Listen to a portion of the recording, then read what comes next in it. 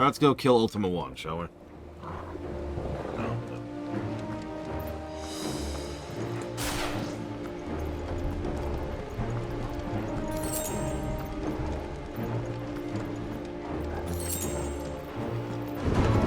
Why are you here?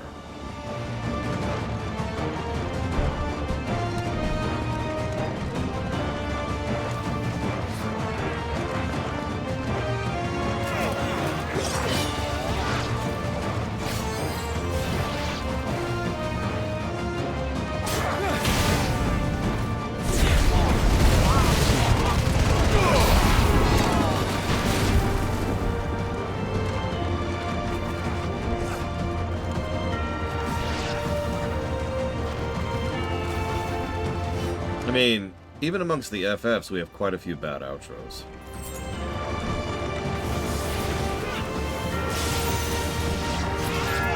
Or at the very least, mixed outros, like 10. 10 has some good points, but it also has some really bad points.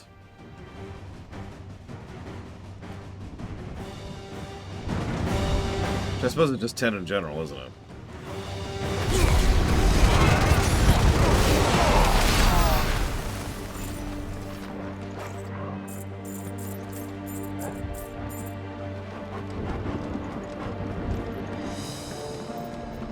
XII has a pretty bad outro, too. Yeah, 9's is problematic. 9's is like 10's. There's some good stuff there, but then there's the rest of it.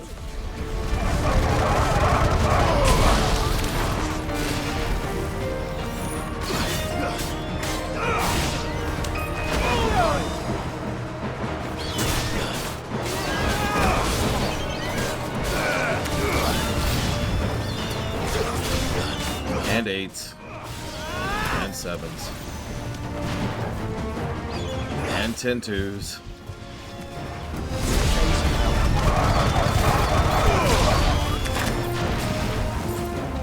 No, I turned off all the rings.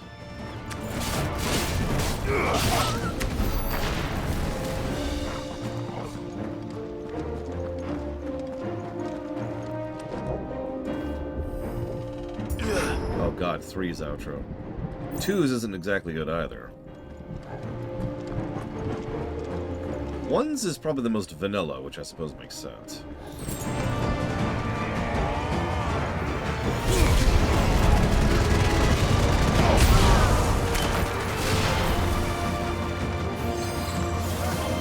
Yeah, 1's is a slog, with no save points and no recovery whatsoever. Even on more recent versions of the game.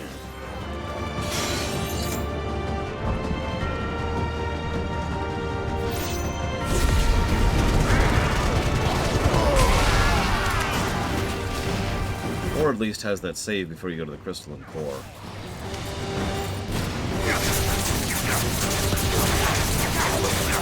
Five's is solid. 6 is great. So now, yeah, actually, now I'm thinking about it. It might be easier to name the FFs that actually nail the outro. On both axes. So we've got 5 and 6.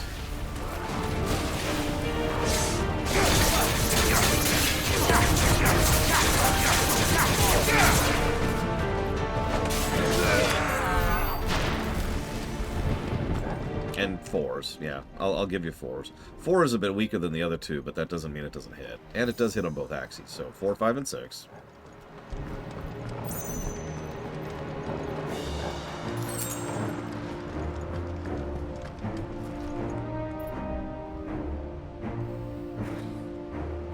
Jesus, is that it?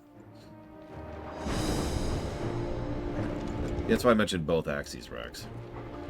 Because, yeah, 15s, 13s, no. 13-2 actually falls apart at the outro. 13-3 is 13-3. Not what I was expecting.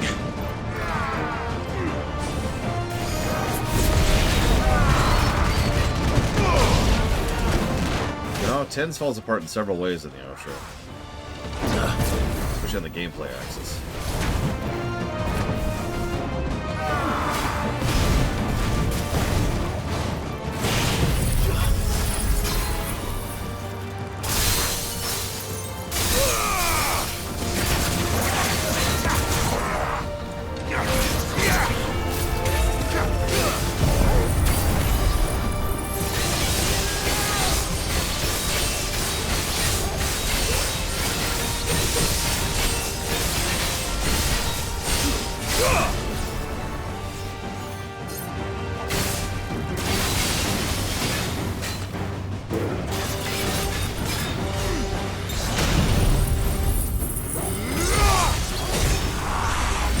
57 tracks. I don't know. Too slow.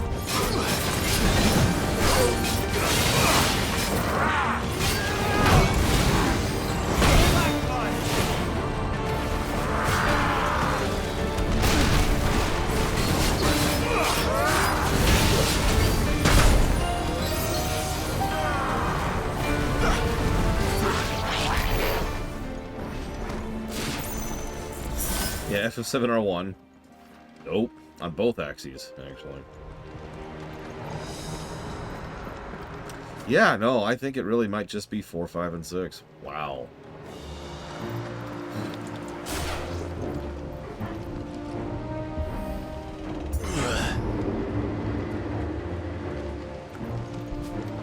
If we count it, Chrono Trigger. Once we step onto that bridge, we'll be easy targets. Then we better move quickly.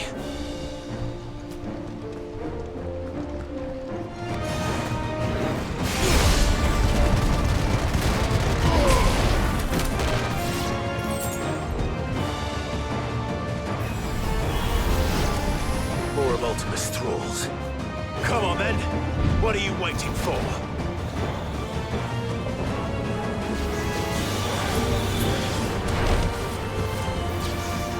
No, Type 0 actually is a pretty decent game until you get to the outro, at which point it completely falls apart on both axes. I showed that off during the lore run.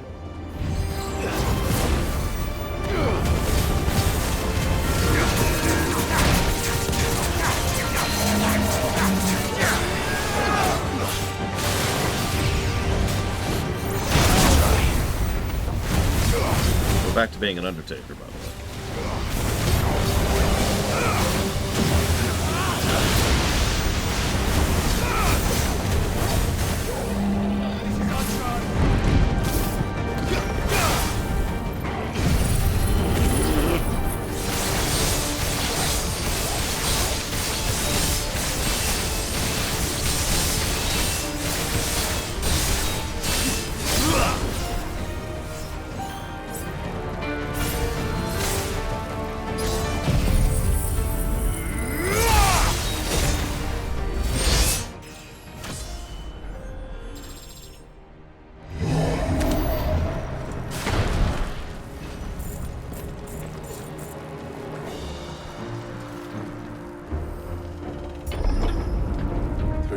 Then. I don't see any other way. Only the real final boss, Living Earth. What are they going to say at the GameCube? Nothing. The PS2 was always going to crush because it was a DVD player. I don't mean that to be dismissive, I mean that as a statement of fact. Tactics actually has a pretty bad outro on both axes. I honestly tend to forget about that until I replay it. But it's stuck with me ever since we did the lore run, because yeah, Tactics just falls apart in the outro.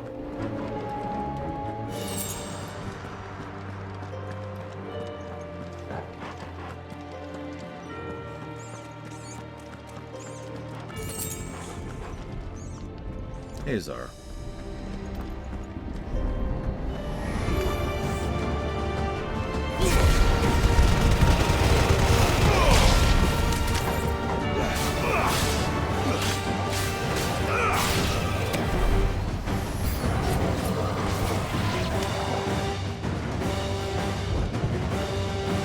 Yeah, I've heard several people argue that the reason the Blu-ray took off was specifically because of Sony's pushing of the PlayStation 3, and it's a hard point to argue.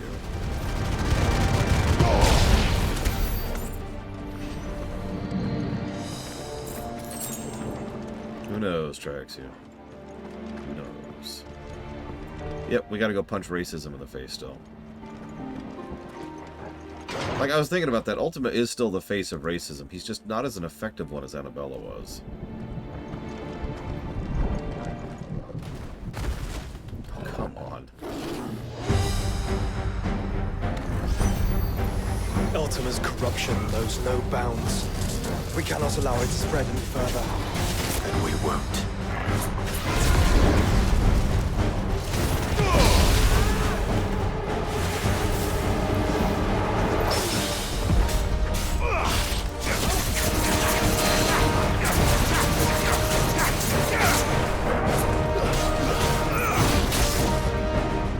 Oh god. So speaking of that, Bragwin, we were doing some of the time walking, of course, for the current event, WoW anniversary event.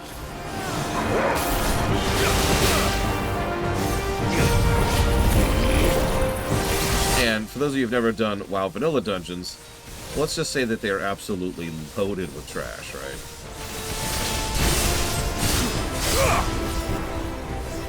And one of the people we were doing it with has never experienced that before.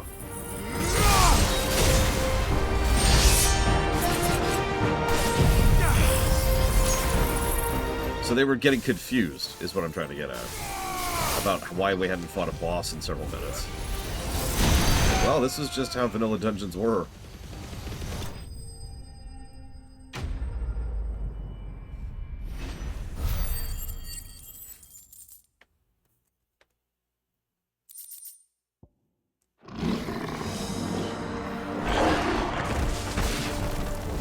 But yeah, I actually don't remember Tactics Advance ending.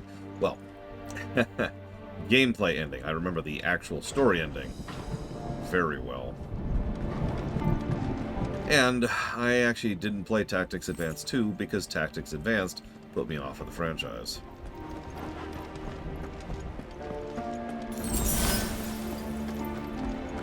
Yeah, I've heard people argue over the years what was going on with March. I'm sorry, we're the bad guys. Like, he is the villain there. 100%.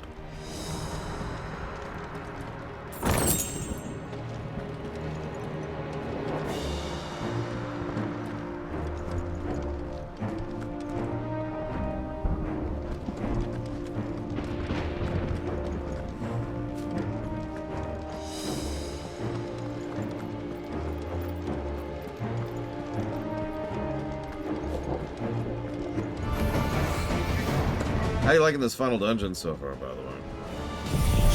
Whoops, I'm on the wrong thing. Whoops.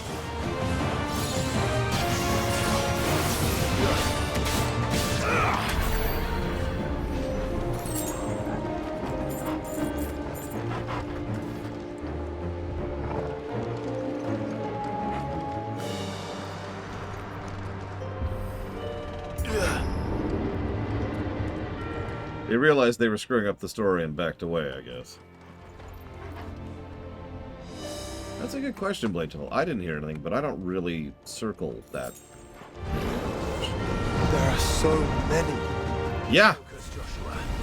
Yeah, that's pretty much my thoughts, Joshua.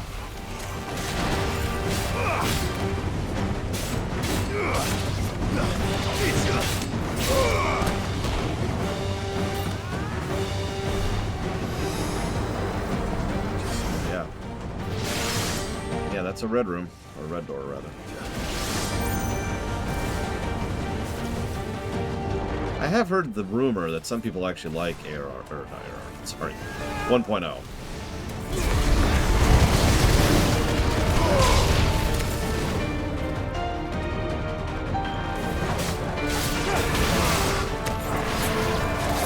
I suppose I'll do this then.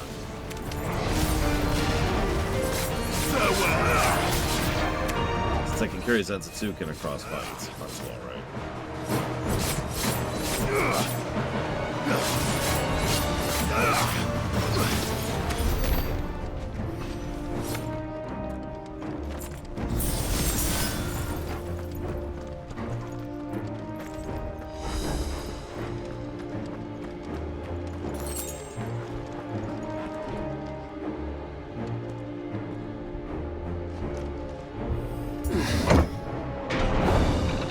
Let's hope this works. Actually, I did notice, but...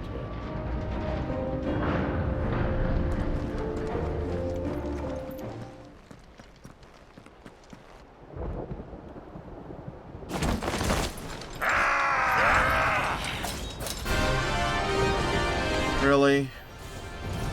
Clive? Of course there's more. There's always fucking more. Yeah, now Clive's speaking for me here.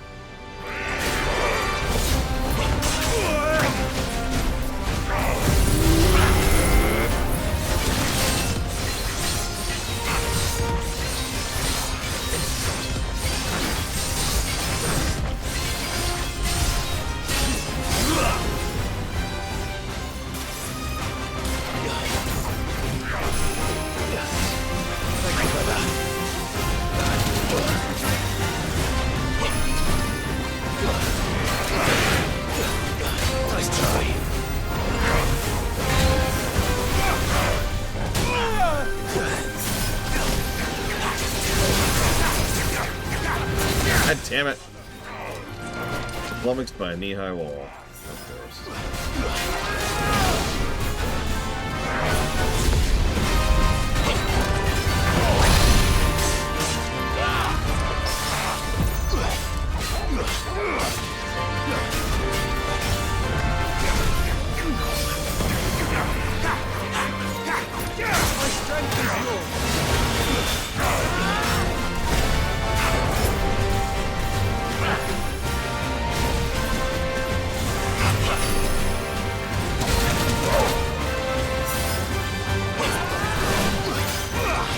I mean, he literally did blade the ball.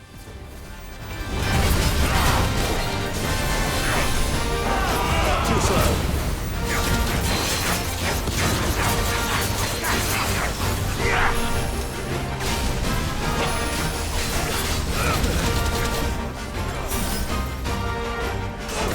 There's a good boy.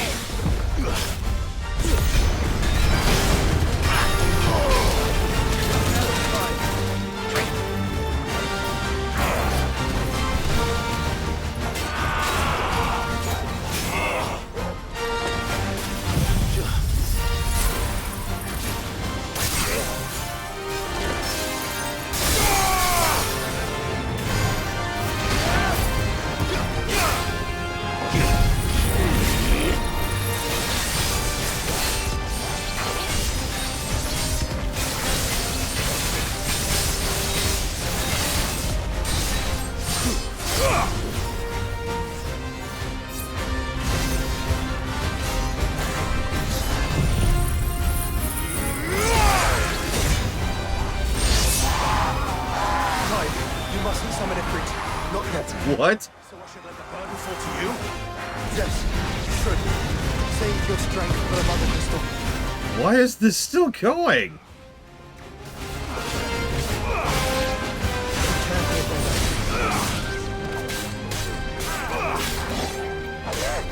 What is this, KOTOR?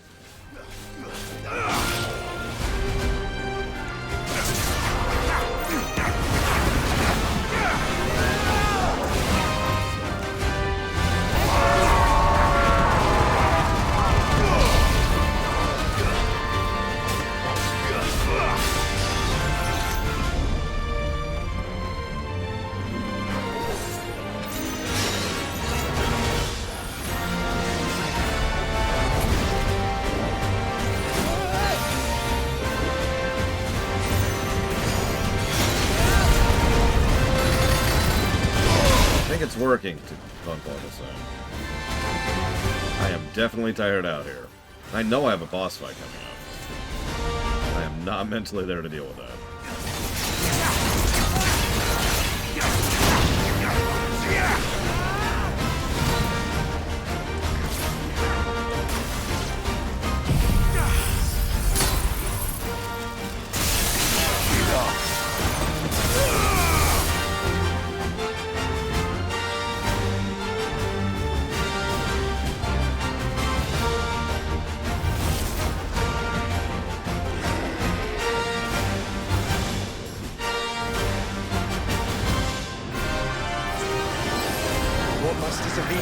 So big. You don't want to know. It's also not the first thing of these we've fought in this segment, actually. I fought one of these over at the gate, if you remember. Yeah, we fought these several times at this point.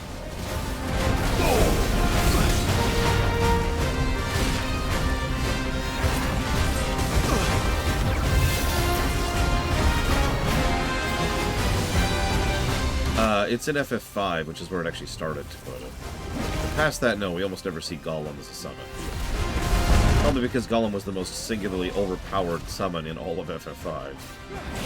Not even joking.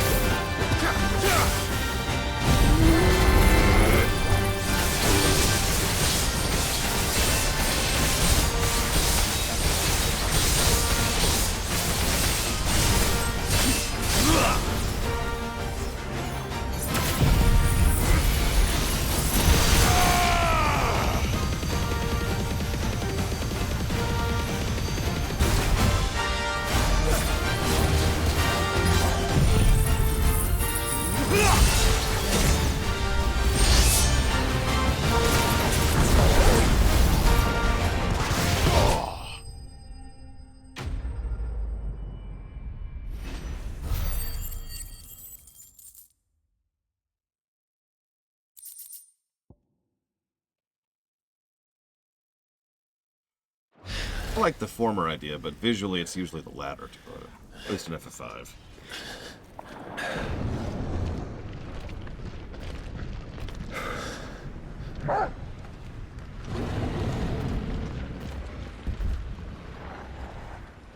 There's no end to them. The whole bloody army's here. Stand back, Joshua. I'm summoning Ifrit. Stop, Clive. You mustn't. We still have a long way to go. If you tap your strength here, you'll have none left to destroy the heart. Then you'd rather die?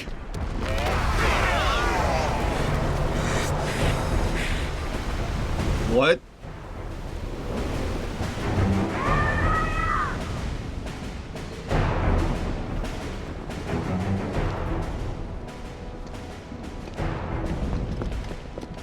Jill!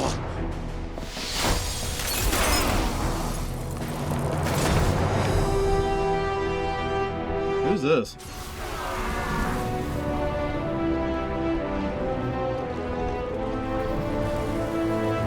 Oh man, an ice dragoon. That just sounds cool.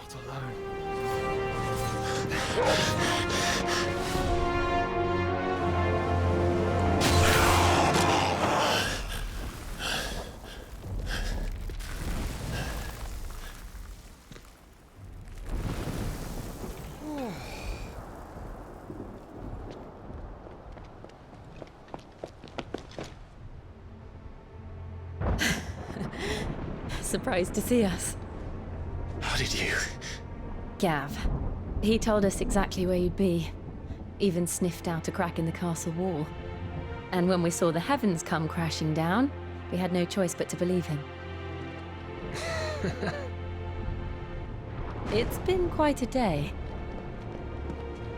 To what do we owe this honor? A debt I would see repaid. Prince Dion. It's good to see you well. So, this must be Ifrit. Your uncle bade me give you a message. Listen to your heart. It will guide your steel true. Your father would expect no less. That is all. Thank you. For everything, Your Highness. Dion, please.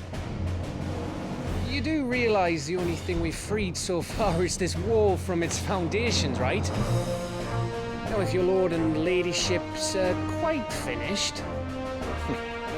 Well said, Gav. We have work to do. Dudes, why are you here?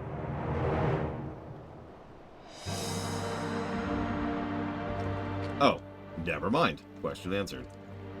But don't suppose there's out I can say to make you change your mind.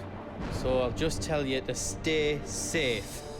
None won't take kindly to losing a best customer, especially after letting us carry all this stuff all the way to Ash. And we wouldn't want to anger old Nan. You mean, you'll buy some off us? Yeah. I've got some good stuff for yous.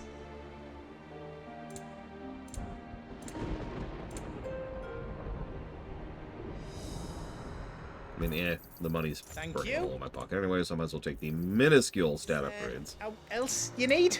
That gave me 1 additional health, by the way. Righto, here you go. Thank you. Is there else you need?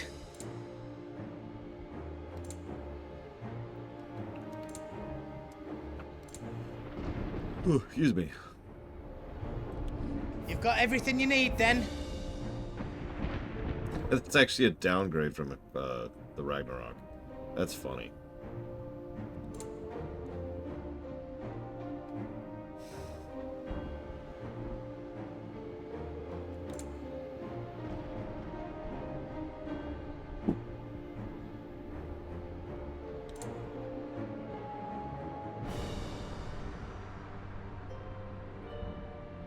That's true, Blitzball. I can't argue that. Anything else I can make for you? I couldn't have made it this far without you, Torgal.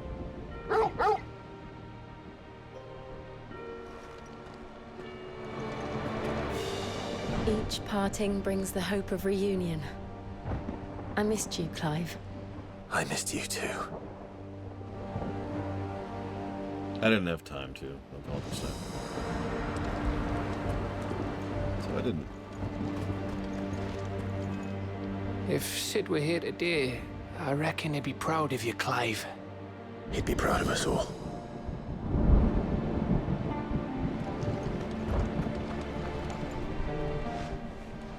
There is still much I would learn of your tale, once this day is done.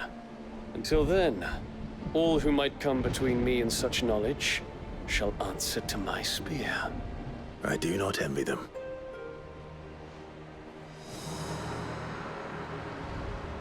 I mean, I do. I mean, shut up. You see, Clive, we're not alone. If we are to win the day, we must all play our part. And ours. Ours lies beyond those doors. Look, I just want Dion to impale me, okay? That's all I'm saying. We've fought long and hard for this moment. Sid's dream, our dream, is within our grasp. We will actually hit the DLCs today, holy crap. Final trial, and we shall. Together.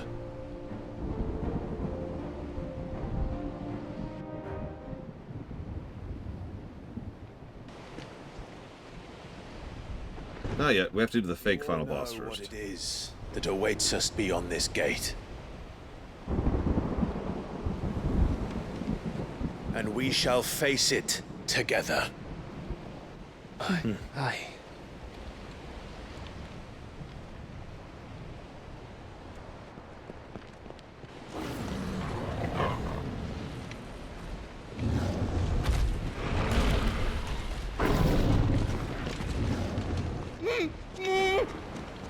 It seems our hosts would rather we remain.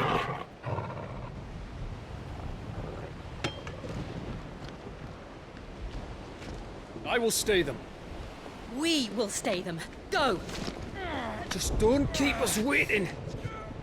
Thank you.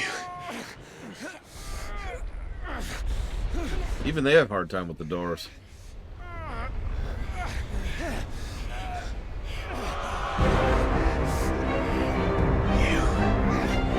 Welcome, sons of fire.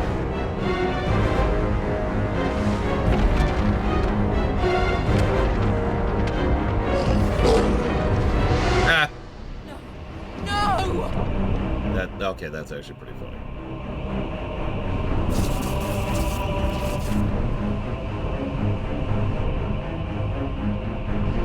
Come back. What?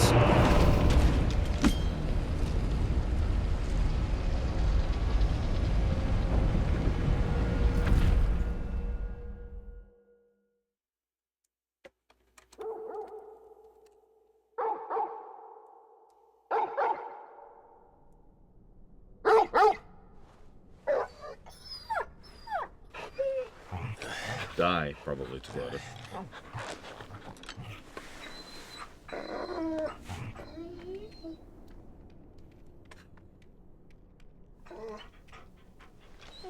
Joshua! Joshua! Wake up! Clive, is that you?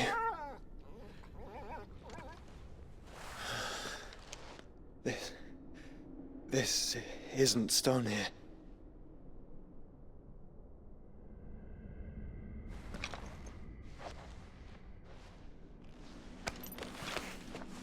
Welcome to our darkness.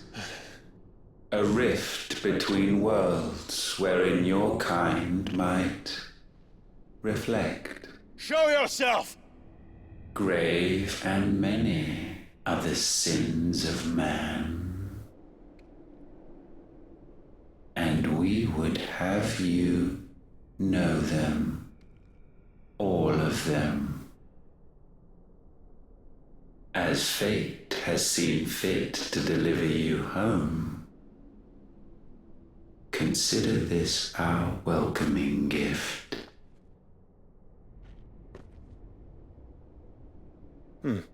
It would seem we are trapped. And the only way out is through Ultima. We find him, and we leave.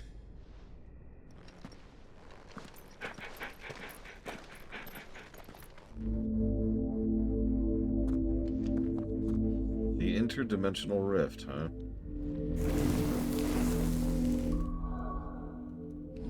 Okay.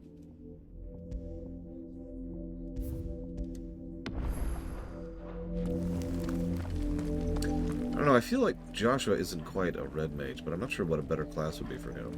Jill feels more red magey in general.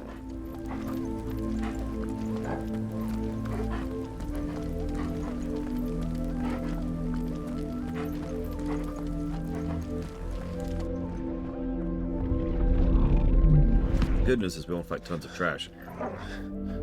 If you are to comprehend the full extent of your transgressions, we must go back to the beginning.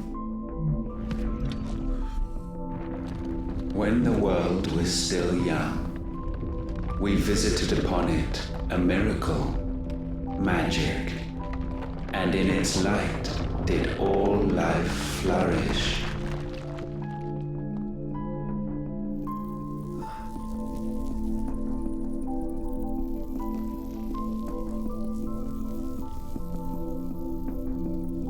Yet the price for this boon would prove heavy. A pall descended upon the land, painting the horizon black as night. Though we labored to forestall its spread, in this one endeavor we stood powerless. And so we fled, that we might endure, that we might discover a means of salvation.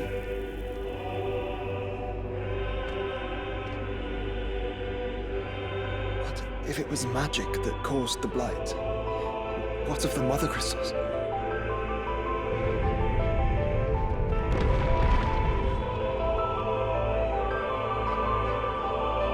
I expect he'll tell us soon enough.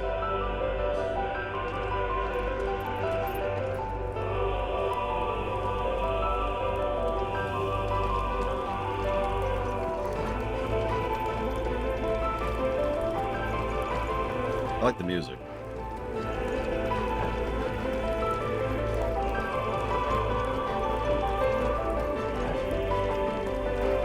Also, that was news to me, that magic, well, that the blight predated the crystals entirely. The blight being a consequence of magic, that's a lot harder to fix.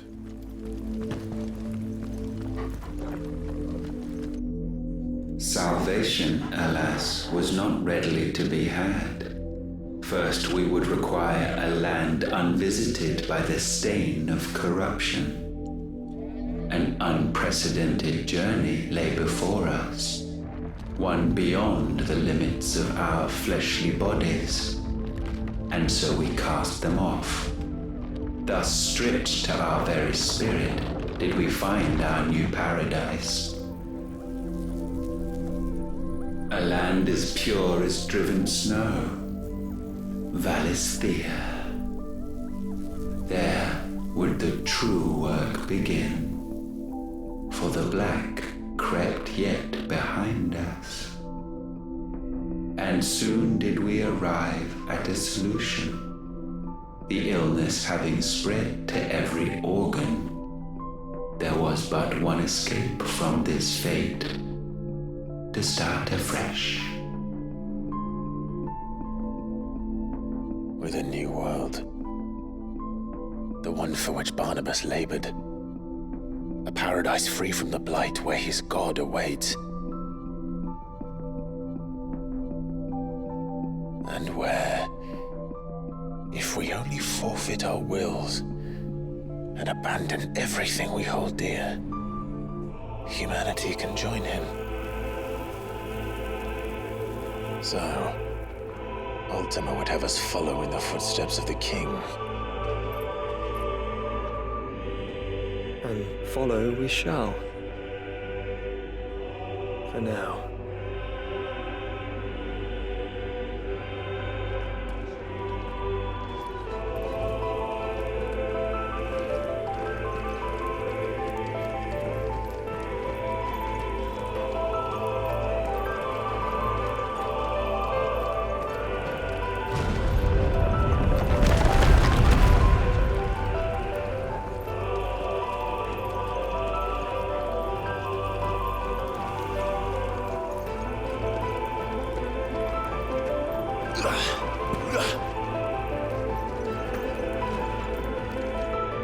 To forge a new world would require not only power, but a constitution strong enough to wield it. Acquiring the first would be simple.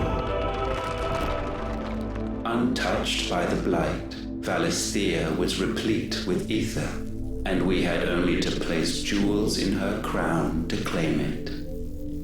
Acquiring the second, however, demanded creativity.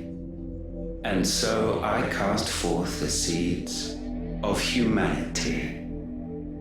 You created us. Is that not what gods do? We sowed the seeds for you, Muthos, all that you might one day blossom. And our future thus secured, we thought to slumber, though that would prove a grave mistake. For it was as we slept that man committed his greatest sin. He awoke. Alone in a world bereft of his god's radiance, he stumbled blindly, desperate for guidance. Finding no light, he sought to kindle his own. And from that single errant impulse was his will born. Having discovered himself at last, man turned his eyes inward and found he desired evermore that which only magic might afford. So wars were waged and brothers slain for custody over that dwindling resource, and the land, she wept tears of black.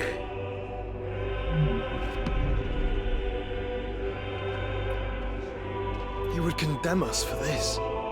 Surely he cannot be so blind to his own hypocrisy. Not blind, just unwilling to admit the truth. But we're one and the same.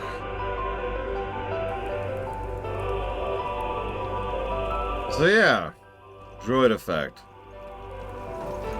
For like the second time in the last week. Makes sense since arguably in real life humans undergo droid effect.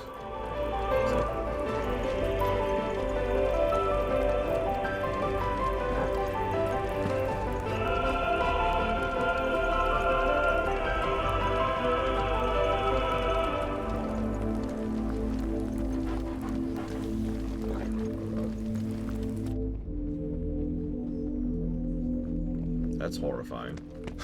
See all the corpses, all the people, the bodies. Is that Ifrit, or what's left of him. Long have our ashes lain cold for want of a spark. Cast your eyes upon them and see what you must become.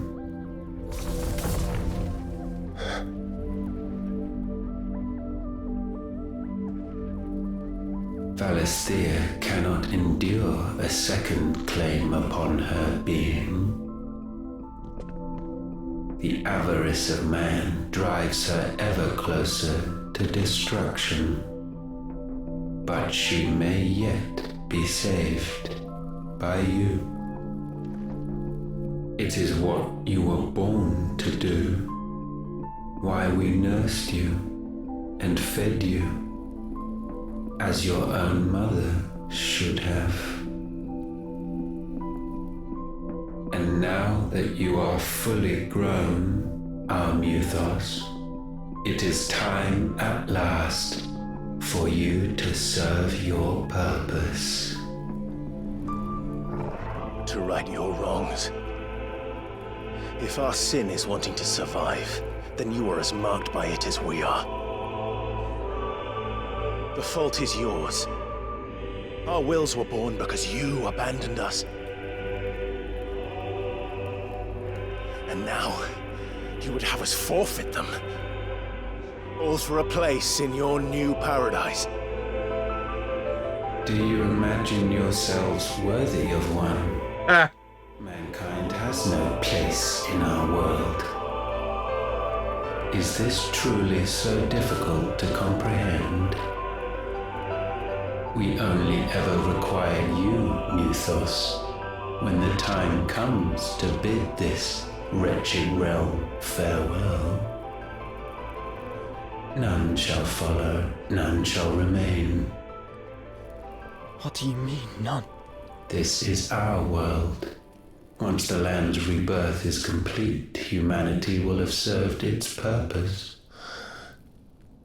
Why would we continue to suffer that which has caused us so much vexation? Because the land doesn't belong to you. It belongs to us all!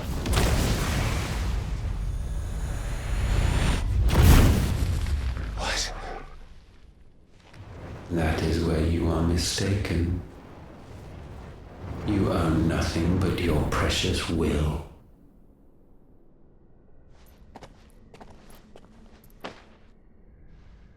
Also, the Terran vibes are getting real. Just planet hopping.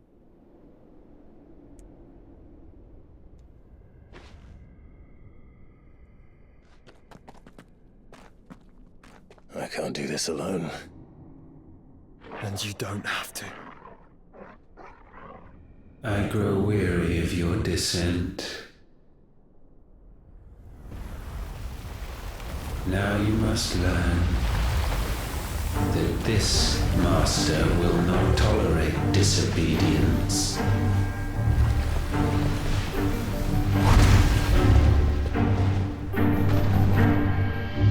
What?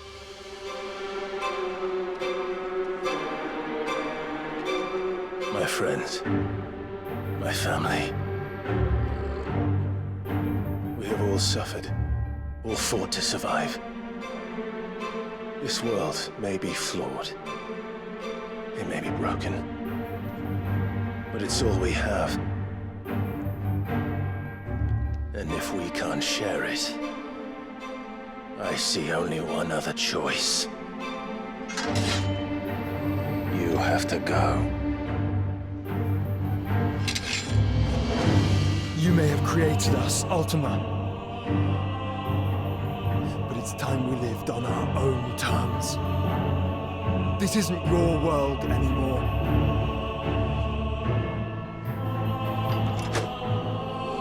It's ours. So that's like one theme again. Offenders' hearts be stained.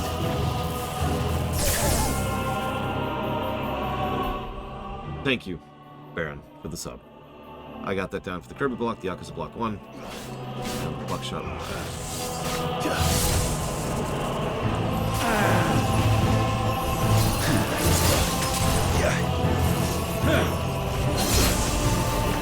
Sometimes weird.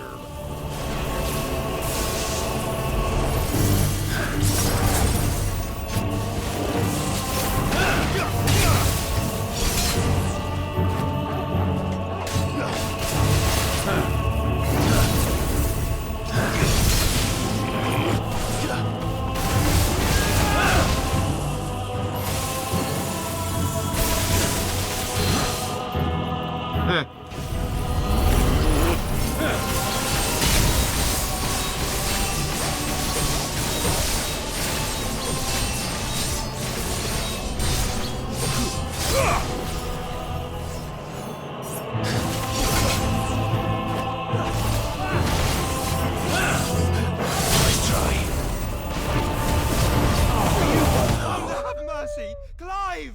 What? I missed it. What killed me?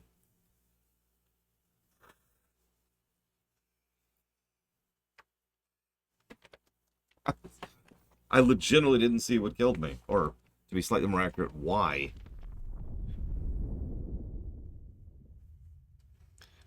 Yeah, okay, that doesn't answer me, Equalitas. I was in no danger. How did that kill me? Repent. Nice try.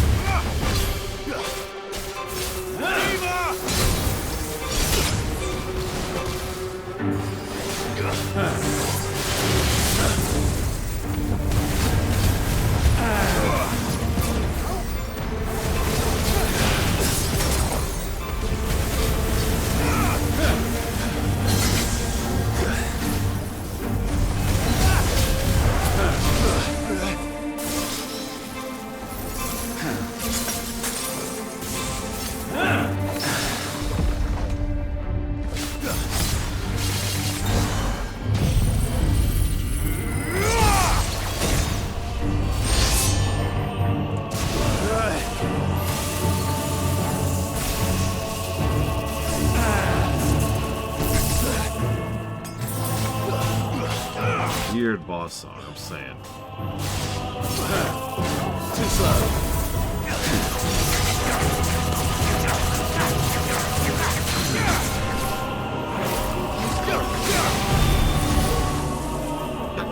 Stop doing that! Nice try.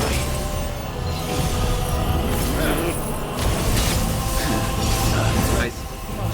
Looks like old times. Okay.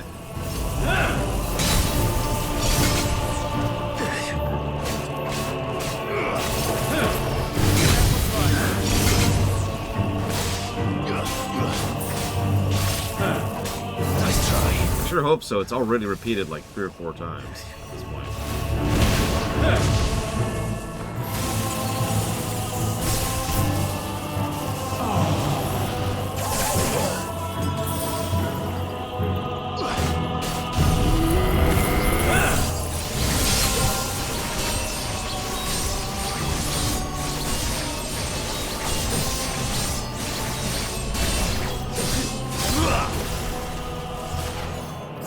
Well done, Tom.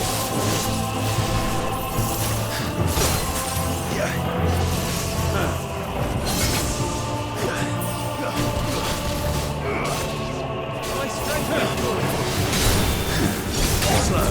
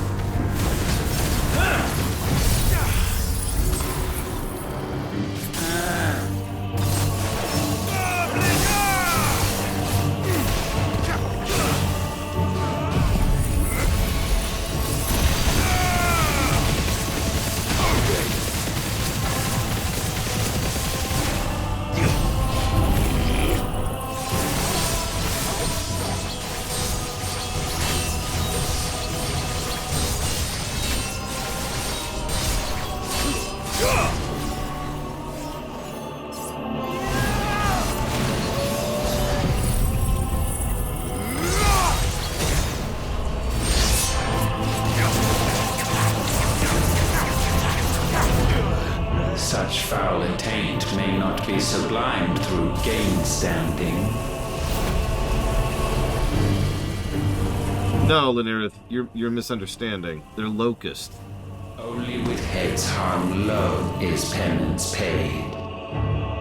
O wretched mortals incapable even of contrition. In fitting season shall we reap our harvest. Hey, come on, listen to him. Or Ian, I suppose I should say.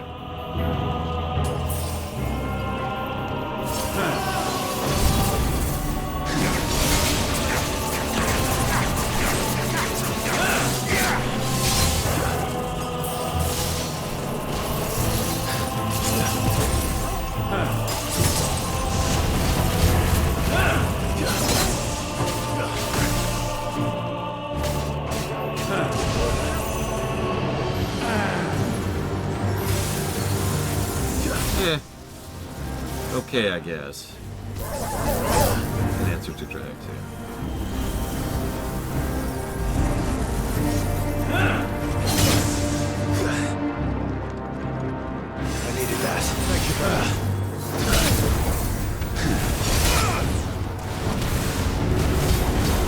Know your insignificance.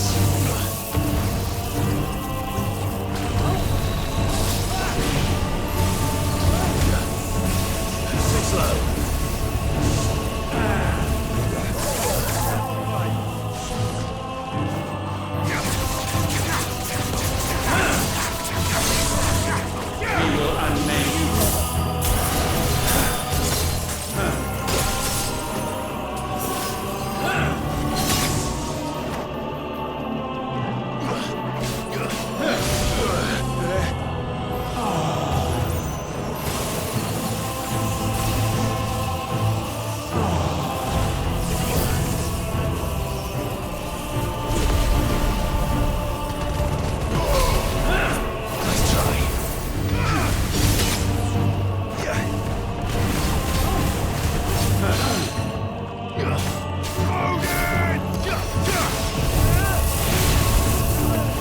God damn it! At least it didn't kill my cooldown. I really hate it when bosses do that.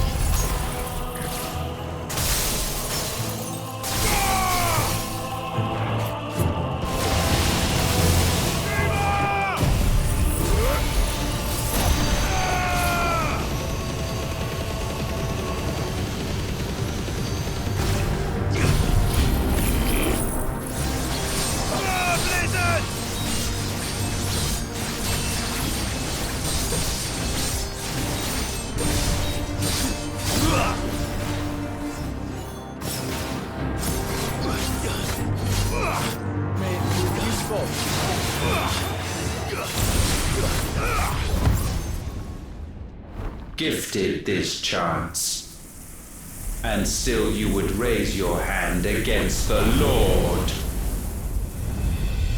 What now? The darkness bends. Humans didn't exist before the Mother Crystals lit Earth. He means to end us. It wouldn't be the first time. But let's make it his last. Your fate is inexorable. Surrender the vessel unto the darkness. Surrender it unto us. Did you? Yeah, okay. Christ.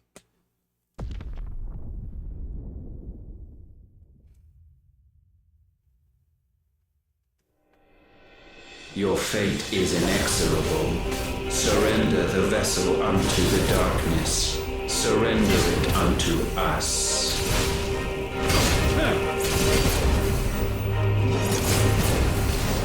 Those checkpoints. Holy crap.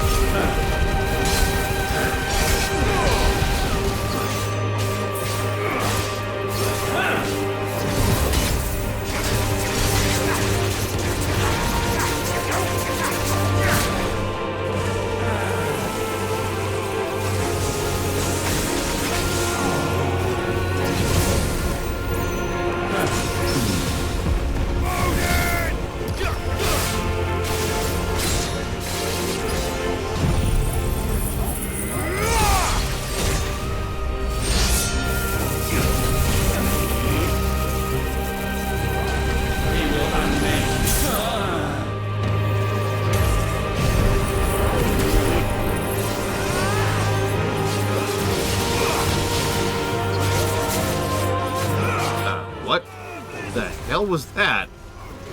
I actually don't understand what happened there. Whatever.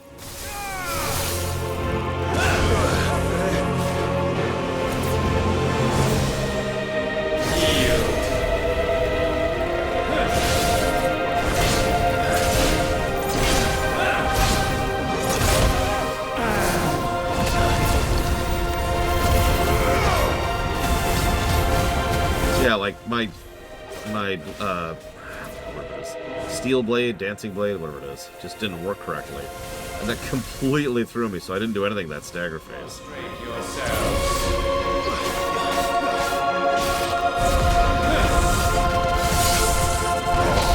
tell what was actually happening.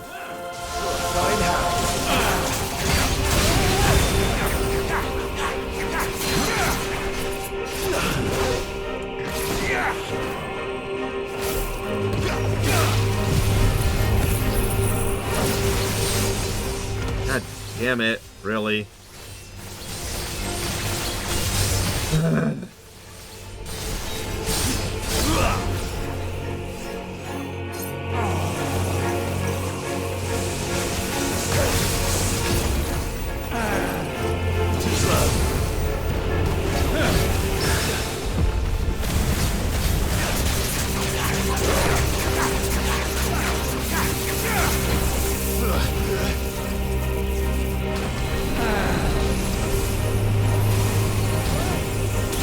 Nice try.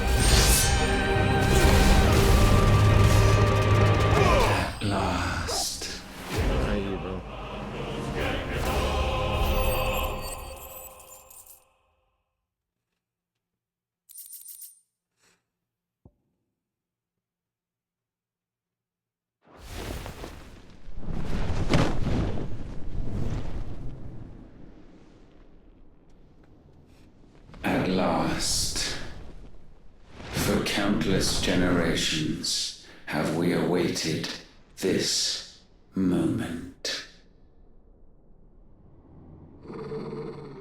That was phase 1 of 87.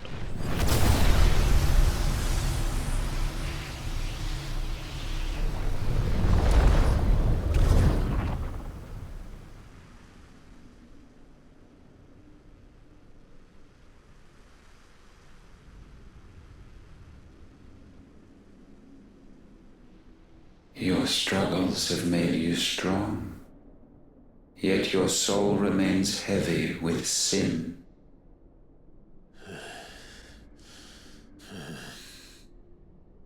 Absolution is nigh. Repent, and all shall be forgiven.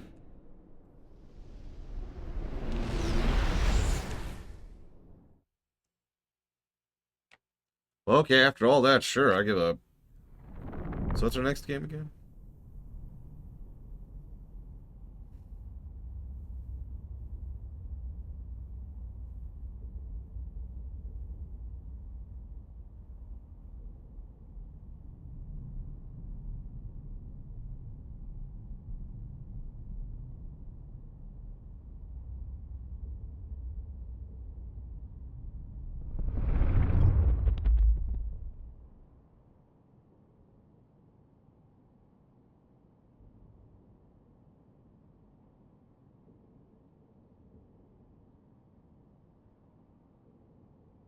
Tell me, Clive, how many lives have you saved since taking my name?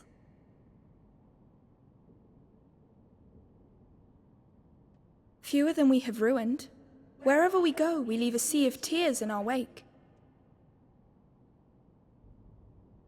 These are the wages of your will, son. What good are our choices when all they ever bring, all they will ever bring, is death?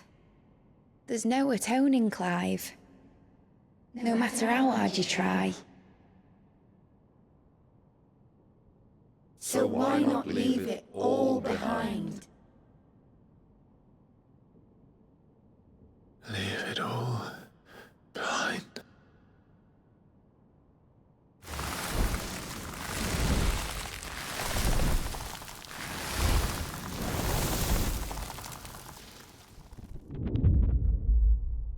Clive!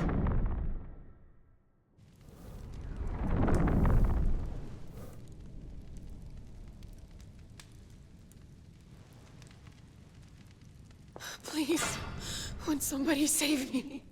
Won't anybody love me? I yearn, yet still she is not mine. Have I not given enough? From will is born desire, and it is this which consumes you, rendering you incomplete. Do you not see how the world bends and warps under the weight of your hungering hearts? Annabella, cricket chirp. What if it could all just go away?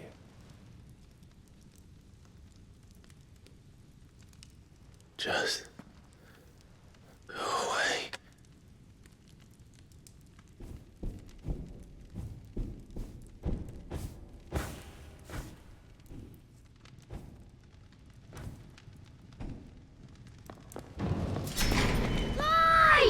Clive!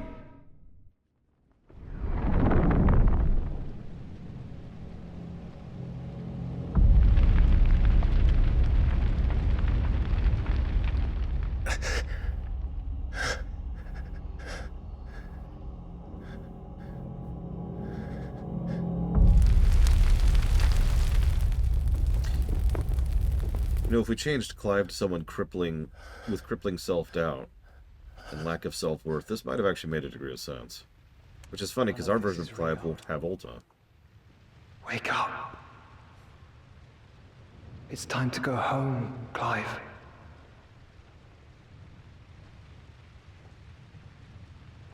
Clive. That would have been funny, but... That's right. You're my brother. Brother.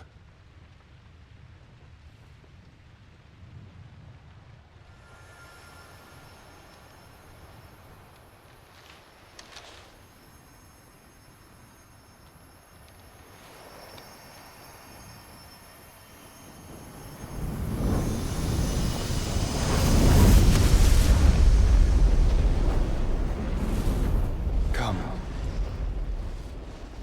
Remember who you are. Clive.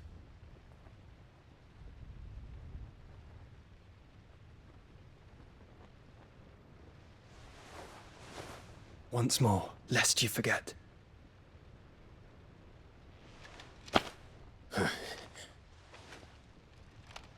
My name is Clive. Clive Rossfield. Look, Ultima.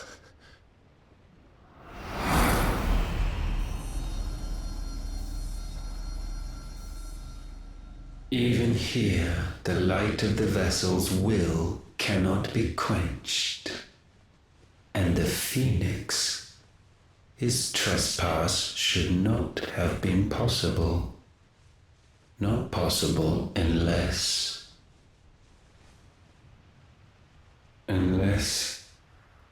he has been with Muthos all along. The mark of the Phoenix, emblazoned upon his heart, made manifest by the power of will alone. The power of creation. Can it be? Are their wills truly so potent? Are you still talking? Round 87. Or, no, sorry, 88 at this point.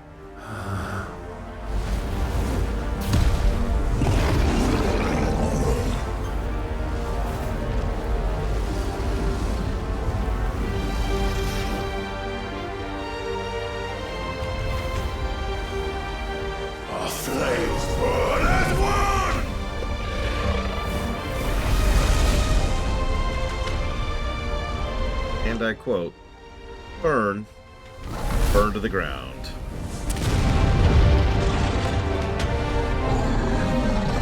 This is no mere evolution, it is deviation. And herefrom does Logos rise.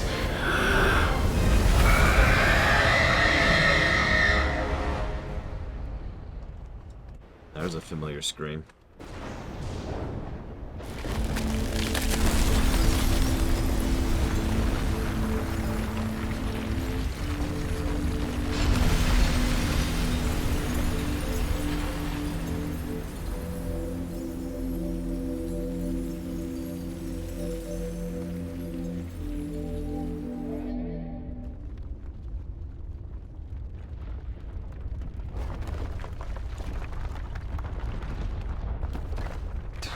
Damn it, Clive. Wake up.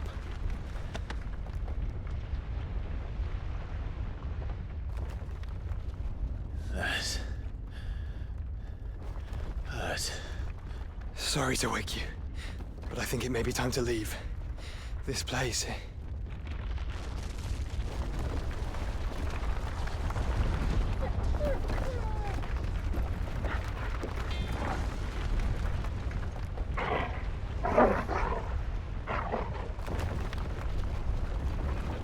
And once again does my creation stray from the path laid before it.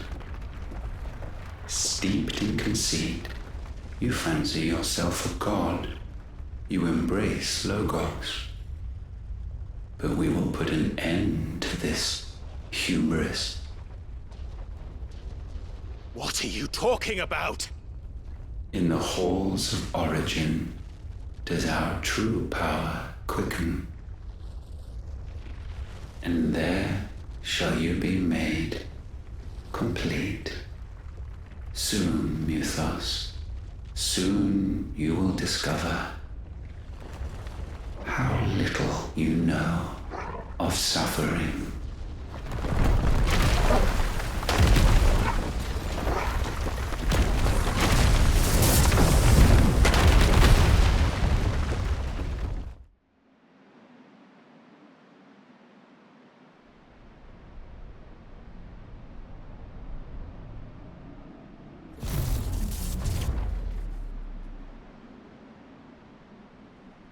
And so the crystals are no more. Yet in their silence, a new song rings. Its chorus building, a crescendo as it enters its final movement, stirring those long aslumber to waking. And back to their origin. We're not playing Strangers of Paradise for a while.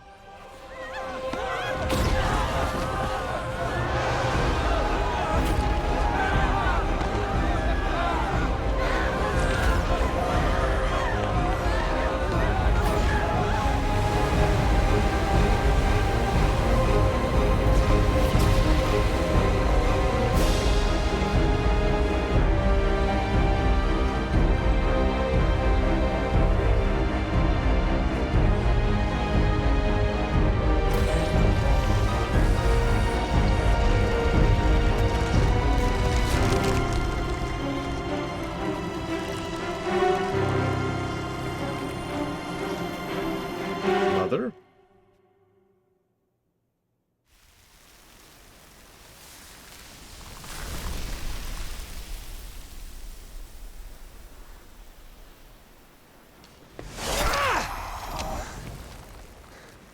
The bloody crystal's cracked. So where the hell are they?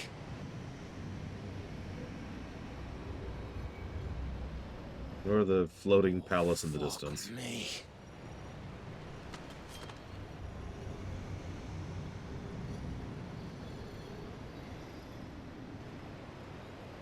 Is that ether?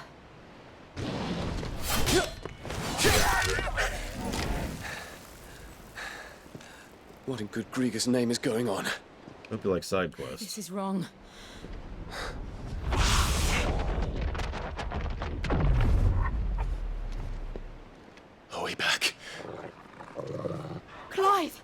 Joshua! Jill!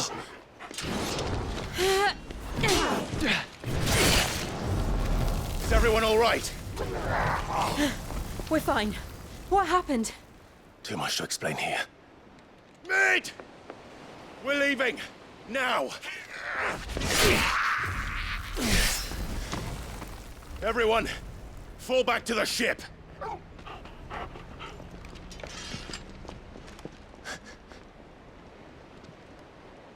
I will be with you anon. Thank you.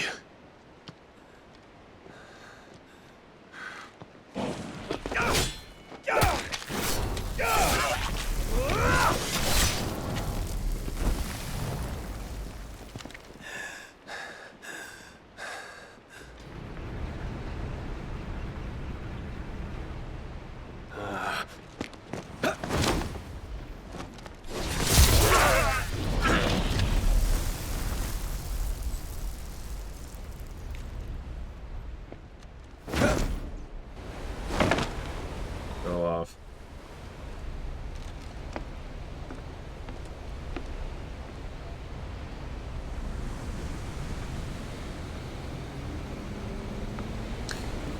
Yeah, I think Ultima is a perfect example of how the composite of the parts makes him worse than the individual parts themselves, you know? Itself.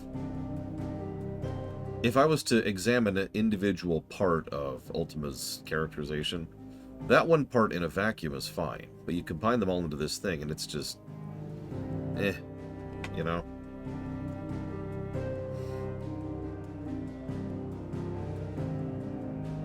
Granted, I've been complaining about Ultima since, like, day one. But I've been trying to hold off too much judgment. But the problem is, we're one step away from the final dungeon. Like, spoilers. We're about to go do our, last rejoinder scene, and then we'll have the side quests opened up, and then we'll go do the DLC, and then that's the last dungeon. That's it.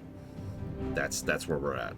If the villain and the main final boss and main villain of the game isn't interesting by this point, something is wrong somewhere.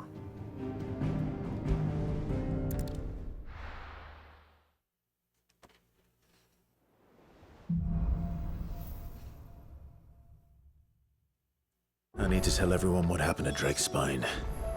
And I'm going to need Otto's help. No, please don't do a recap. Something about it. I feel like it's... Oh wow, we can actually see it from here. to me.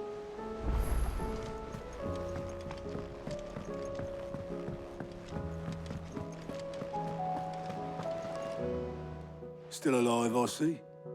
Something tells me that I saw on the horizon is your doing. How'd you manage that? It's a long story. One that I'd rather only tell once. Right. All hands on deck then. Please don't actually repeat information, please.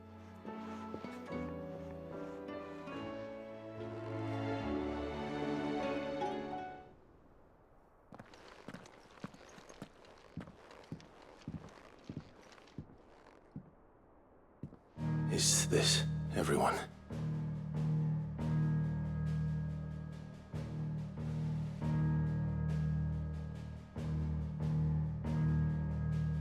As I'm sure you've all guessed, the crystal which now commands the eastern skies was summoned by Ultima. He called it Origin. Though the significance of that name is as yet unclear. What does it matter what it's called? Its emergence tore Twinside asunder and wiped my homeland from the map.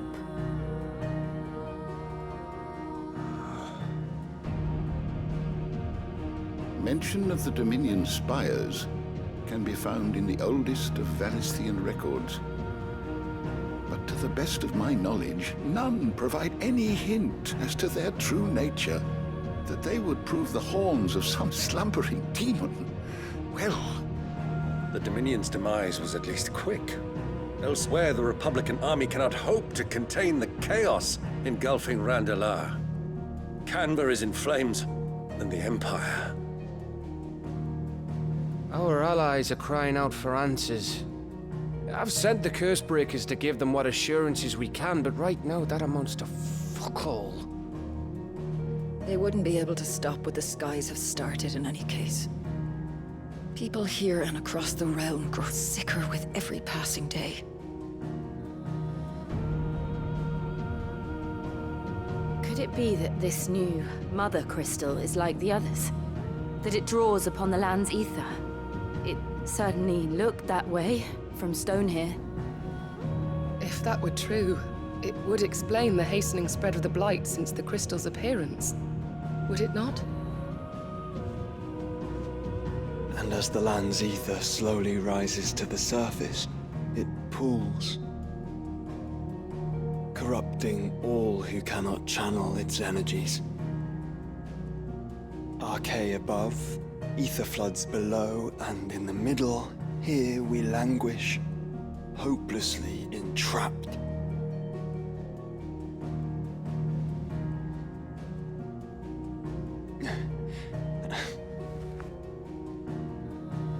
It's all right. When we faced him at Stone here, Ultima told us his true power quickens in the Halls of Origin. Needless to say, we cannot allow that to continue. If we are to stop him, we will have to find a way into the crystal. How are we gonna manage that then? It's up in the sky. And fast as she is, the Enterprise can't fly. Then we've got to make it fly.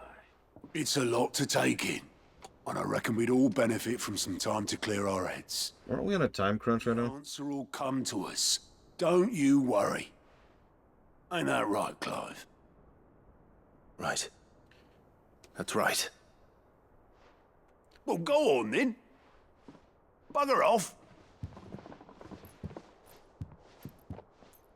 Yeah, so this is when we can do the DLC, by the way. Same goes for you, Clive. You won't solve anything like this. Trust me. Go and get some fresh air, eh? Thank you. Like, this is actually pretty similar to the meteor problem in FF7. Like, imagine if in FF7 it's like, oh my god, meteor's there. So, I'm gonna go do some DLCs really quick. Some side questy.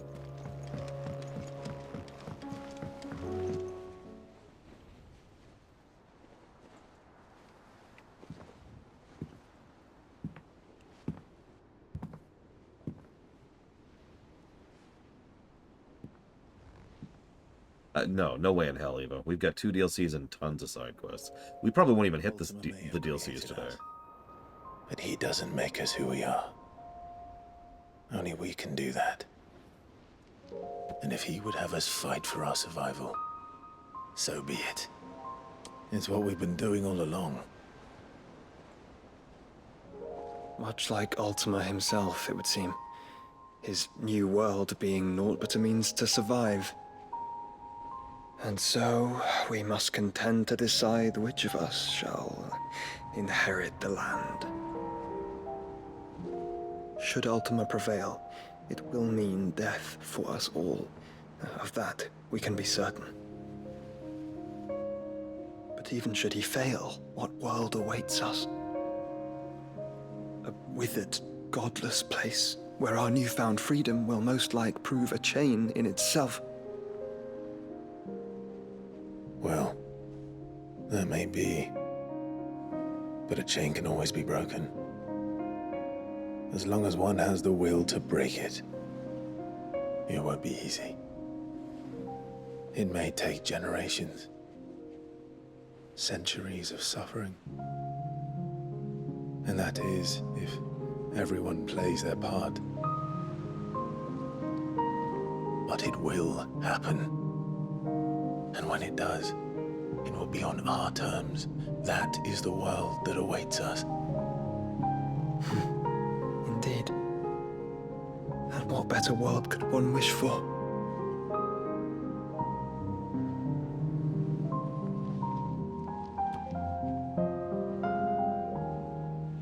But first, we have to reach that crystal.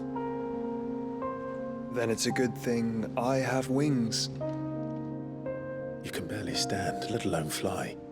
And only the Founder knows what horrors await in those skies. You certain about this? Am I certain? I am the Phoenix. I will do what I must. This is our fight. Remember?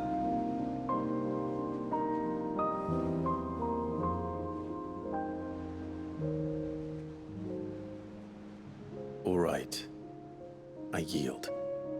But only what you must, yes? I'm still your sworn shield. That you are. And what of my wings? Lest you forget, you go to stand against a god. I would not have you succumb to fatigue before the fight begins. Ifrit, your brother mentioned that some few of the dominants who had lost their power to you were still able to prime. Is that true? It is. But their icons no longer submitted to their will. Then mine will have to be stronger. That you both might save your strength for the battle to come. You don't have to do this. If you do, there's a chance you might lose all you have left. And what have I but regret? My life ended in the Dominion. I fear death no more. Besides, I would have words with Ultima. He has much to answer for.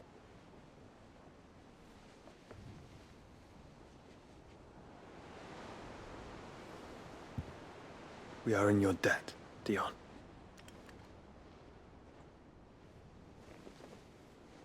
We can speak of debts when this is over.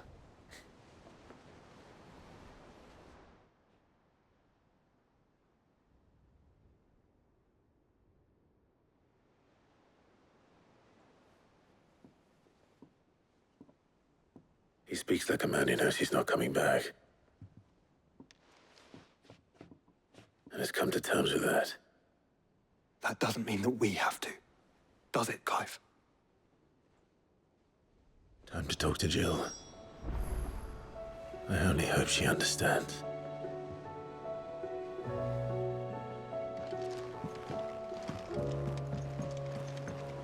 Hang on. Before we talk to Jill about how we're about to go commit suicide and get our 400 Korok seeds. Only 400. We're not getting all 1,000. Don't worry. That would be crazy. Clive, what is it that you wish to learn? Let's see.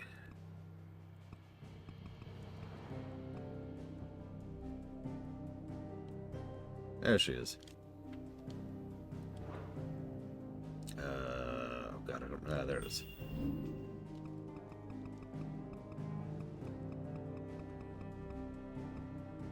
Okay, so I've hardly sold anything today. If someone to the Dominion, life might be better. Maybe I should have stayed in Talmekia. Everything's falling apart. These people need medicines. At least I saved one life. If you're sure you have the strength to walk.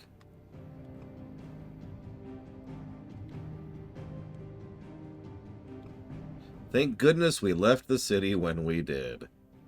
And Terrence, you came all the way to find me. Thank you, my lord. There it is.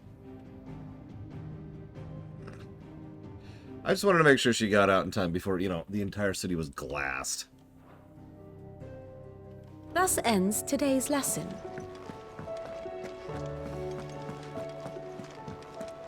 I think we gave it a triple, if I'm outward. Oh gosh darn it. Alright, what are you lusting after? All this time, my heart has wandered hither and thither in search of the perfect companion. When all along he was here, standing right beside me.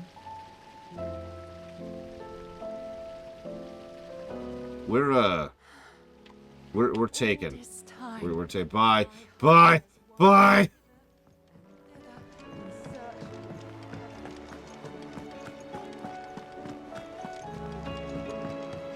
Well, she has slept with the entire rest of my army, so I guess she's moved on to me now.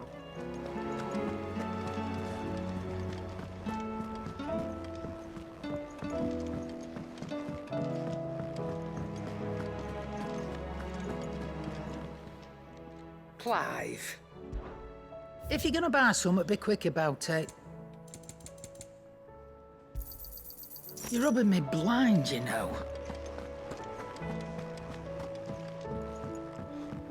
Well, she tried to sleep with Dion. Dion was just like, nah, I'm good. I'm taken.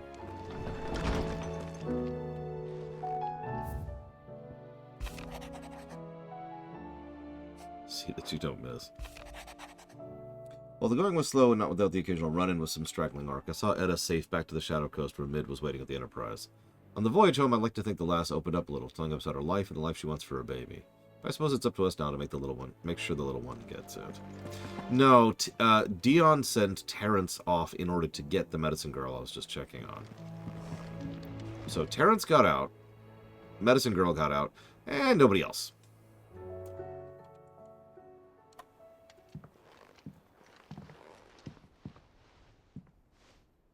Come to wish on a star. That might not be such a bad idea. This is it, Jill. You know what I have to do. Why I have to do it. There's no turning back now. This is where our journey was leading us. Where it will end, for better or worse. I could pray to Metia for you. But you'll be all right, won't you, Clive? You always are. I did promise we'd watch the moon together. I'll be waiting. Yeah, Clive, you've got to do side quests. You've got to do the side quest, Clive. We've got to go back. Got to go back to the island, Clive. It's almost time. Oh, I think that might be it. Better make sure I haven't forgotten anything. Yeah, I think that's it. I think that's the moment.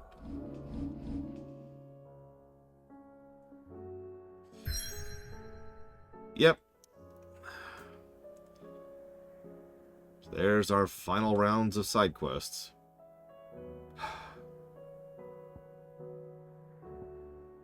Yep, origin is a destination. Yeah, no, this is it. Okay, why would Jill be with us in the final dungeon? That's ridiculous. We did it, guys. We finished the tutorial. I'm joking. I'll be right back, though.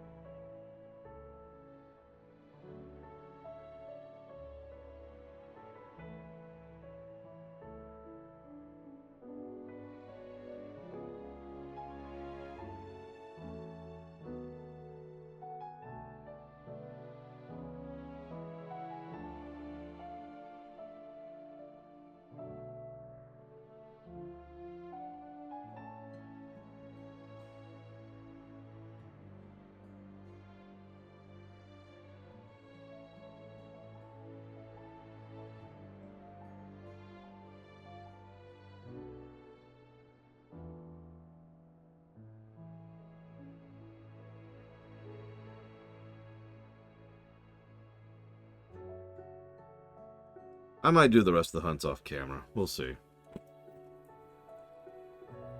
We'll see. Okay.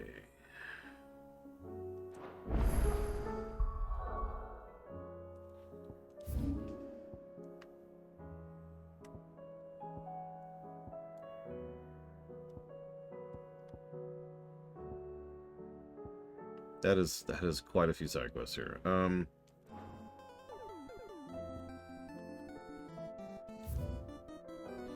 That's lines in the sand. That's duty undying. That's under new management. None of these are the quests I'm looking for. None of these are the quests that will unlock the DLC. Which can only mean that the quests, the side quests that unlock the DLC, haven't unlocked yet. And that implies some truly terrifying things.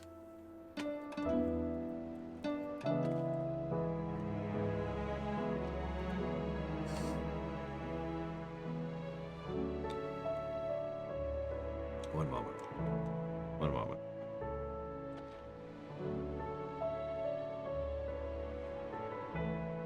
The price list might be from the letters. I'll double check that. That's the one I was actually looking for, because it's the only one I can remember. Fallout London. Old World Blues. Sid Meier's Pirates. And yeah, no, that sounds about right, Vigilant. It was pathetic, wasn't it? Thankfully, you are not pathetic. Thank you for your support, Vigilant. As always.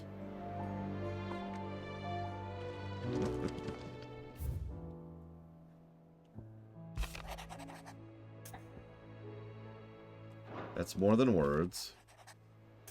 And that's an inconvenient truth. So there is not priceless. Man, am I just completely blind? Nah. We'll do all these anyways. It doesn't matter. But, like, I don't see priceless.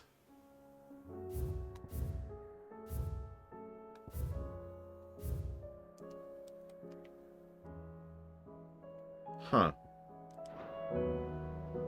Alright, whatever. Reluctant as I am to add to your burdens, I would ask you to aid in a personal matter, albeit one that is beneficial to your cause. Lady, the end of the world is right over there. Is this the time? There exists ancient texts deemed so injurious to modern thought that the mere possession is deemed a crime. And it was a chance encounter with one such tome from a distance that sparked me with a scholastic curiosity which burns to this very day. I wish to enlist your aid in reclaiming the text. Okay. Something tells me this is no mere adventure story.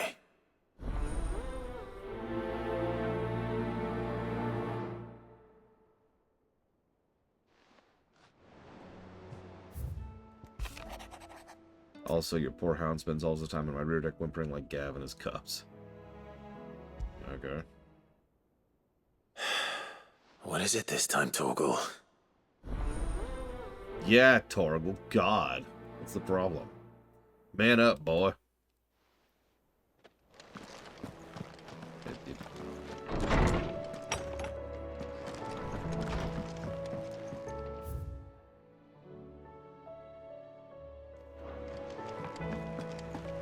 Yes, we will soon make a new Klingon empire. Say what you will. Lady Karen has seen herself.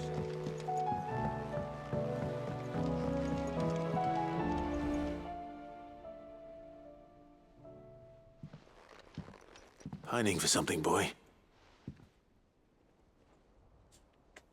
What is it? What do you see out there?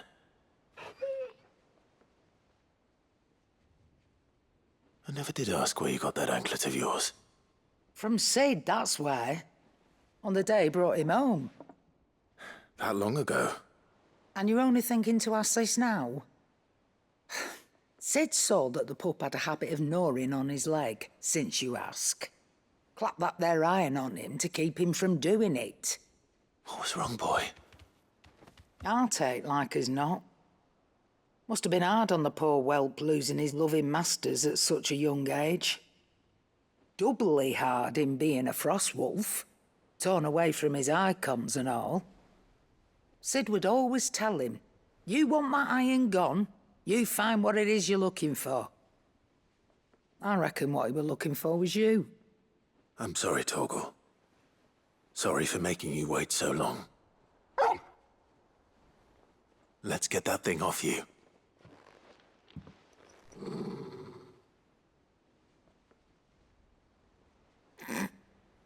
Doesn't sound like he wants it off. Indeed. You miss Sid as much as the rest of us, don't you?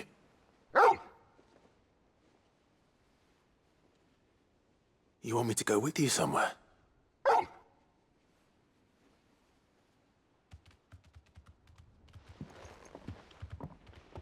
Quick, aren't you? Glad you've been paying attention. Not nearly as much as you have, Lady Karen. Aye, good thing and all. It's not like Gav would have kept him in nuts and rubbed his belly these past 10 summers. Your kindness is appreciated. You've been a good friend to him. Only because he doesn't talk back like the rest of you. Go on now.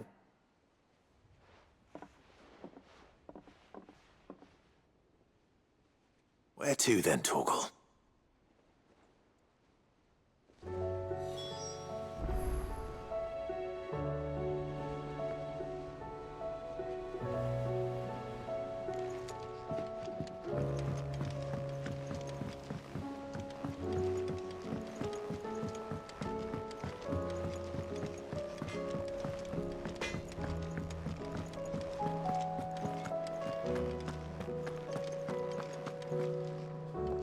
All right, Torgal. Where are you taking me? I'm going to need a little bit more than that, boy. Do you have a better hint for me? Unless... you've already given me one.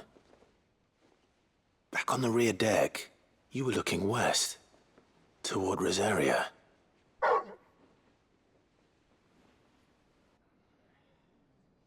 Why don't we try the rookery?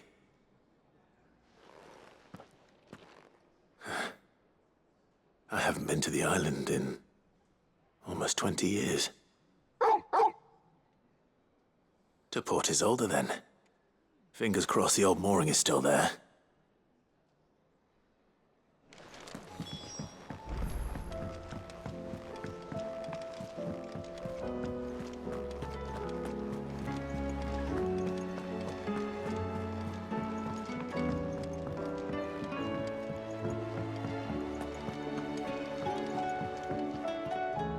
Vivian, I read your note, and I'd be happy to help you find the book you're looking for. Thank you, Clive. But tracking it down will not be easy. Are you sure? Please. You have always granted me your wisdom and insight whenever I asked. It's only right that I return the favor. Or at least attempt to. You are too kind. Alas, what I ask of you is rather more trying than delivering the odd lecture. I spoke with Harpocrates to see if he had any inkling as to where another copy might be found, but... but perhaps it is best that you hear the details from him. If you say so. Forgive me, Clive, for asking this of you. But this book, it set me on the path to becoming who I am today. Its importance cannot be overstated.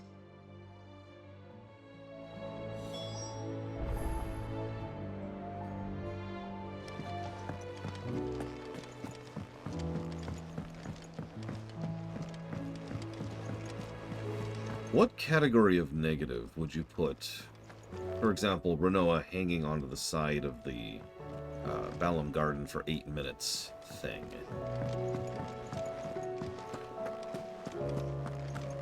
Or the FF7 thing, to go to the classic.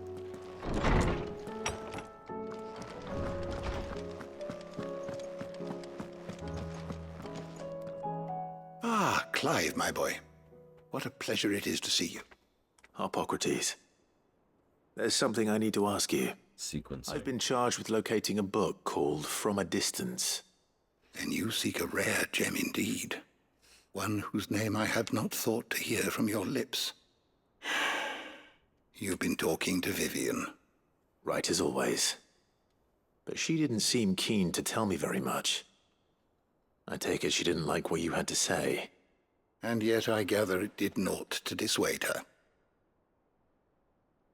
Clive, if the young professor has tasked you with obtaining a copy, I fear she asks the impossible. The executors would not allow it. The executors? Coveters of Secrets, a clandestine organization committed to the collection and intenebration of forbidden texts and technologies. One such text being the tome Vivian seeks, chronicling as it does the true history of the enslavement of bearers. A tale which could overturn the established order were it ever to become widely known. Or so rumor has it. I've never actually read the thing, or even set eyes on it for that matter. How is it that I haven't heard of this organization? Why, secrecy is the Executor's watchword. They lurk in the shadows, emerging only to seize that which must be seized, be it books, inventions, or people, before disappearing again, leaving nary a trace. Which would explain why Vivian's copy was snatched from her grasp not long after she found it. By the hand of the Executors, yes. But what drives them? Self-interest or ideology? A fine question. Sadly, all that is known of the Executors can be recounted in a single breath. You may just as soon ask me of their origins, numbers, or the identities of their leaders. Any answer I give would be pure speculation. Then my hunt was doomed from the first. What was Vivian expecting? That I'd pluck it from thin air? Not from thin air, no. From ash. Rumors of the Executors are rife among the scholars of Storm, but rather less so across the Strait. I have a friend. Well, I had a friend in the village of Garnick, a collector of rare tomes, upon which subject we would oft correspond. Alas, I have heard naught from him since the skies fell dark. And no doubt he too has turned. But though he did not mention it by name, it is possible that a surviving copy of From a Distance yet rests upon one of his many shelves, quietly awaiting discovery. If you were, by some chance, able to save even a single book from the poor man's library, I know his soul would rest easier. Very well. When I next find myself in Waloed, I'll be sure to pay Garnick a visit. I think I agree with Rax. There are outro negatives here, which, well, we haven't actually reached yet. Sorry, I shouldn't bear the lead on that. It is entirely possible we will have outro negatives. It's not determined yet. We're not there. We have, for all intents and purposes, not started the outro yet.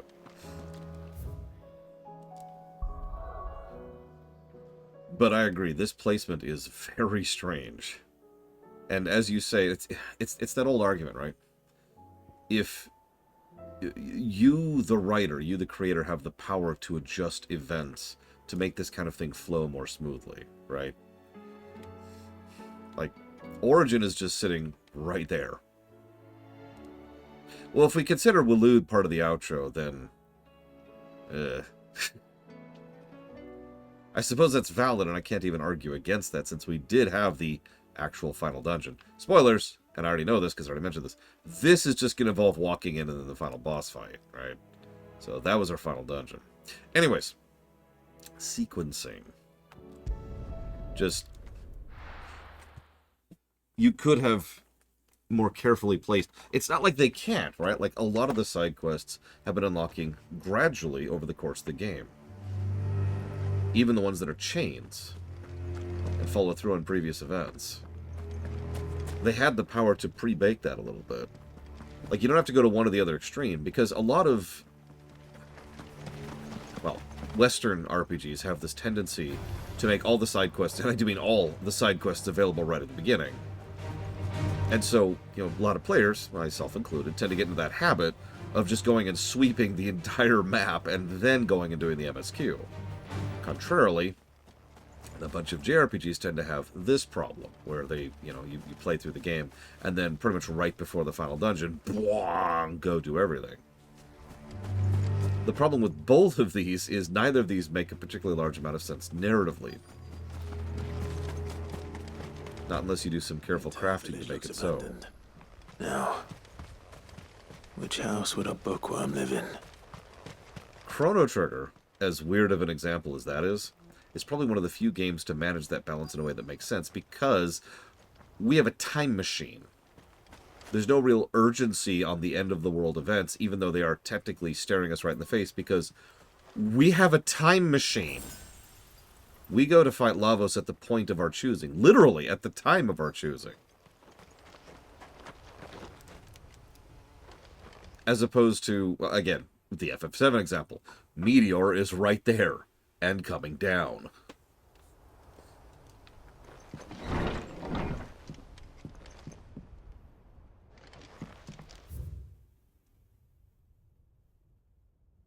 Also, I was going to make the Comstar. This is a Royal Army logbook. Did he take this from the local barracks?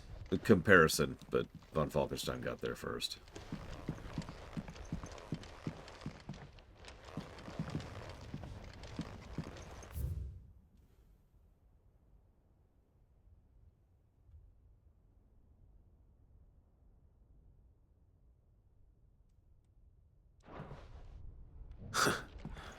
His interests were certainly varied. Moogles.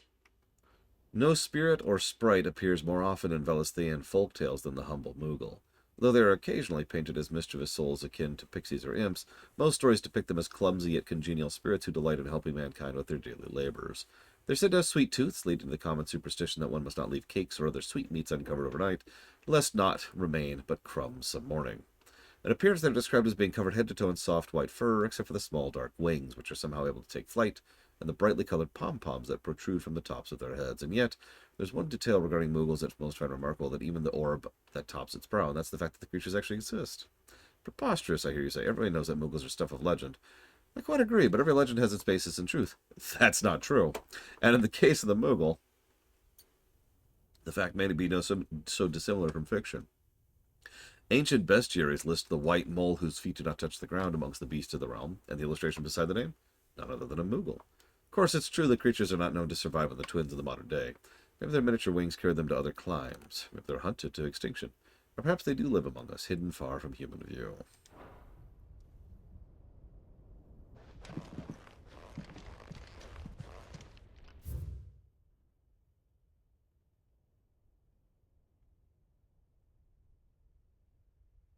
Oh, I'm going to have to read that one out loud. Oh, I'm not trying to say Chrono Trigger is one of the best JRPGs of all time. But yes, I am. What I'm trying to say is that the writers got creative with Chrono Trigger. That's the point I was trying to make. They had... It goes back to what I was talking about earlier. It's essentially me agreeing with you in different words. As the writer, you have total control over your setting. And you have the ability and the capacity to creatively come up with methods by which to weave the side quests into the overall narrative such that they do not contrast each other.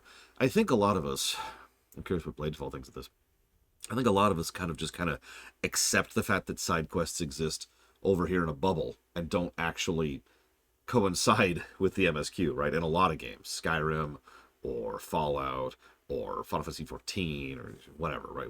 It's over there. It's doing its own thing.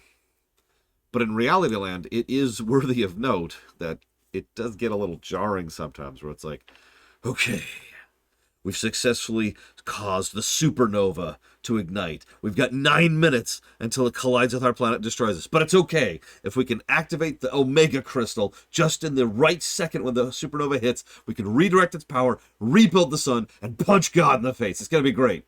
Now, let me start my timer here. There we go. Okay, so I was thinking we should go get some flowers. I like flowers. I really love, maybe we could count their petals at the same time, but we have to get enough flowers to fill up the flower bin, because the Moogles say they're going to give me some really cool stuff if I fill that bin up. Also, I really want to finish up my hunts.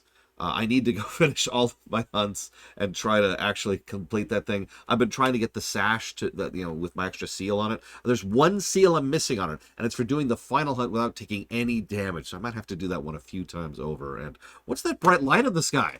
And that's the problem. A lot of games just lean on our disbelief, our suspension of disbelief, to just kind of say, screw it. The reason I keep going back to FF7 over and over is because it's probably one of the worst examples of this. It's the one everyone makes fun of, and for good reason. The end of the world is right there. Let's go breed chocobos. But, you have to remember, there's a lot of other side quests that open up when Meteor is summoned, or excuse me, after Meteor is summoned. And we can do a huge number of them. You're even encouraged to do a huge number of them in FF7, because that was one of the first FFs to really delve into side quests, and so they made them extremely lucrative.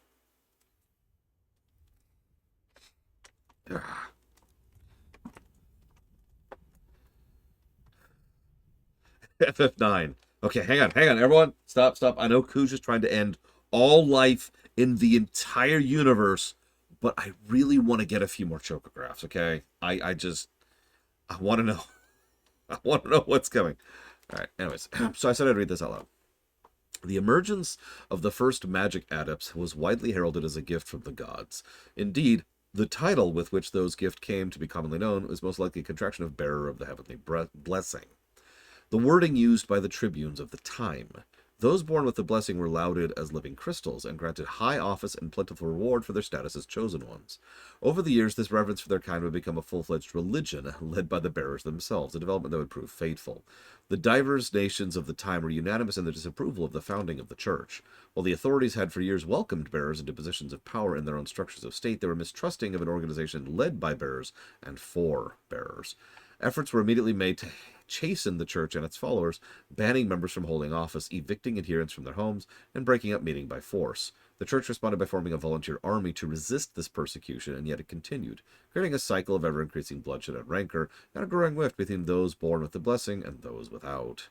What began with beatings and street clashes would eventually spill into all-out war that consumed the greater part of the twins for nigh a generation and decimated the population of men and bearers both. The deluge of blood that stained the land crimson and left an even more lasting mark upon the minds of the Valisthean people. After the bearers' last resistance was crushed, the nations of Valisthea came together to sign the Continental Accord that initiated the system of slavery that persists across the realm to this day. It is a well-known phrase, bearers are other than human, and it has its roots in the bitter war of the years before, being the unblessed's only excuse for their calamitous refusal to allow the blessed to decide their own destinies. This is it. But if what it says is true, I need to get this back to the hideaway. Yeah, we're gonna have to fight our way out, of course.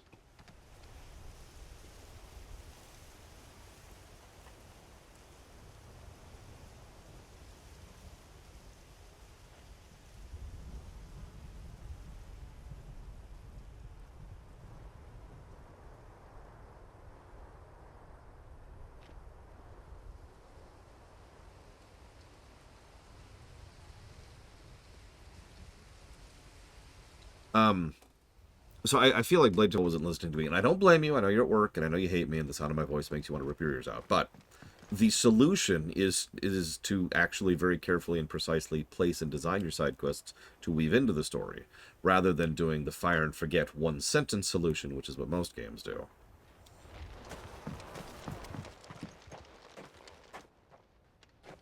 Like there really is no catch-all, fire and forget, easy solution. That is the solution. Sit down and think about what kind of narrative you want to do. Oh, jeez, I'm sorry. Did you get it fixed, later on? I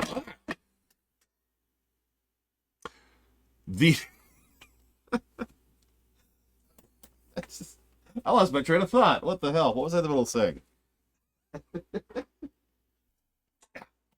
my Swiffer here. I hate getting dust on my monitor, so every time I see a little congregation there, I just do a little swiffing here. And now the Yiga clan's about to show up. I know I was talking about side quests, but I had something specific in mind. Oh, here's hoping, Blade of all. God, I don't even freaking remember. It's gone. It's gone. It doesn't matter. I've said the big thing.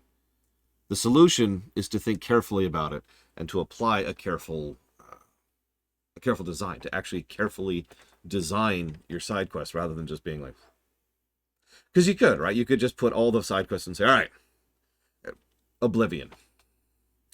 Other than the MSQ, you really can do any quest or quest chain from word go. You leave the sewers, and if you decide, I'm going to walk over to this town and do this quest, you can. Nothing is getting in your way.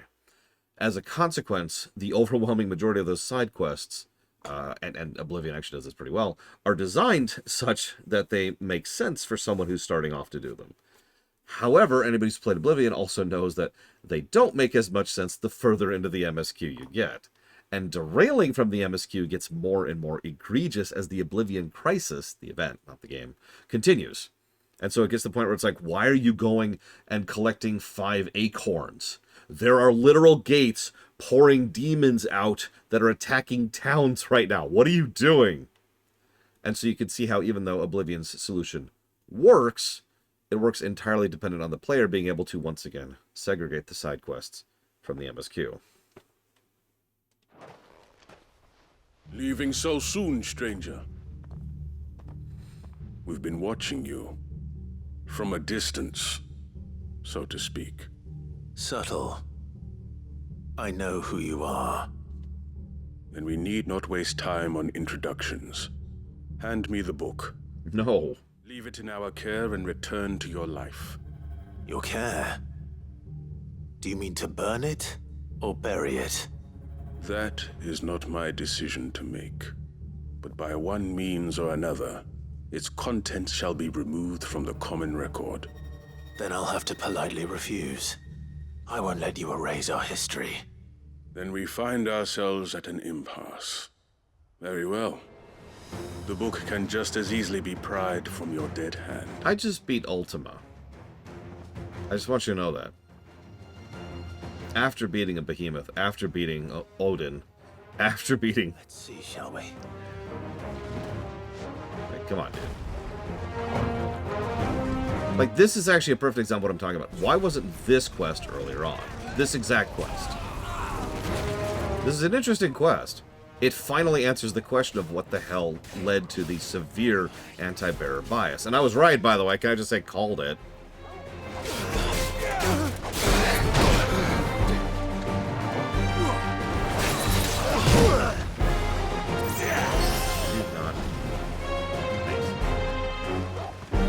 So why are we doing this, you know, when the end of the world is nigh and the Black Omen is just hovering in the sky in the distance?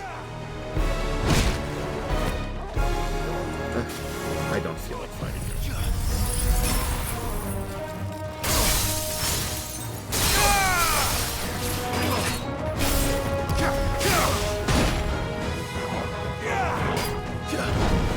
Come here. Come here.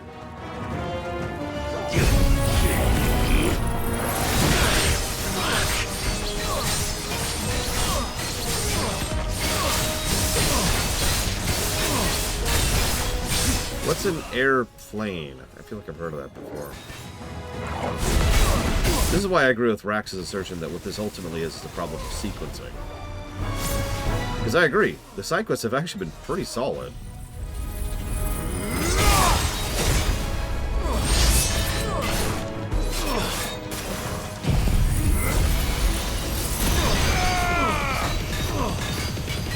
I needed that.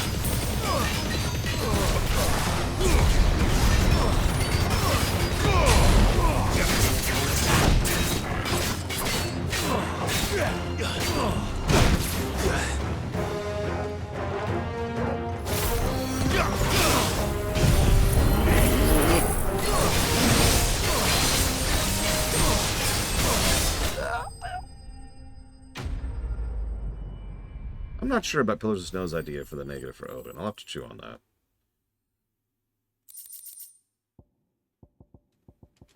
I've been thinking about the kit in general, too.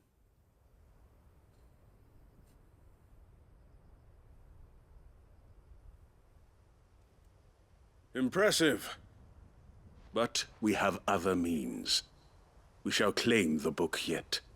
Why do you want it so badly anyway? It lays out in no uncertain terms the vanity and avarice of mankind. Might not have been you, It tells the shameful history of the persecution and oppression of a gifted few by a giftless many. Would you say that this interpretation was correct? I don't know. You don't know. Your sword may be sharp, but your wits are dull. So let me answer for you. There is no correct interpretation of history. Bingo. That a series of events took place may be proved beyond a doubt. But there can be no single, immutable explanation as to why they came to pass. It is a question of numbers and of belief. If enough people believe that a set of events occurred for a reason, that belief becomes the truth. So you're trying to control the truth? We are trying to protect people from themselves, from knowledge that would bring them naught but pain. That is all. You may keep the book, for now. The world is small. We shall meet again. Until then. Wait. And he can apparently teleport. Sure. Let's give Ninjas. this back to Vivian. Perhaps she can explain what that was all about.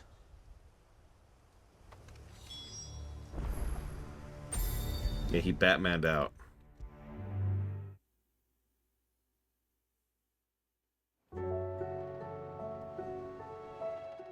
Vivian. I found it. The book you lost.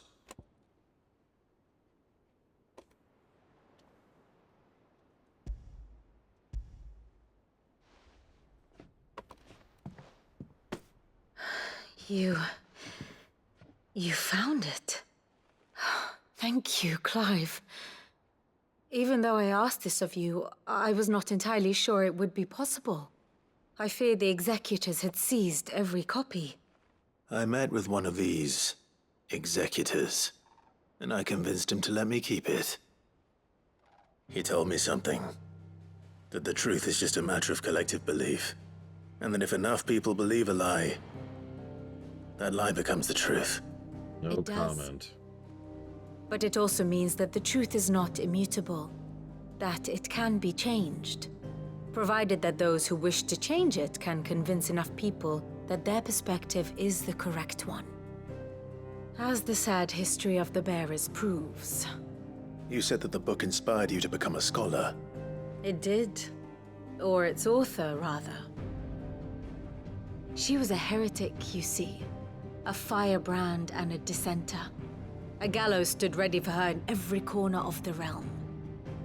And by shunning society, or perhaps being shunned by it, she stumbled upon a truth so potent that an entire realm trembled at the prospect of its utterance. I, too, have always felt somehow set apart from the world of men. A stranger to my own species. She taught me that my solitude was not a curse, but a gift.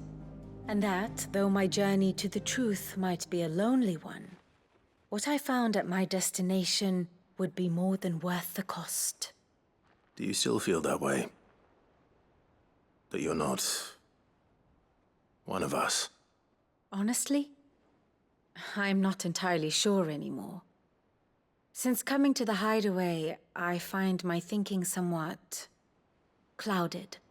Perhaps the result of studying mankind from a rather closer perspective than I had intended. But the more I study, the more I find value in this perspective. In looking not from the outside, but from within. So if you'll permit me, I'd like to continue my work here. Remember, Clive, when enough people believe, belief begets truth. Give the men and women of this benighted world the gift of truth. Make them believe in you, as I do. I'll try, Vivian. I'll try.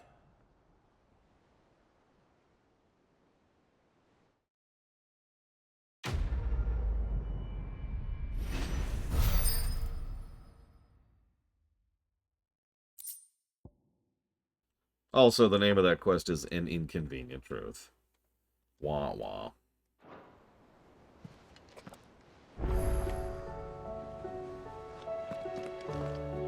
A new quest is available nearby. Oh god, I just turned in a quest and there's already a new quest? Okay. That's a bad sign. Oh, that's a bad sign. You know what? You know what? While we're here,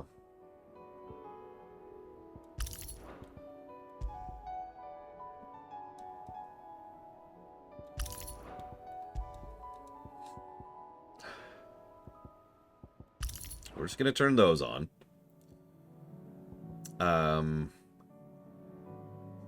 So you were mentioning the punch one, Equalitas.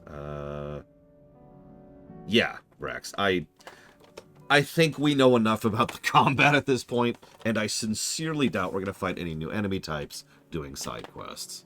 Like we just did, right? It's the same bandits and big bandits with big weapon we've been fighting since Word Go. I think we could go ahead and try to push through a little bit quicker just to see the side quests and see the stories. Okay, so let's do this, because I noticed the AI almost never uses Garuda, so let's switch over to Titan. Hang on, let's go over here. Where's Titan? So you mean, so Upheaval that's the AoE, so I think that's the one you mean, because that one, when properly held, yeah, it does the line attack, like that. Is this the one you're talking about? Or do you mean the counter? Okay, it is wind up. Alright, so let's grab this. Let's go ahead and upgrade that. And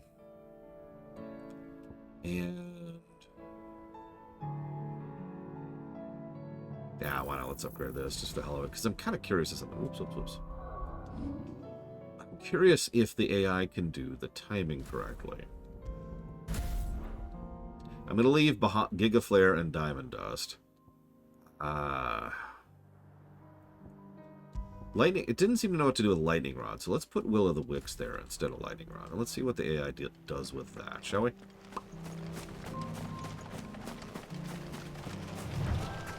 I mean, I actually like Titan. It's just so contrary to how I play the game that it kept completely interrupting my groove to the point where I just stopped using it. But it's well designed. It's just not for me. Come on.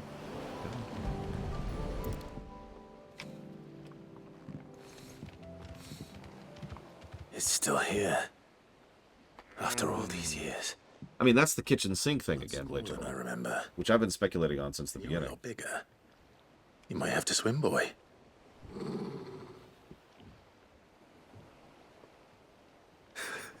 I wasn't being serious. We might be, Linerith. I don't know how many side quests we have. That's just today. I am on my own tonight, so I'm going to stream a little bit later than usual. No dinner call tonight. So let's see what we can get done.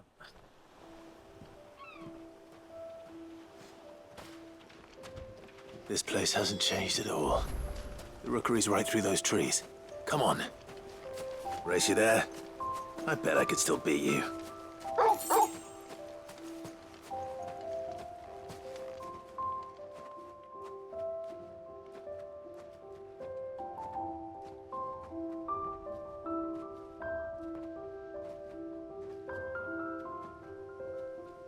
Here we are.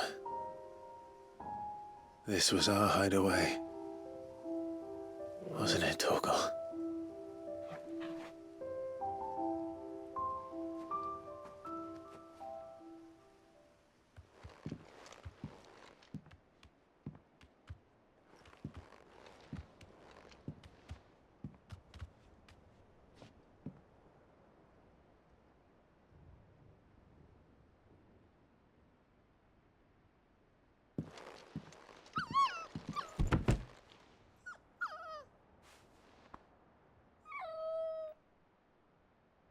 Coming here helped me to forget who I was.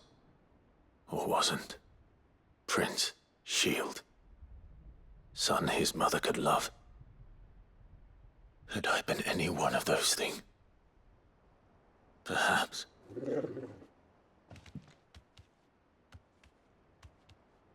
What is it, boy?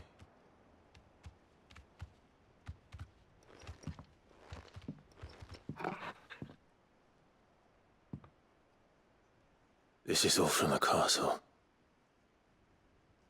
And Phoenix Gate. Did you bring these here?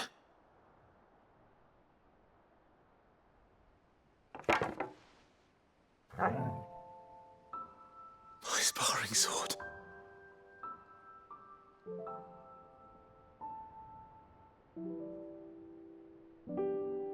Well, well. never stopped looking for me. Did you, boy?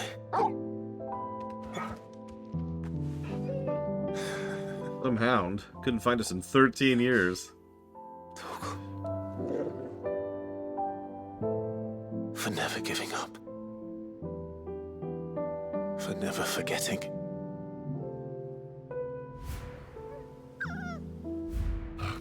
I immediately give Torgal a steak.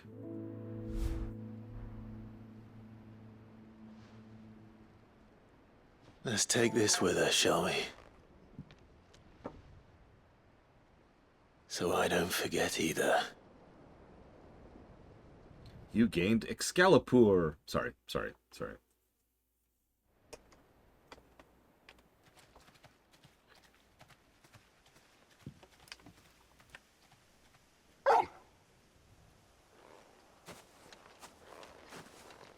That's not the way back to the boat, Torgal. All right. I'm coming. Actually, you know what would be a cool weapon type in a game like this? I think I know where we're going. A weapon that does absolutely no damage unless you parry with it. And then it does buco damage.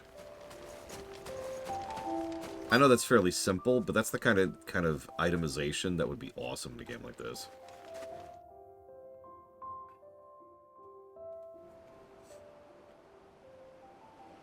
Call it the gutsy bat.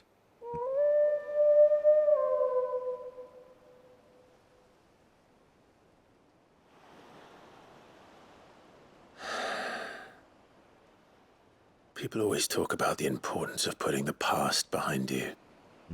But without it, we wouldn't be who we are today. And we certainly couldn't steer our way to a better tomorrow. Is that the truth? Come on, Torgal. Let's go home. A knockback or a pull. Both could work. Depending on what kind of build you're going for. Like, what if I had a weapon that would pull in things when I'm doing, my bowling ball attack? That would be extremely useful for clearing up trash, for example. Hey, we're almost at the original level cap. Really? Late Jamal? That's great.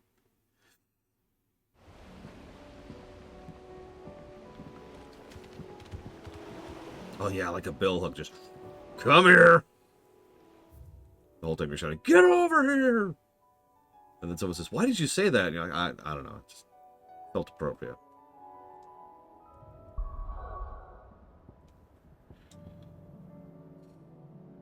Let's do these chain quests, shall we? These look like they'll be individual. Then we'll go back to the camp and get the 700,000 quests in camp. You know, totally honest, little one, no. If this game had no levels, I don't think it would really be diminished for it. What do levels get you in this game? Stats. What do stats get you in this game? Nothing. The relative damage output we've been doing hasn't really changed. So, we're still doing our basic attacks, we're still doing our ability attacks. We've been getting new kit, new icons, and new ability points, which is fine. But that's it. Like, the levels themselves feel completely redundant in a game like this. Yeah, the red bars adjust. Exactly. Don't mistake me. This screen I'm fine with. I actually like this screen. But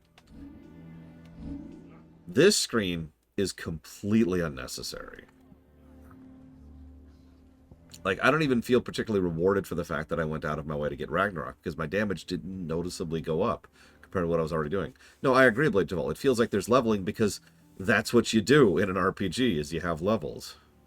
There's a reason why people have experimented since, well, I mean, honestly, since FF2 with varying up what leveling does, because leveling has been a fairly vanilla concept since the 70s. Oh, they'd yell. But that's the thing, isn't it? You want levels to be matter? Sure, do something with them, right? Make a level give you a talent point, like in WoW. Or make a level give you, of course, I can't think of anything else off the top of my head. Maybe it gives you stats that you can distribute. So, like Diablo. So instead of just having basic stat ups, you can get 10 stats, and you can distribute those 10 stats wherever the hell you want to, adding more to a bit of a build concept. Stuff like that, right? There are things you can do. There are things that games have done for decades at this point to make leveling more interesting than just keeping up. Because Pillars of Snow has a valid point. The leveling curve has actually been pretty smooth, and I'll give the game that, but it has also been completely redundant. And yeah, that's... So for those of you who don't know, credit to Blade for understanding the phrase immediately. Perhaps? Artifact design means something we do because we did it, not something we do because there's any reason to do it. There's a lot of artifact design in game design. A lot of things where they do X because, well, that's what you're supposed to do without actually thinking about it. Now, this isn't a big deal. Like, I'm not going to come down super hard on this game for levels. But if levels didn't exist at all within this game, I don't think the game would even change. Like, it would be an unnoticeable variance.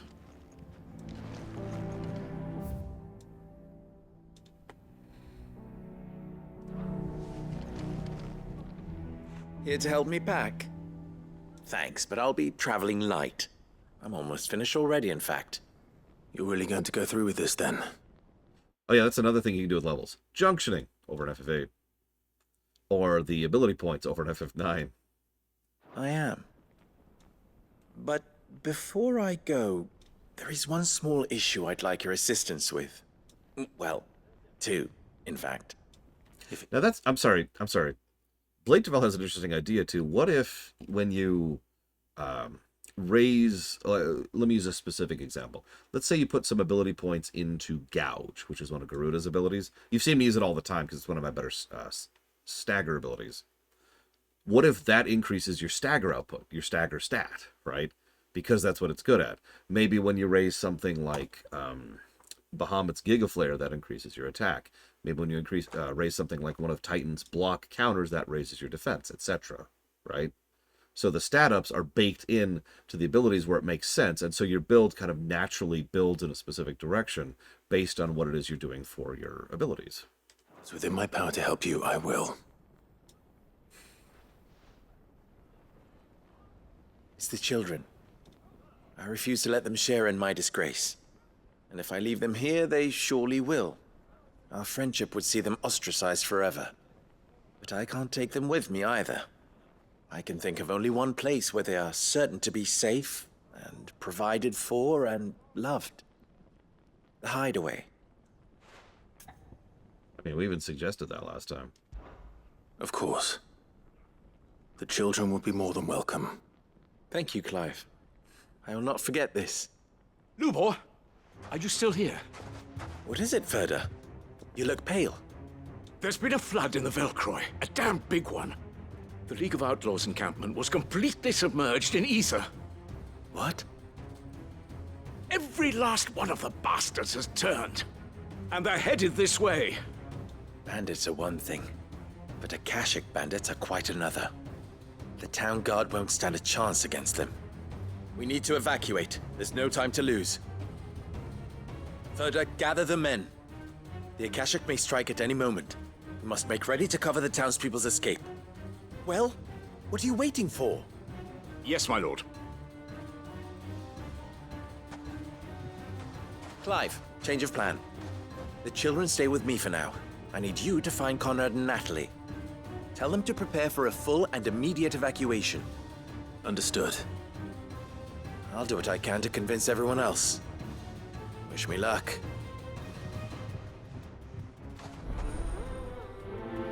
For the record, I do understand the point of the dopamine hit, right?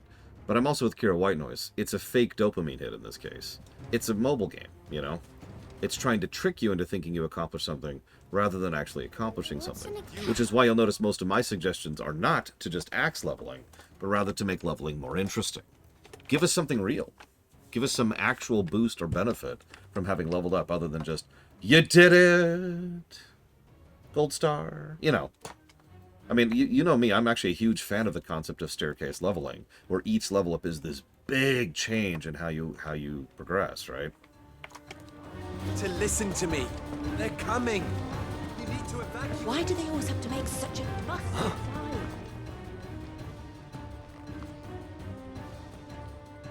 Ah, it's you. I don't have time for this. What do you want, Lord Underhill? To pass on an important message. There's been an ether flood out in the Velcroy. The camp where the so-called League of Outlaws were gathering has been swallowed. They're no longer just bandits. They're Akashic now, and they could be here at any moment. You need to begin preparing for a full-scale evacuation right away. Oh, do we? And who was it who gave you this Oh my god. news, might I ask? Lubor, perhaps? The man spreading the same poison out in the square as we speak. You may believe his lies, my lord, but we know better. I wish I wasn't a good person, because I would love to just sit here and watch from a nearby hill while you are all slaughtered for your stupidity. But why would he lie about something like this? Some twisted attempt at revenge, perhaps. If he had not been unmasked, he may well have been elected our leader. A great honor for one of his kind. One he might well feel aggrieved at having been denied. Lord Underhill, forgive me, but it has become all too evident where your sympathies lie. Lubor cannot be trusted, and neither, therefore, can you. You may not trust me, but for the sake of your people, ask yourselves if there is any chance that this is true. There isn't. You can be certain of that. Now be off with you. Yeah, no, this is way too real. That's why it's pissing me off so much. Assholes. It's no use. They're not going to listen to me. We'll just have to do what we can without them. Oh, I'm not questioning that game, Joe. And yeah, Ross brings up a good thing. So over in Earthbound, they had fairly basic levels, but they did two things to vary up leveling in Earthbound. First, stat gain was actually random in Earthbound, which sounds like a bad thing, but actually there was a lot of surprisingly complex equations that went into that to pretty much guarantee that you got some interesting stuff when you leveled. But second, and much more importantly, there was a concept called a landmark level.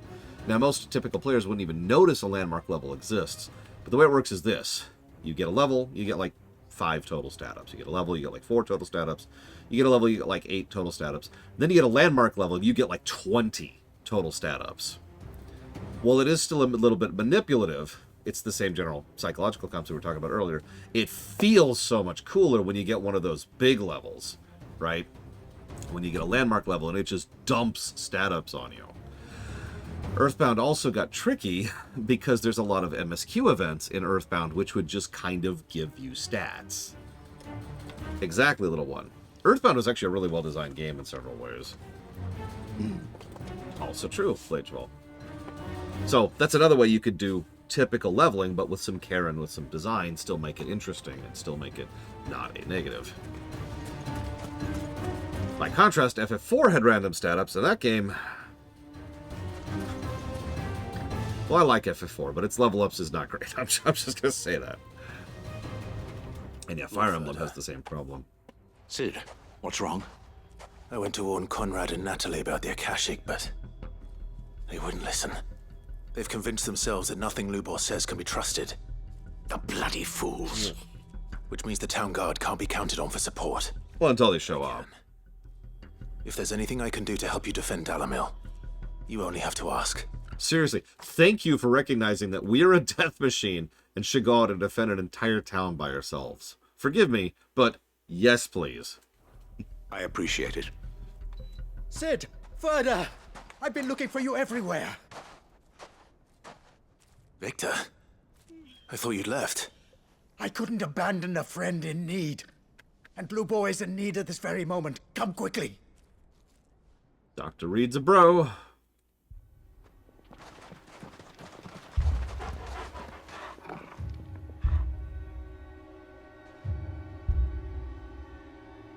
You have to believe me! The Akashic are coming! They don't eat, they don't sleep, they don't tire, and they don't care who they kill. They're unlike anything that's come before. There won't be no parley, no mercy granted! We may have saved the town once, But this is different. I do not ask that you forgive me, but please believe me. If you do not run, you will die. You will all fucking die!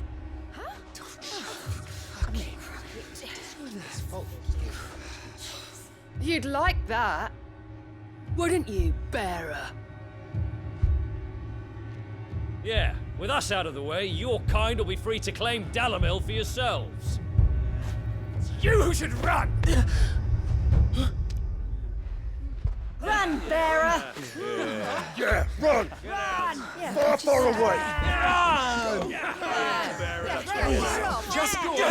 Yeah. Yeah. Yes! Go! Go on, then. Go on! Go! Just go! Just go! Lubor, wait. Someone's coming. Go. Come on! Stop! You're hurting him! Ah! Ah! Oh. Oh. Ah.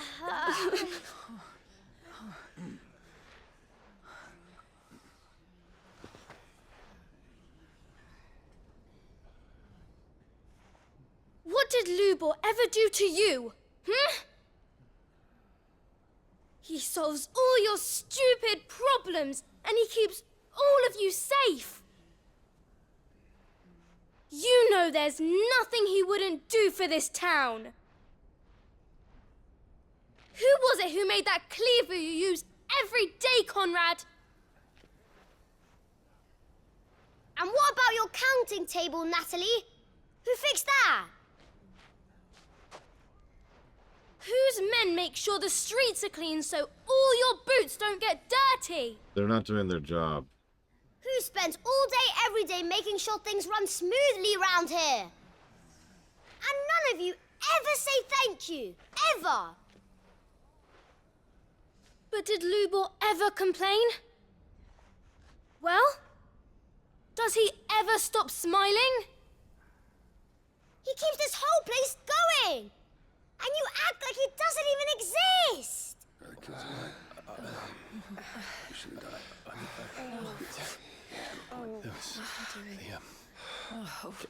Yes, right.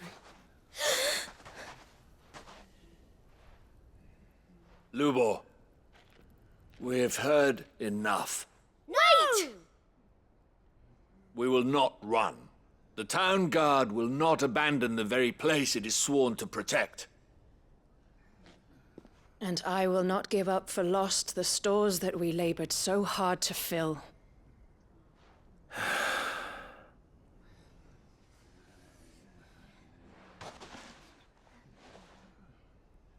So tell us, how do you propose we deal with these Akashic of yours? Well, I got a nuke right over there. He's right. Lord Under? Yeah, look, I get it. Just, look, we can't all choose our names, okay? We can all be born Sir Geoffrey Tilworth Splats Flansley, all right? He's cool, trust me on this. Feel better, Evo. We Get rid of that won't headache. run, but we will fight. All right, then.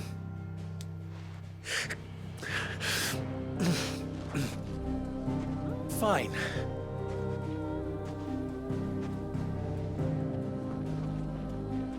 Gather round if you don't want to die. Smash Bite the Hateful.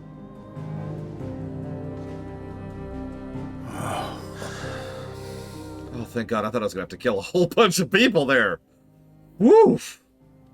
Because, I'm sorry, you start stoning children and you're dead. Everything else goes out the window the moment you do that. Allow me to explain the situation. The ether flood occurred near the village of Cheratina, deep in the Velcroy. The place had been abandoned for years, until the League of Outlaws decided to make it their base of operations. Now they're all turned, and if the scouts' reports are correct, heading in this direction. They are mindless monsters, driven only by hate and rage, and they are utterly unpredictable. With the bandits, we at least knew how and where they were likely to attack. When these creatures come, Dalimil will have the bitterest fight it has ever faced on its hands. Okay, hold up. So I know I harped on this last time, the last time the bandits showed up, but if you were paying attention, I also pointed out how much sense it makes that these people needed to be capable of defending themselves, because we wouldn't always be around. That makes sense. These are no longer bandits. We shouldn't be sitting here helping with the defense. We should be sallying out to stem the tide right now, right? We should be projected power sent out to go and try and deal with what we can out there before it ever even reaches the village, and whatever gets past us, that's what they can deal with. I'm sorry, but the situation's changed a little bit here. These are zombies now. Let's let the professional zombie killer do his job, please. The town guard will muster at the north gate. The rest of us will take the south. Both forces will provide men to serve as scouts and messengers, ready to spread word of the size and nature of the Akashic Force as soon as it is spotted. And as soon as it has been, we will converge on its position and see that it is driven back from Dalimil at all costs. Conrad, can I count on the support of the town guard? Always. There's like a zombie killed section, and you just kind of write numbers until it goes off the edge of the paper. Selection and coordination of the messengers in your hands, Victor. And the command of our men in yours, Ferda. If you would both be so kind. Consider it done. As you wish. Natalie, I would ask that you and your people have the townsfolk barricade themselves inside the bathhouse. And tell the merchant not to waste time securing anything beside the essentials. Preserving life is our one and only concern. As long as we survive, it doesn't matter what trinkets we might lose. Our riches can be regained. And if anyone doubts that, let it be known that the Briar's Kiss stands ready to cover any losses. Very well. I shall tell them. Where do I fit into this plan? Where else but the most perilous place of all? I would like you to travel to the home of our erstwhile League of Outlaws. Holy crap! Itself. The main host is most likely still there, and Dalimil will not be safe until it is... Holy crap! Root and branch. That is the second time I've said something and Lubor then immediately said the same thing I said. What? What? I found my counterpart. And he has more hair than me. A little gardening. How pleasant. I doubt it. I have a feeling these weeds will be particularly stubborn. Luckily, so am I. So you are. All right then, we all know what we have to do. Now it's simply a matter of doing it. For Dalimil.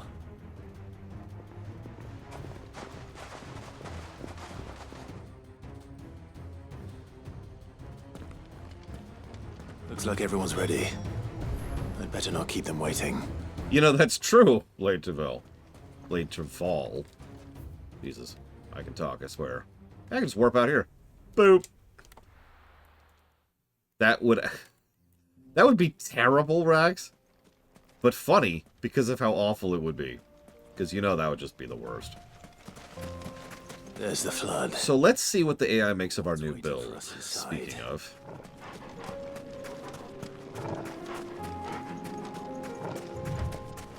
Here, you two. You'll be a test bed. Come here. Come here. Come here. Come here. Come here.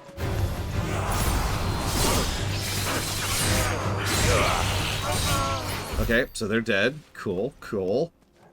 Okay. Next, I guess. We can't leave a single one alive. Okay.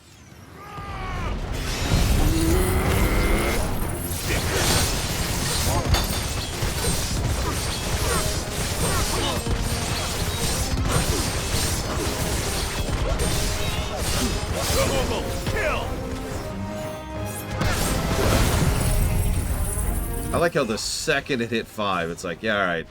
Sensitsuken. Okay, so far it's just using Odin. Do you got anything else in the tank? Never mind.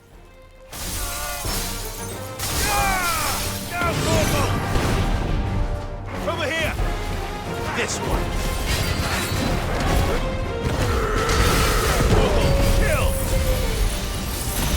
Okay, well, this guy's name is Akashic Gentleman, by the way.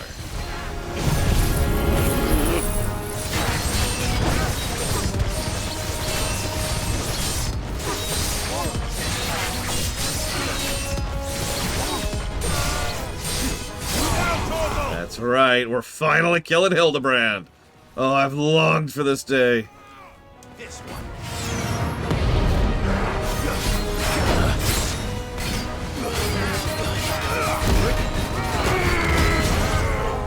Get him.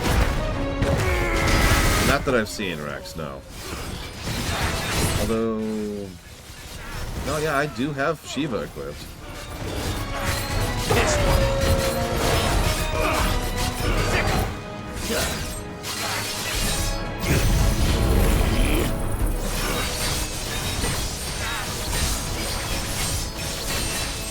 Mind me, don't mind me. Tra la la la la la la, don't mind me.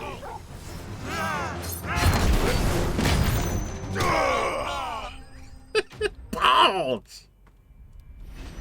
That's for a Qualitas.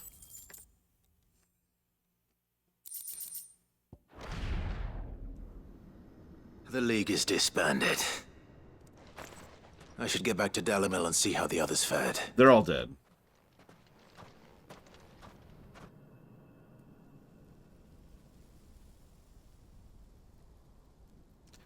God damn it, Bladeful.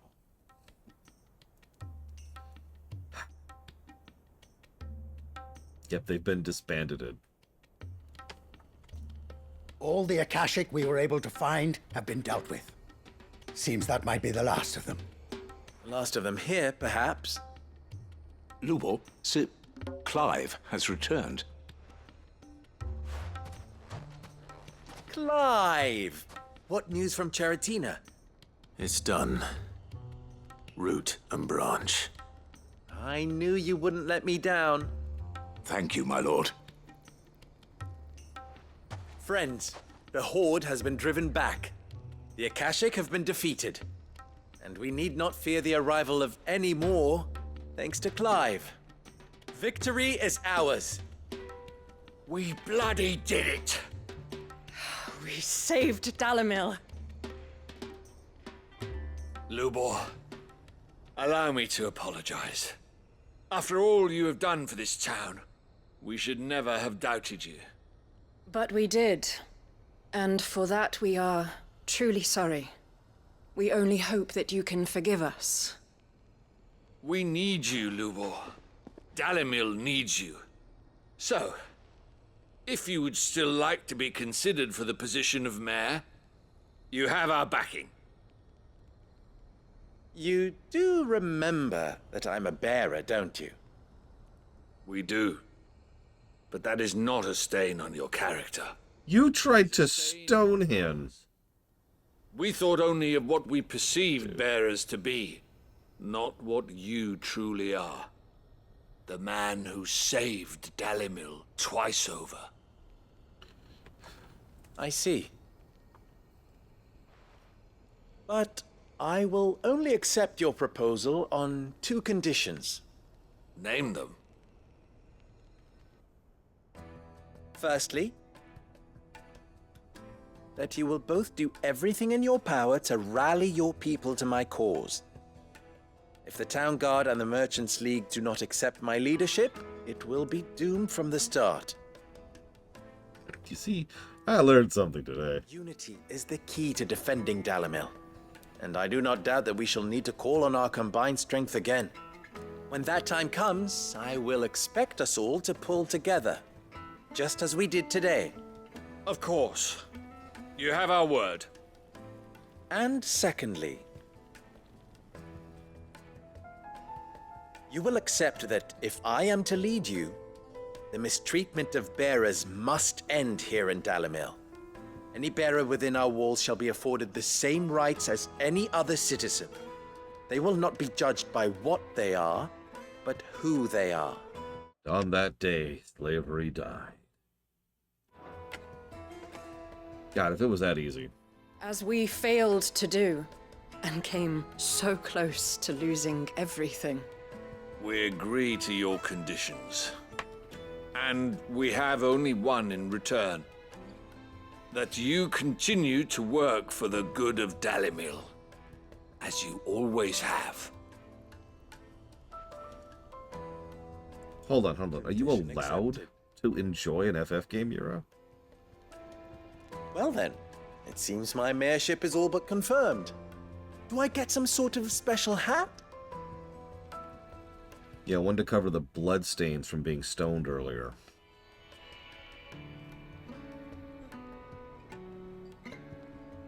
How fickle fate can be. Not so long ago, I had resigned myself to leaving Dalimil in disgrace. And now, I find myself her leader. Here. For everything.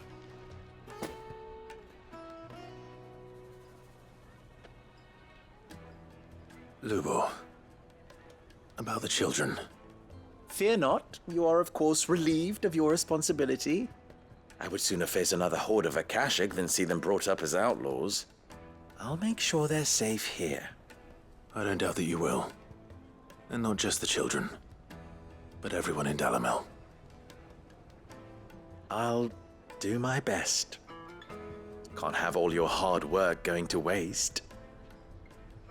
Yeah, I'm of the same mind, Rex. I like where this story ended, but the path to this ending was way too rushed. They should have shoved the bearer reveal, like, over here. And then had people freak out over it initially, and then I would also have people question it. Look, we know it's Lubor, and... well, it's not like him being a bearer's ever really affected me personally. But if I don't go against him, the crowd's going to go against him, or the Dalmekian soldiers are going to go against him, or something. Which would also work if we shoved this side quest forward back when the Dalmekian military still existed as a functional polity. Then, a little bit more time pushes forward, and we see another version of it, and people are already starting to sway a little bit more towards his cause, both of their own recognizance, but also just in general as time is wearing on and the shock moment is wearing off. And then, oh crap, those bandits, they've all become Akashic. What do we do? And then, you know, we see the overall events here. So, like, same idea, just stretch it out a little more. And it's the weirdest thing to complain about in this game, but it's been a consistent problem that some things have been stretched too far out and some things have been condensed too far in. And in the interest of fairness, some things have also been just right. So it's very strange.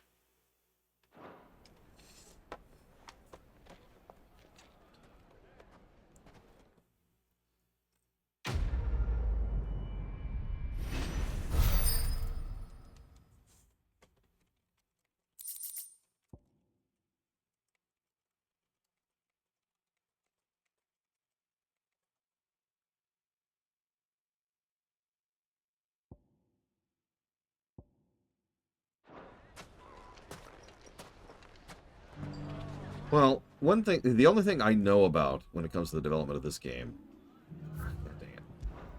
is that they had a fairly smooth development cycle. Then COVID hit.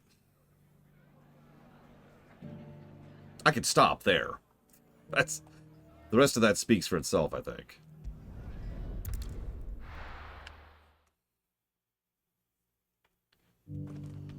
Oh God, that's a good question. How many do we have at this point?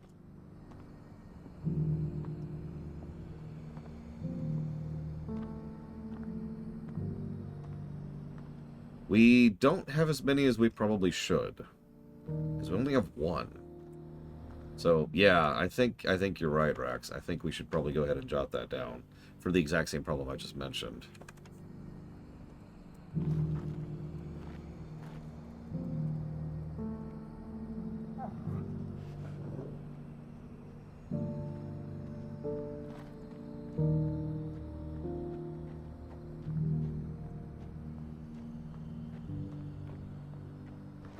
Where's my quest? Where's my quest? Quest.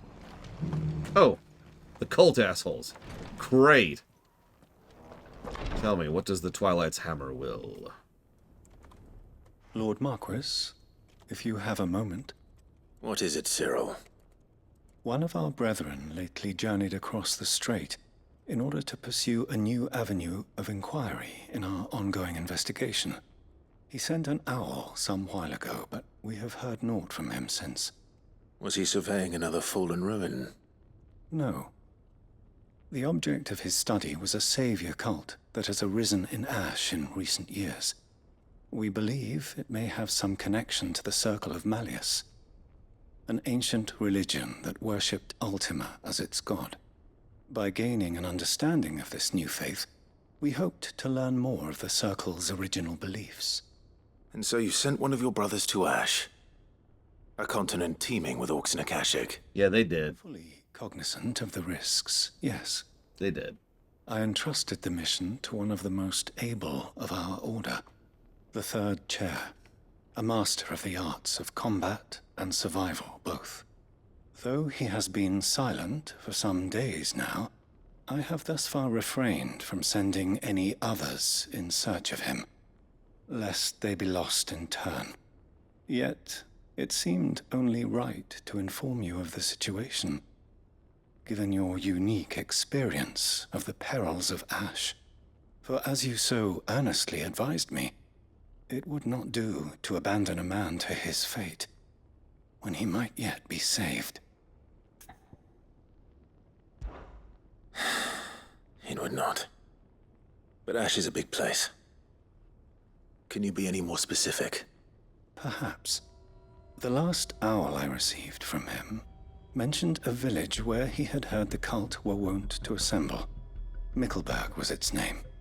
It lies in the southern reaches of Waloed.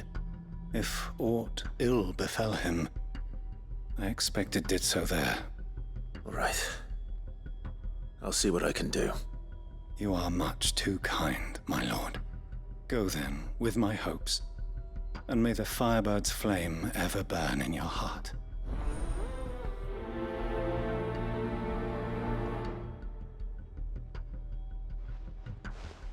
As we get there, he walks up. Look at this photograph.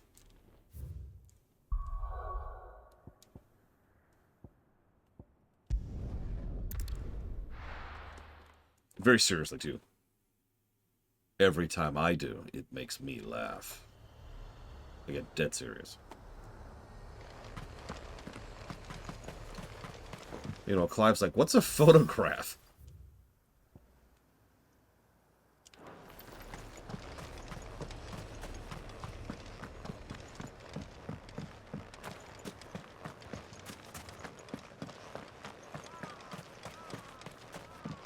My favorite stupid meme about Nickelback was a slightly edited version of the music video.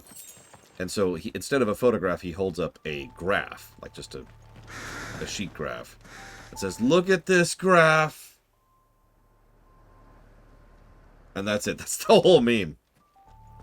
It's very dumb, I know.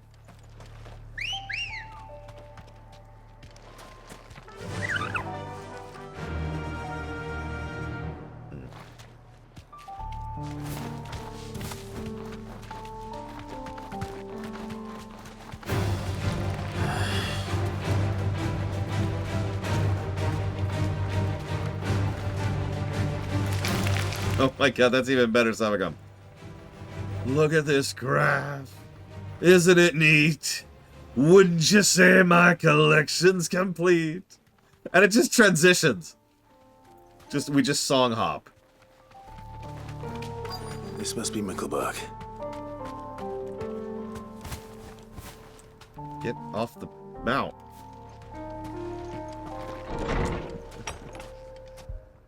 Hello? Hello?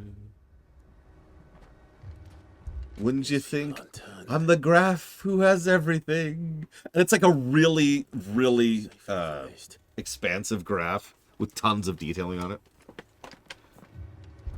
I've got figures and numbers and formulas. Got lines and markers to spare. Did you too heed the call? Heed the call? No, I came here looking for someone. To be honest, I wasn't sure I'd find him here. Let alone all of you. Is that so? What are you doing here? Is this where you live? It is my home. The others, they heeded the call. Yeah, that's pretty creepy. Keep saying that. What do you mean? They came here to perform the rite, just as King Barnabas instructed. Yeah, but he dead. This village is their altar, where they shall cast their souls upon the gentle waters and give themselves to the Lord. Give themselves? Oh, Lord, cleanse us of our sins. Let us be reborn in your loving arms. Okay, guys. Free us from the torment of this mortal realm. Please don't go Akashic right in front of me. They want to be saved. Forgive me, but did another foreigner like me come here? He was probably wearing a cowl. You mean the traveler from Storm? Yes. He's staying at my house, toward the rear of the village. Thank you. If you don't mind, I'll go and greet him. They seek the same salvation Barnabas did. Salvation? At least the third chair is still alive. Let's go and find him. Also, Ursula should just be a big fat executive, right? You know, cigar chomping type.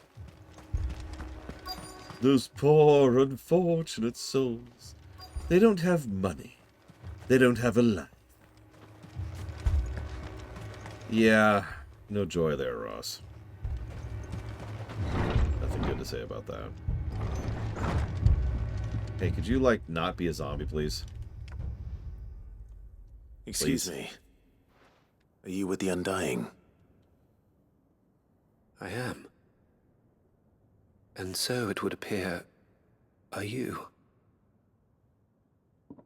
Lord Rosfield, if I am not mistaken.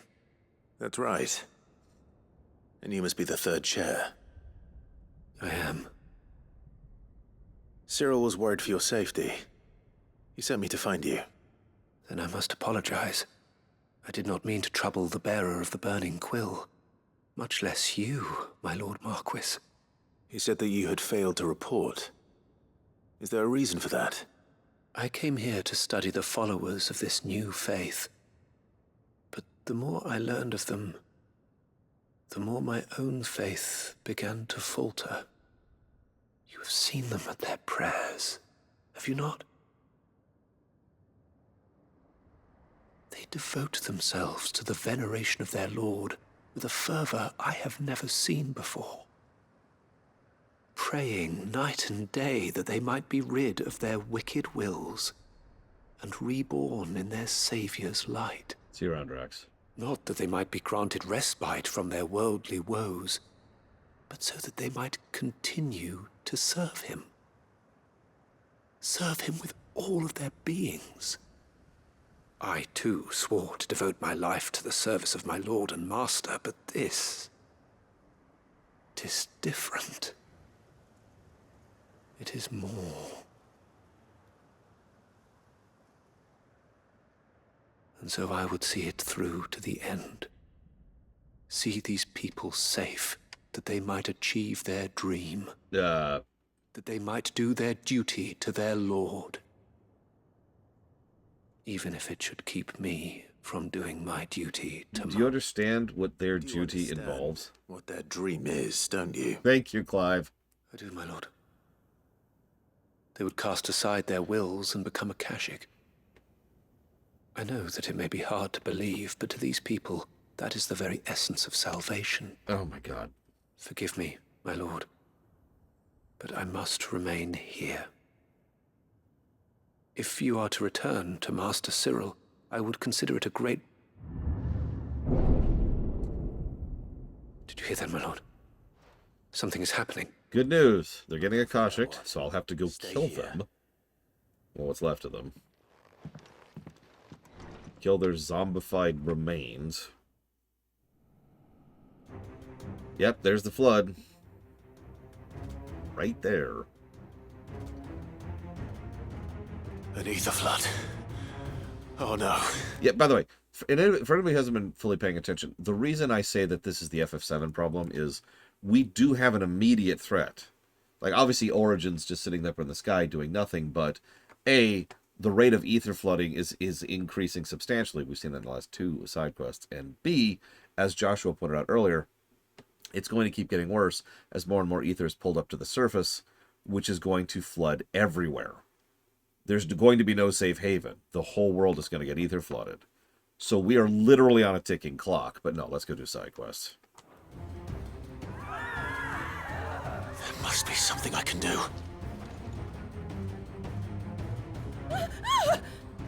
Not really. It goes as well. Found her. Alright, what do you got, AI? Over here!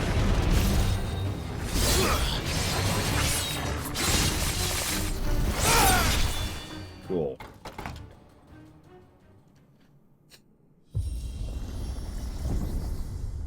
What now?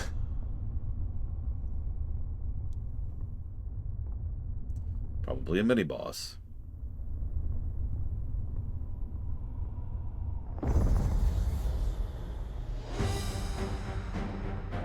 Yep. We meet again. Uh-oh, it's Titus.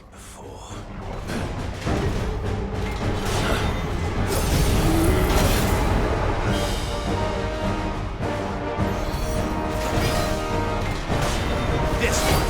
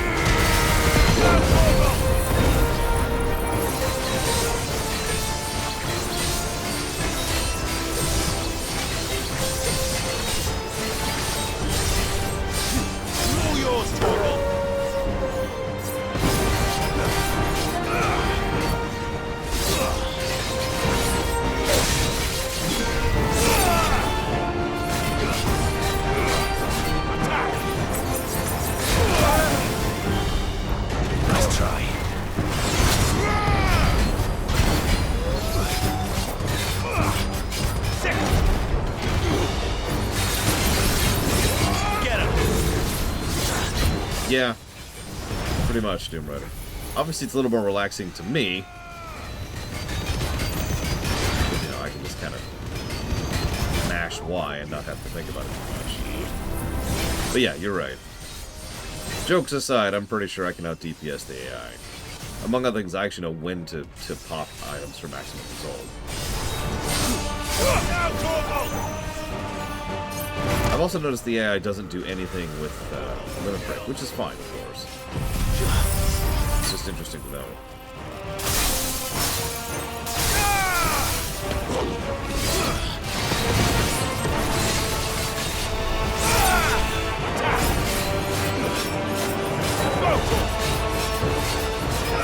Over here!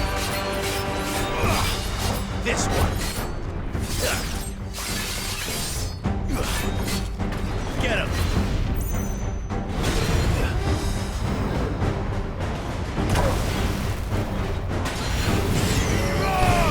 Yeah, I've noticed it doesn't use its R abilities at all.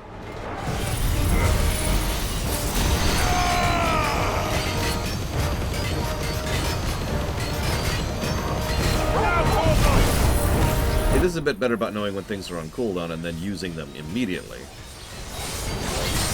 for trash like this, where I'm just trying to output as much as possible, in the shortest period of time as possible, that actually does work.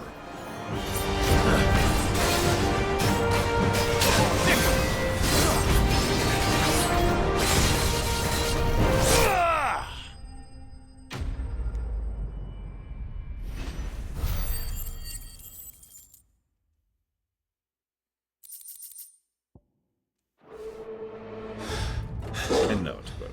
I remember you said that already.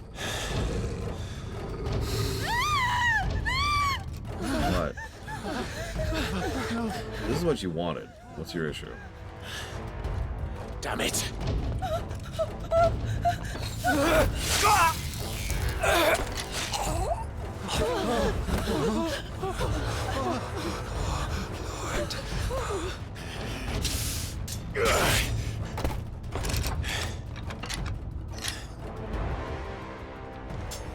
Don't you die. Come on, speak to me. Dude, he got impaled in the chest. He's dead. I had to save them, that they might have a chance to find true salvation. By devoting themselves to the service of their Lord. Just as I did, when the Undying plucked me from the gutter and gave me a cause to believe in. A duty to serve was everything to me, and I would not deny them that fulfillment, even if they must become a Kashik in order to achieve it. Forgive me, my Lord Marquis. I did not mean to trouble you with this. My findings. Could you deliver them to Master Cyril for me? Of course. Your duty will be done.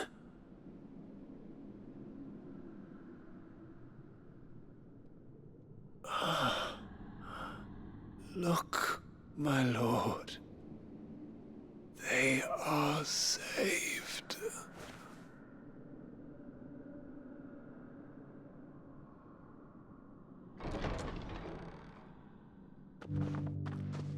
Yay! A happy ending. He's dead and they're worse than dead.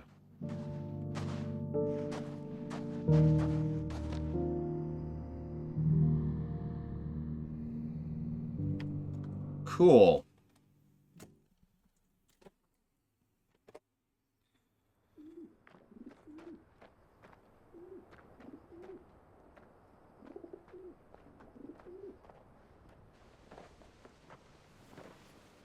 They are saved. Found her. That's a quest that belonged to the first half of the game. Cyril.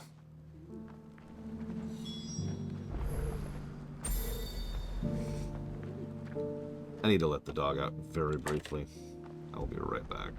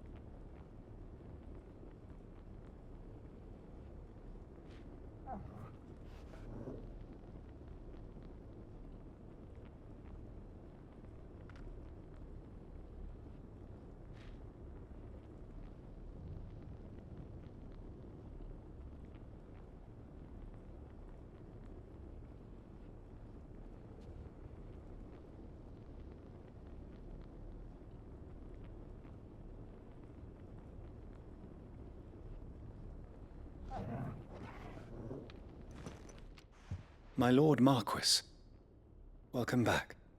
I am glad to see you hale and whole. I met with your third chair, Cyril. He bade me deliver his findings to you.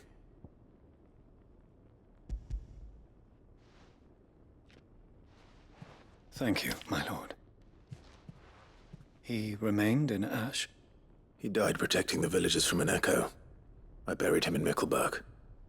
I'm sorry that I couldn't save him. If you could not save him, no one could.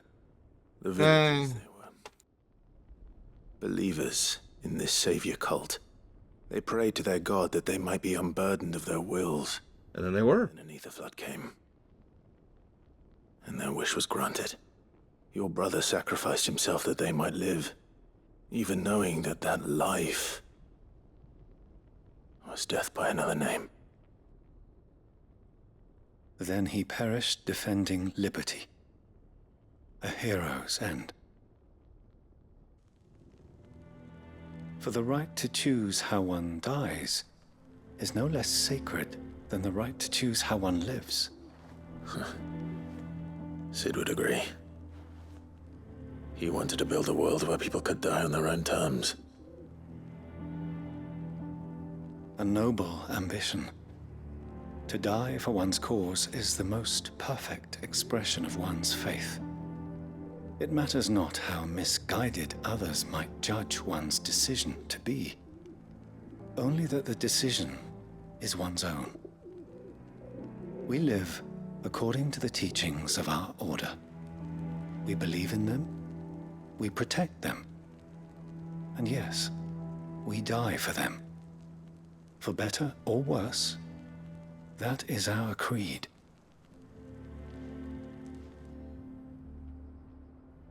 But he didn't die for your creed. He died to save them. And you still believe that what he did was right. I believe that he believed it was. We of the Undying are not slaves, but willing servants. And this was his will, the ultimate expression of it. All right. I'd like to know this man's name, Cyril. To know the names of all the Undying who've fallen in the line of duty. They died serving my house.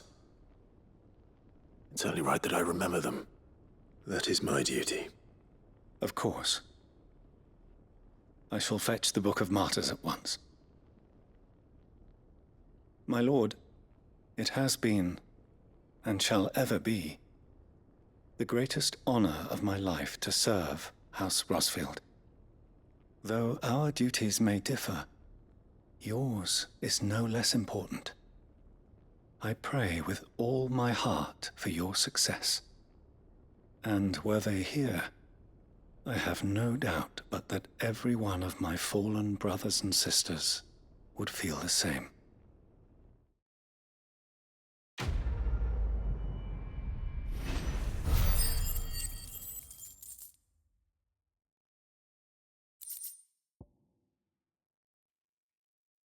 I mean, I think the problem there, Savacom, is a lack of information. Or, to be slightly more accurate, education. This is a bit polemic, but I do legitimately believe that if someone really informatively chooses to die, then they should have that right to die. But there's a whole lot of asterisks that come before that, you know what I mean? These people were clearly misled and confused and had no idea what they were actually signing up for. They were just going along with it, right? Little different. Of course. Alright, it's most of those. So let's go do this one.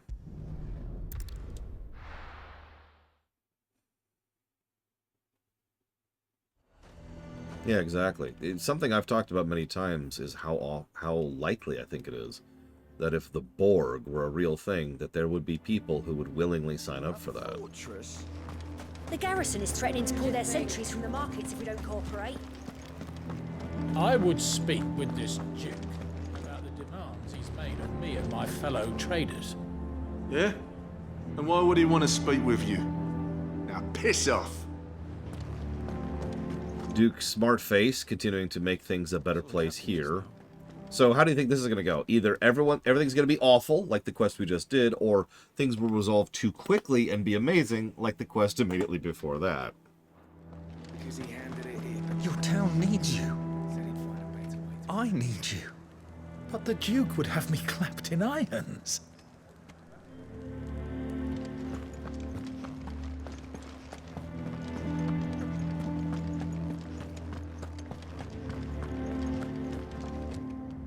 Do you have a moment, Clive? What is it? It's the Duke, unsurprisingly. His Eminence has assumed full control of the garrison and put every able-bodied man to work on the fortifications. The town was left all but unguarded, so Philippe was compelled to form a citizens' watch to fill the void. And though my dear boys have been characteristically willing to assist him in this, they want for bodies. So I was wondering if you would lend them your strength, that the people of Northreach might sleep easier, if only for a few nights.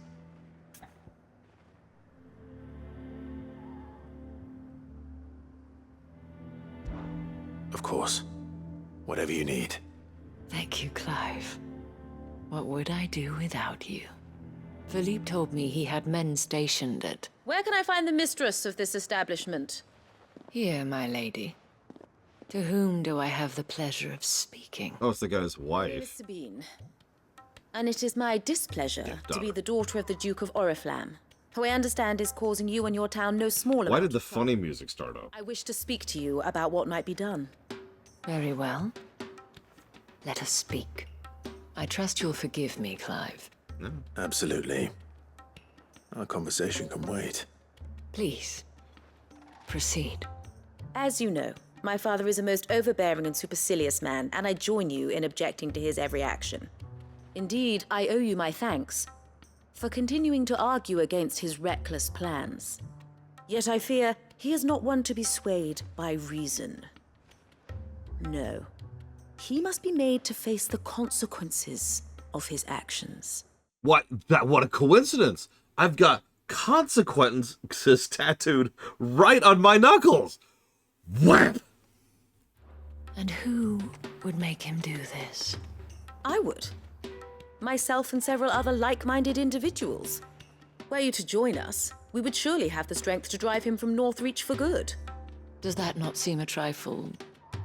drastic? Drastic action is precisely what is called for. Unless you are content to see your people downtrodden and dispossessed. My father would have it that citizens exist only to serve the Empire. That they should be forced to make every sacrifice to ensure her revival. But he is wrong. It is not the people who must serve the Empire, but the Empire who must serve her people. He's always been like this. Scornful of the opinions of anyone he judged beneath him. But he cannot be allowed to ride roughshod over the common folk any longer. We must fight him by all possible means. Fight him? No. My purpose is to quell the tension in Northreach, not to stoke it. Respectfully, my lady. Our only chance of saving this town depends upon every one of us uniting against our common enemy. Your father and his followers included. While I understand your frustrations, I cling to the hope that he may yet be won round. False hope, I assure you. But I see that your mind is made up. I shall bother you no longer. If you will extend me the same courtesy, I bid you good day. She certainly has spirit. Indeed. But unfortunately for us, that spirit is only likely to harden the Duke's resolve, which may be enough to seal the fate of this town. Not that she cares. This is all about her and her father. Families. I'm sorry, where were we? Ah, yes. I was about to tell you of Philippe's plans for the town watch, but perhaps it's better that you heard them from him. I believe he's in the market, if you'd be so kind as to seek him out. Right away. It's just a pity I cannot join you. I'd like to see the two of you in action together.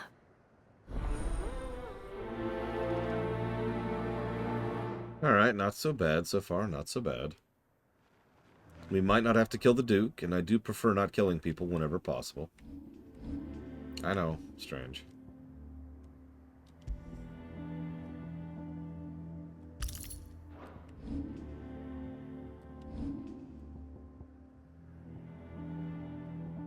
One moment. I noticed he never used upheaval. Like, at all. Let's put lightning rod here. See if the AI can figure that out. Oh, absolutely, Blade to Ball. 100%.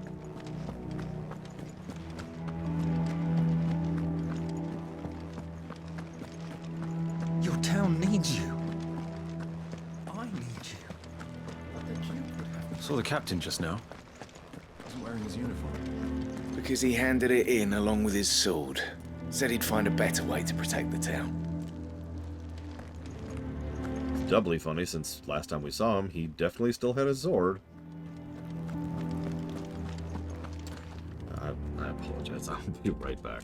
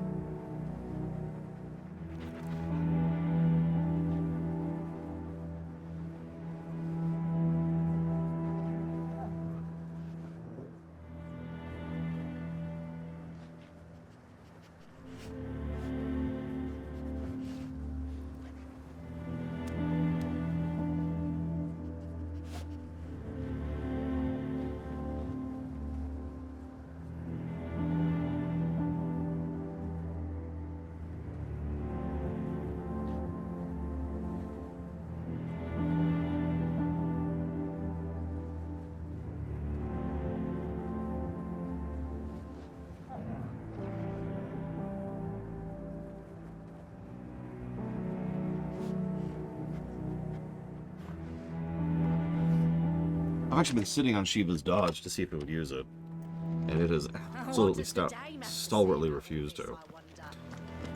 So it looks like there's some abilities it just will not use. Please, I beseech you. If you are a true son of Northreach, you must fight to defend your home. That's exactly what I am doing, milady. Or trying to, at least. The land is crawling with fiends, and someone has to keep watch. Even when our true enemy is hiding in the garrison? Fine. You're not the only able-bodied man in Northreach. Thank you so much for your help.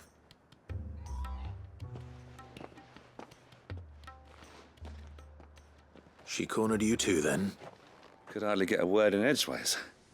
Like father, like daughter, eh? She made an uninvited appearance at the Vale earlier, hoping to convince the Dame to join her in fomenting rebellion. I bet that went well. Her ladyship seems to have a way with people. Anyway, what brings you here? Our mutual friend thought you might welcome some help. Oh, she did she? Right as always.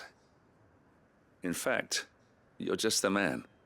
We've had some reports, you see. Sightings of, you know what. They're back. Seems that way. All over, too. We haven't been able to confirm anything yet, but if you're willing, you could go and see what's what. Right. Where should I look? You know Grieger's Weep? One of the sightings places them somewhere on its shores. I'm on my way. Thank you, Clive. I'll look into one of the other sightings. Let's rendezvous back here later.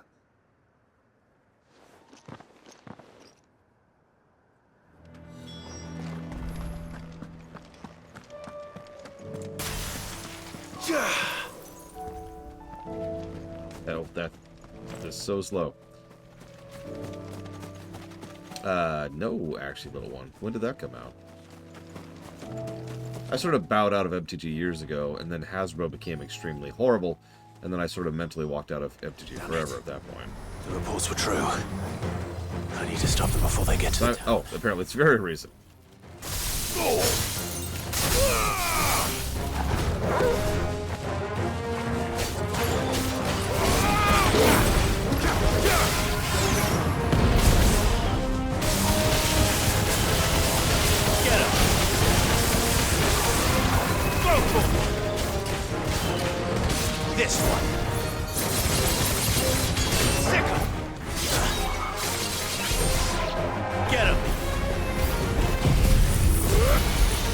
What? Okay. That guy's dead. All yours, Torgal.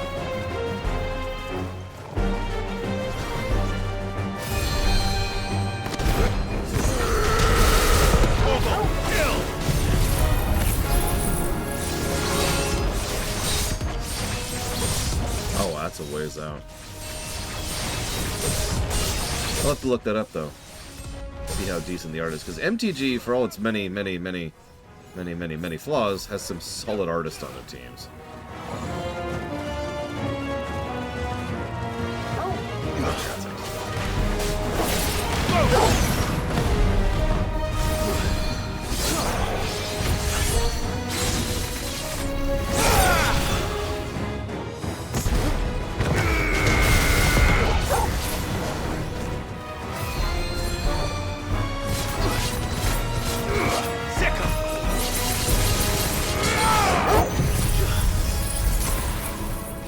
Really likes the ultimates, I've noticed.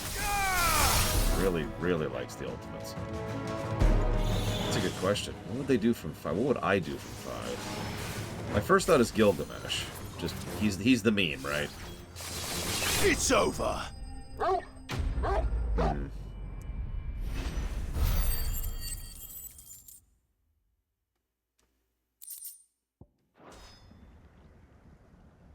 Could also do Boko. Call that a test, Ultima.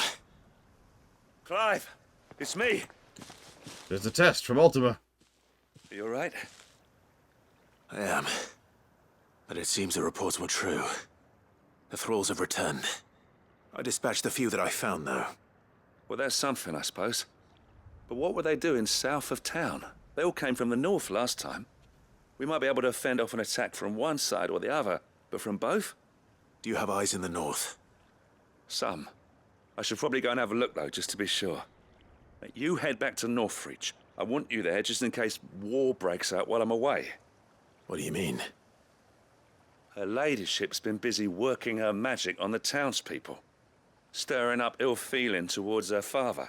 She'll have her marching on the barracks if we're not careful. What? This is exactly what the Dane was afraid of. I'll do what I can to calm things down. Be careful out there, all right? Don't worry, I'm not like you. One sniff of those things and I'm running back to town screaming blue murder.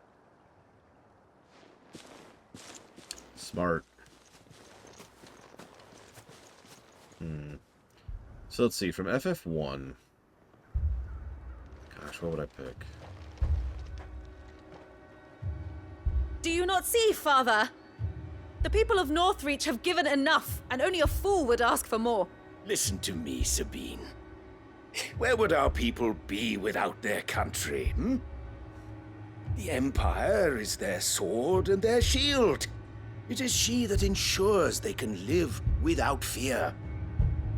But now she teeters on the brink. Without their sword, how will the people fight? Without their shield, how will they protect their kin? Can the unarmed stand against the advancing hordes? No. But there is yet hope. A new shield, a new sword. A new empire. We can rebuild Sandbreck, just as Great Grieger wills it. Perhaps we could, Father. But we don't want to. Not if it is built on the broken backs of the people. Please, let us not quarrel in the street. You must see that no good will come of this. Our fight is not with each other, but with the threat that draws ever closer to our gates. A threat that your sword has yet to rid us of, Your Eminence. You will hold your tongue, whore! You may have filled my daughter's head with your heresy, but I will not be corrupted. Corrupted? Your daughter's opinions are her own, as you would know if you had ever deigned to listen to her. At least I hope they are your opinions, and not posturing born of a family feud. Northreach deserves better than that. Northreach deserves better than you, Carla. Yes, I know who you are. The slut of Twinside who bedded a branded.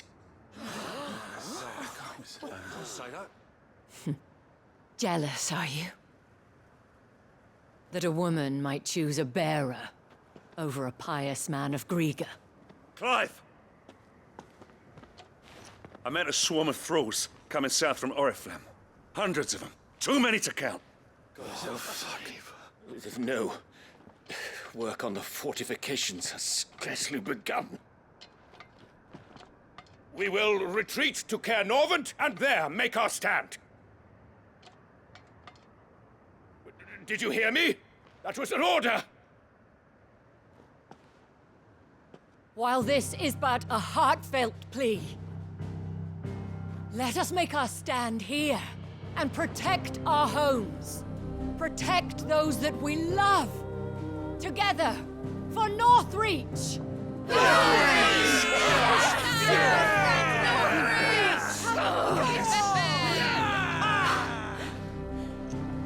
You heard the dame.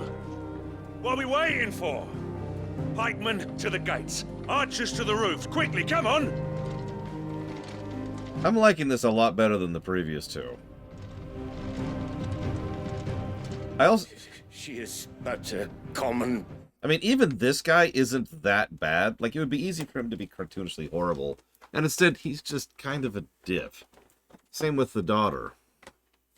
The dame, meanwhile, has actually been in charge of this town for years. Whore, yes. And we'd follow her to the gates of hell.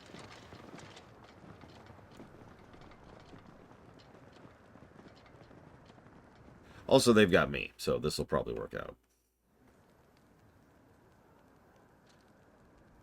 Not to keep pointing that out, but like, come on! Let me kill zombies! It's what I'm here for. I got your back. The men have their orders, and they look like following them. I got them spaced out at regular intervals. Whichever direction the thralls strike from, there'll be someone there to meet them. Thank you, Philippe. Rest assured the people will play their part. The herbalist has donated her stock of medicines to me. Should any of your men be injured, take them to the Vale. We'll see to them there. Thank you, milady. I will. I'll play my part too. You still want for numbers. Unlike the enemy. I only hope I can go some way to evening the odds. Philippe, can I leave the south in your hands? I doubt the thralls by the lake were the last of their number. Of course. I'll lead a party down that way so we don't get taken by surprise. What about you? I'll make my way up the road to Oriflamme. I fought a few of these things. And while I can't promise to hold them all back, I should be able to thin the herd. In case you missed that, the entire local troop, the mobile force, is going to deal with the south. We are going to go deal with the north. All right, but take care. By ourselves. Thank you. Both of you. You can thank us when it's over. Till then, madame.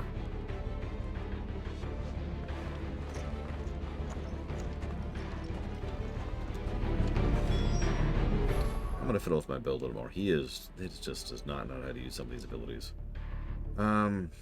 Let's do... Yeah, no kidding, Pillars of Snow. Yeah, the first mention of archers, which... I'm not even joking. That is the first mention of archers I've seen in the whole work. Let's keep wind up. Let's get rid of appeal.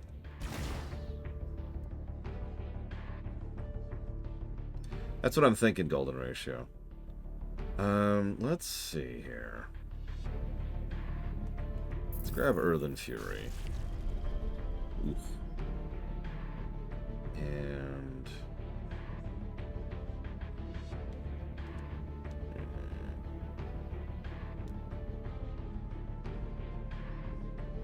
let's dump Will for right now. Just for right now. Just play around with this for a little bit. Right. The lightning rod here. And then Earthen Fury there. We'll see what it makes of that. When the fight begins... Oh, I'm going the wrong way, okay. No, it should work.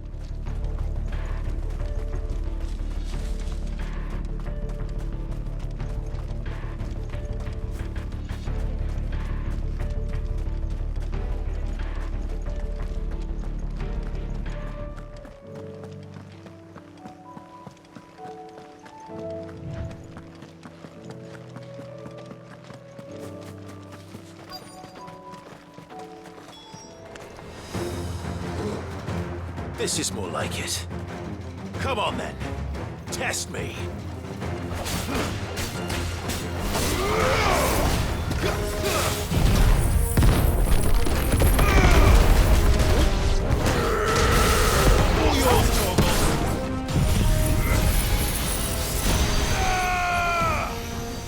I don't think I'm hitting anything here.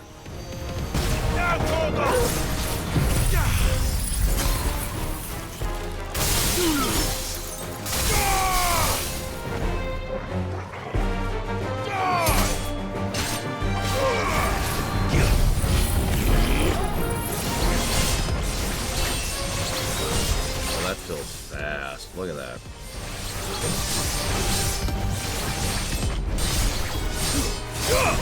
Kill!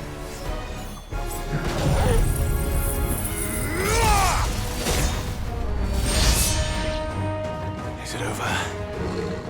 No. It's only just begun. Okay, let's see how it deals with our 17th Undertaker.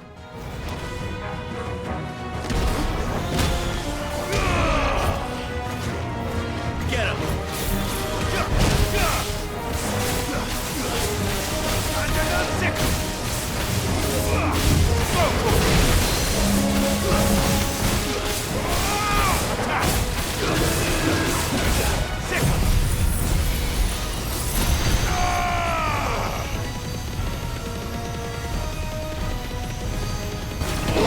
I don't think it can Golden Rush yet. I think we're gonna have to do that. I should be doing that a little bit more often. Speaking of.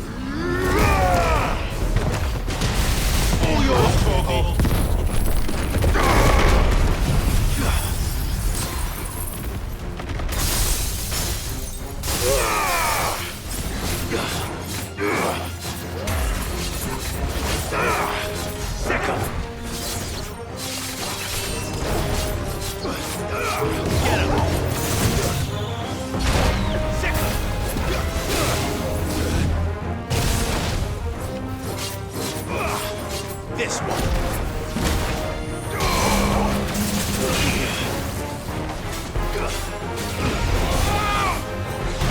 Get him. Too slow.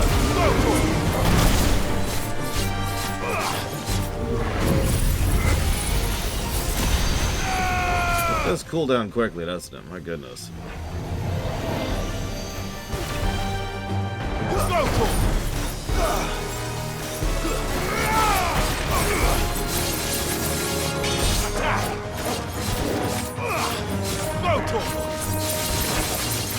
Over here!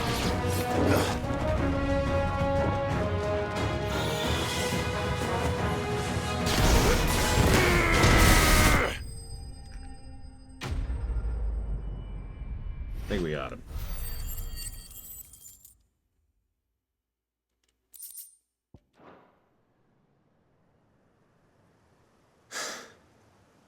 That looks to be the last of them.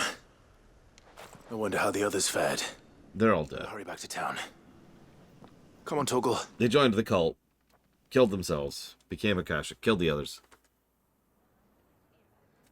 They're all dead.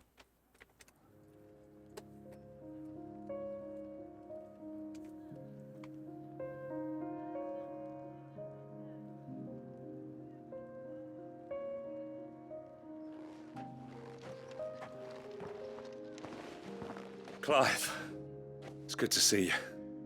And you. The road to Oriflamme is clear. How did you and your men fare? Well, we ended up fighting for our lives down by the lake. Took a few nicks, but nothing the girls of the Vale can't put right. Glad to hear it. Well, it seems we've survived. For the time being, at least. I thank you both for answering the call. You were right. And I was wrong. About everything. I had thought that the only way to unite the people was under the banner of Empire. That without a strong hand to guide them, they would drift apart. To be borne hither and yon by the eddying currents of fate. But you brought them together. Not by force, nor by the exercise of goddess-given authority, but by simply being one of them. By knowing what they feel, because you feel it yourself. Our purpose was ever the same, Your Eminence. You were merely distracted by a loftier vision of empire and glory, while our eyes beheld matters closer to home. You have the right of it again, as did you, Sabine. His radiance said it himself. Sanbreque is naught without her citizens. I forgot that, and I am sorry. I'm sorry too, Father. I should never have taken things so far. I only wanted you to understand how the people felt. How I felt. But my anger got the better of me. Do not blame yourself, my dear. This was my doing. I should have listened to you. To all of you. Your Eminence, your ladyship, I do not doubt that you came here with the best of intentions. But I believe the same could be said of us all. We all want safety, security, prosperity. Not just for Northreach, but for the entire realm. And we may yet achieve it. If only we work together. Will you join us in this? Yes. We shall. Thank you, Your Eminence. Now that that is settled, I must go and see to the wounded. The Vale's doors are always open to any soldier in need of relief. And today there are more than ever before. What do they use for contraceptives? Madame Isabel is a rare soul indeed. In these dark times, I see that it is not men like me who should lead the realm, but women like her. You're right. If only I'd listened to her when I had the chance. Forgive me for saying so, milady, but you still do. The dame said it herself. We can turn things around. We just have to work together. And that goes for you, too. You're one of us now. One of you. Well said, Captain. Let this be a new beginning. Not only for Sanbreque, but for us. Well, since there's nothing more to be done here, I should see if Isabel needs any help moving the wounded.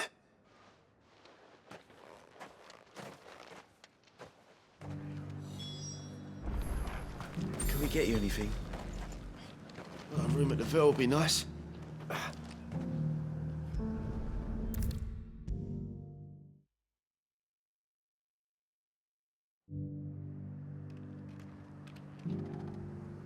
How goes the treatment of the wounded? I'd be happy to man one end of a stretcher if it would help. You've helped quite enough for one day, Clive. Thank you. Don't mention it. Oh, but I must. After all you've done for this town, it is the very least you deserve. Tell me, if Northreach had fallen, what would you have done? A woman of your means could find a home anywhere in the realm, but I sense you would rather have died here. It's a long story.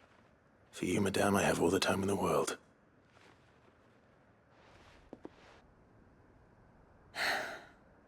Very well. Long ago, I had a life in the crystalline dominion. I was Carla then, courtesan to the nobility. So sought after was I that it was only they who could afford my time. Alas, those halcyon days were not to last.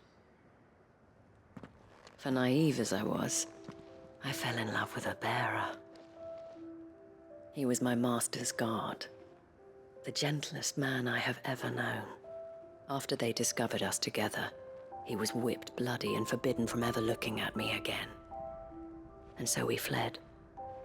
Not that we had anywhere to flee to.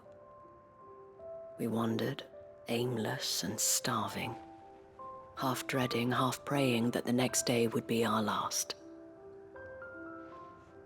Until we found ourselves here, in Northreach. It was the veil that took us in, that fed us, clothed us, and healed our hurts.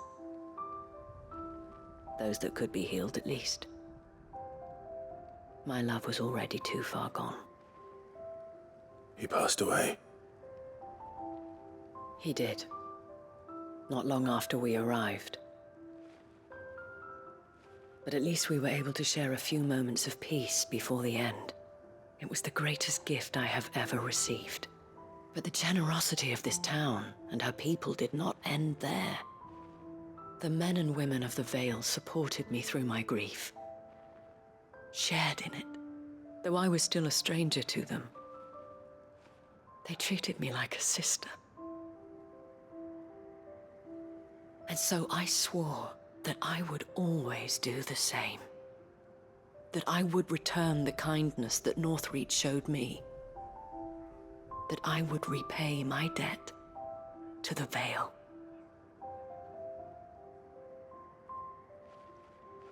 Thank you, Isabel, for sharing this with me.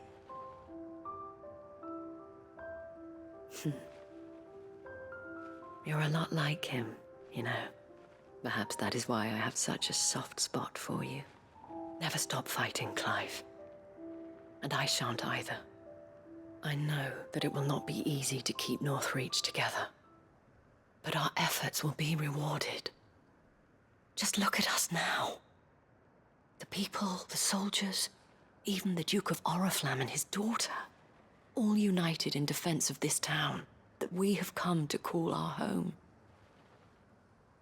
And what of you? Can we count on your support too? Always.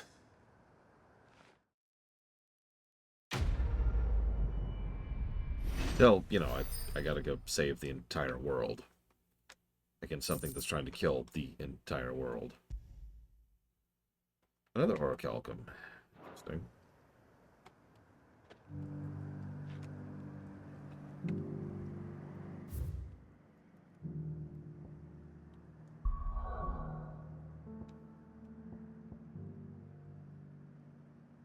Yeah, everyone will finally be like, "Arr." Oh gosh, oh, like a couple of real-life days, golden ratio. Like the sky has been red since Bahamut, I think. Yeah, let's go ahead and squeeze in another quest. We've only got 7,000 of them. Let's just pick one randomly here. Let's do the one that's furthest away from the warp spot.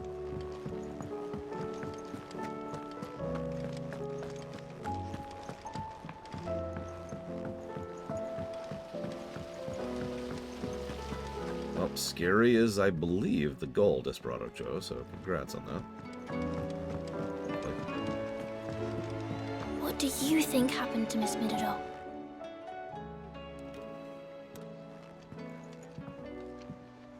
Sid! You have to help us! With what? You didn't take apart another of Mid's contraptions, did you? No! Well, yes. But that's not what we want to talk to you about. It's Miss Midadol. She's been acting strange. Very strange. She's barely ever around. And when she is, she acts like we aren't even there. Her head's in a crowd. In the clouds. That's what I said. In the clouds. Well, she does have a lot on her mind. When did you last see her? Not long ago. Right after she got back from saving you from Stoneir. Then it's probably just about the Enterprise. It did take quite a battering on the way there and back. You didn't break it, did you, Sid? You really should be more careful around Miss Midadol's inventions. Don't listen to her. Even if you did break the Enterprise, you could put it back together, couldn't you?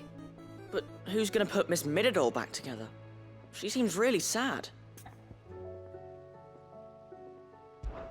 Why don't I go and see if I can cheer her up? You do that? For us? She's in her dungeon. Don't scare him. It's not a real dungeon. Thanks for the warning.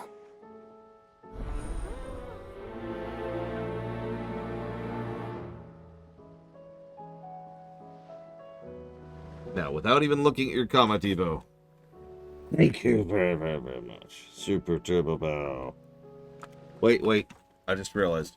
The reason you always ask me to not bow, my vows are insufficient.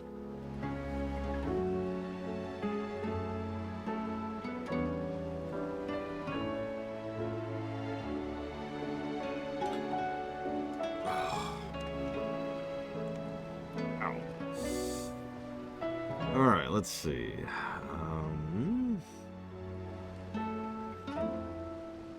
That's going towards... No VV bows for Venters. There's too many V's involved. It would get vivacious.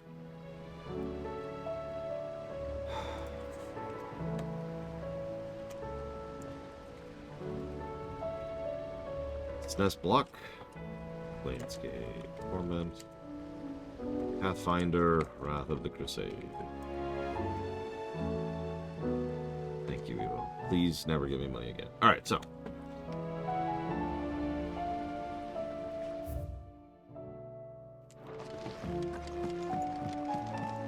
What did Mr. Red do this time? Is he watching a terrible, terrible show? Again. I will not let them be forgotten. Sid, may I have a moment? Of course. It is an honor to finally speak with you. My name is Herman. I've been with the Cursebreakers for some time now, and I wish to be deployed to Ash. Any assignment will do. No. The lands across the Narrow are too dangerous. I will not send good men and women to risk their lives needlessly. Why would you want to go back? I need to retrieve something. Something important. I was raised in an orphanage. The Badbach Conservatory. Or rather, I was held captive there. It was not a place of nurture. It existed solely to turn bearer children into mindless weapons. We were tortured until we feared no pain. Tormented until our hearts turned to stone, and few ever survived long enough to become tools of the last king. I can't imagine. I lost so many. I can't even remember all their names, but they must be remembered. They cannot fade away, faceless and forgotten. The Institute was run with military precision.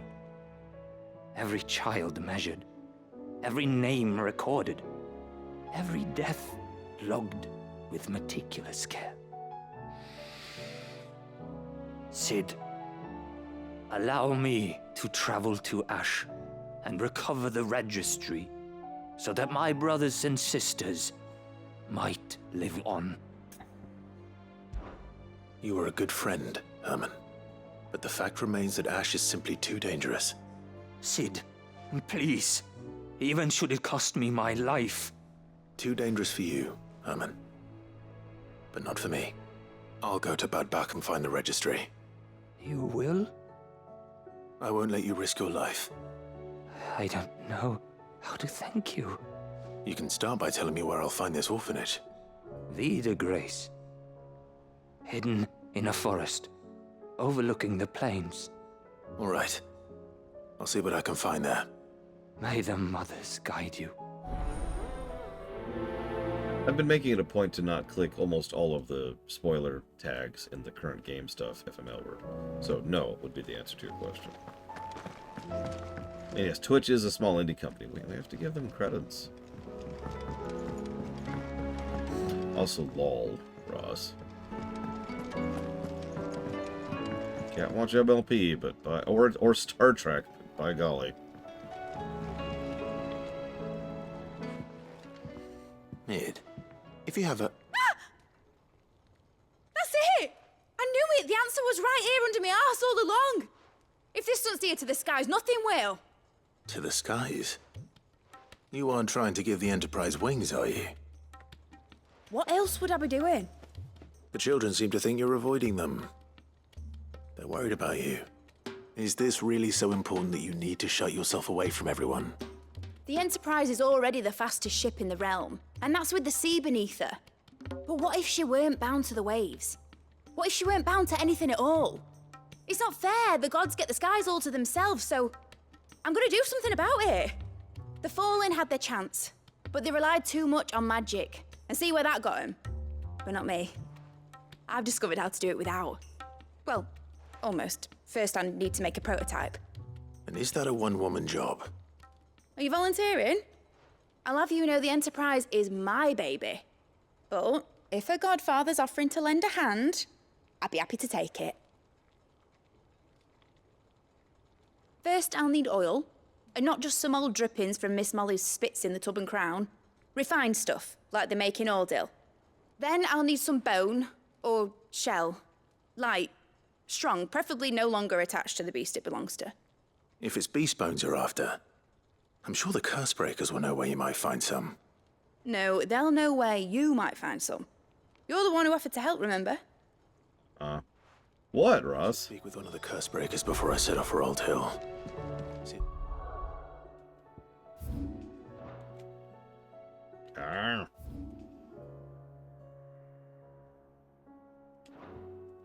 I can't find this bone while I'm there as well. I mean, yeah. Midadol mentioned a new project yet? Not exactly. She seems preoccupied. Yeah, Mid's gonna go invent airships, everyone. And then spaceships. I already hate the color green. Nobody likes the Hulk. Nobody. How may I help you today, Clive? Not even Hulk like Hulk. You earned this. I want to know what the Genji gloves are. But we're still a ways out from that. All done?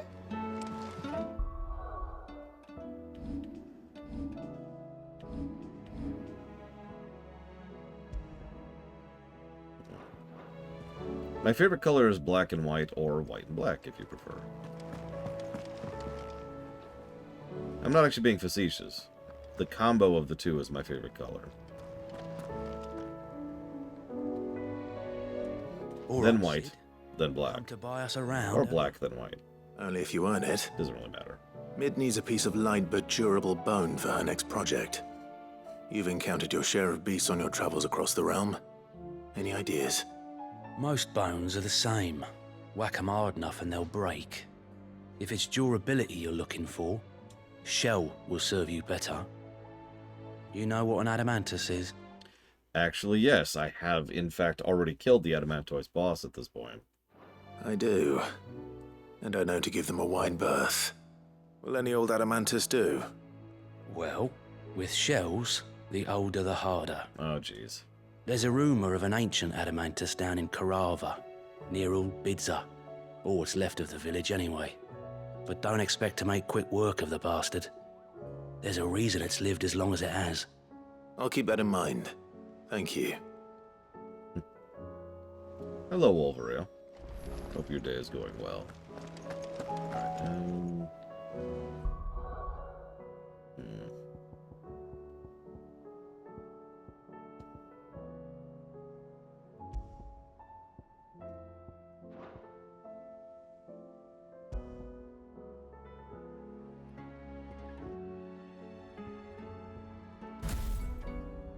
Alright, let's see what it makes of that.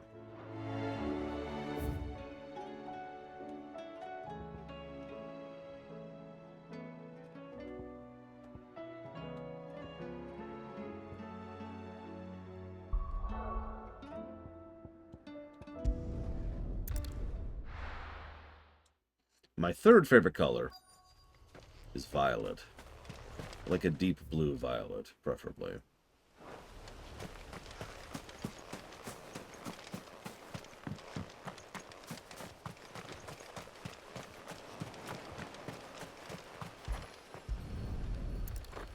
Here's the oil. That was easy. It's oil. After what happened here, it's a miracle there was any left at all. I actually like quite a few color combos when it comes down to it. Gold and black is another good one. This should be enough.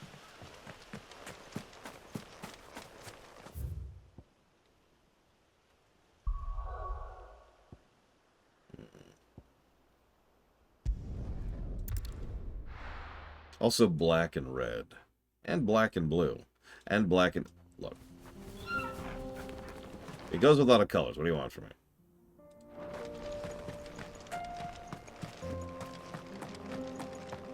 Also black, gold, and white. There's another fun one.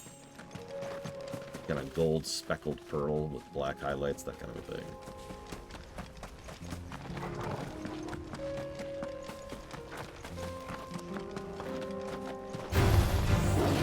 Fine, die.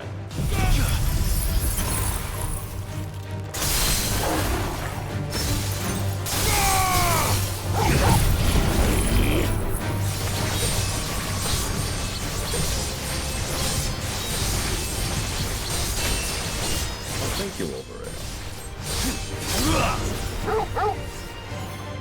It's been a hot minute, but it's good to know that somebody enjoyed the DS9 stuff. It was fun going back through that franchise.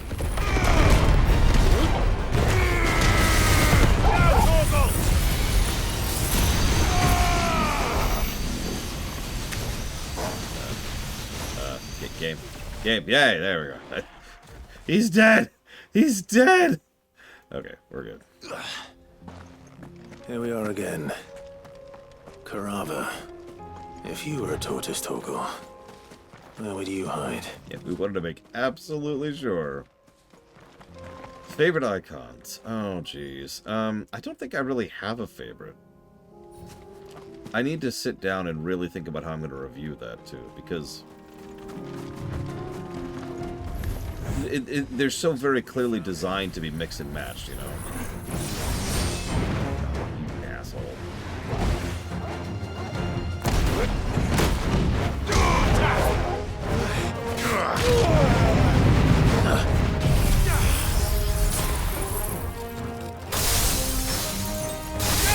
I suppose in terms of pure preference...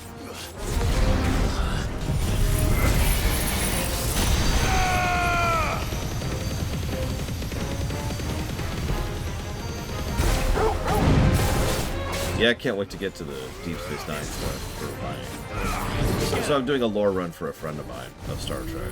We're still in the middle of Voyager. We're doing DS9 last. I'm looking forward to it. Odin's neat, but ultimately Odin is a rogue. Sorry, I should clarify that sentence. In World of Warcraft, a lot of rogue gameplay is build and then... build, spend. Build, spend. That's the majority of the gameplay loop. And that's Odin to a T, isn't it? Pretty much everything Odin does is all about building up that Sensatsuken, and then once it's full, you pay it off, you spend it. Build or spend it.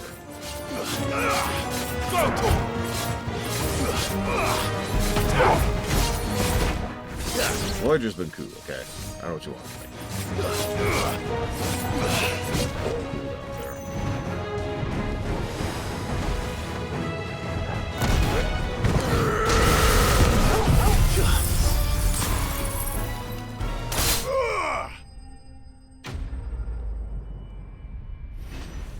Yeah, purely gameplay-wise, I think I would go with, as pathetically sad as it is, either Garuda or Ifrit for my favorites. Finish a prototype. They're too useful. The entire game. Right? We've talked about this in a lot of FPSs we've covered. It's the basic kit, but it's kit that is useful for every encounter in the entire game. There's a reason why Ignition and Gouge hasn't lifted my bar for a very long time.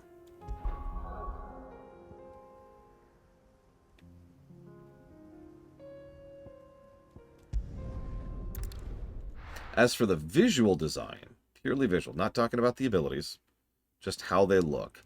For this particular bundle, I would probably give that to Odin. This is probably one of my favorite looking Odins in the franchise. Agreed, Wandering Doll. As far as their abilities, the viscerality.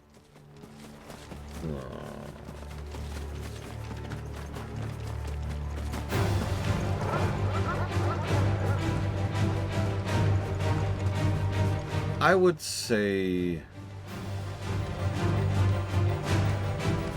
I'm actually torn on that one. Because I like Odin's viscerality, I like Bahamut's viscerality. And I also am rather fond of Shiva's. And Titan's. So one of those. I don't know. Don't make me pick. Don't make me pick. Are you weird for not liking Voyager? Plenty of people don't actually like Voyager. Voyager is one of those flawed masterpieces, is what I like to call that concept. In other words, when it's allowed to shine, it's absolutely amazing. And you could tell that it should be a better thing than it is. But something somewhere, some asterisk exists that pulls it down. Final Fantasy X and Final Fantasy X-2, and the game I'm playing right now, are good examples of flawed masterpieces. Voyager is excellent in many respects and does some fantastic stuff, but it also stumbles pretty hard, and pretty often, especially early on.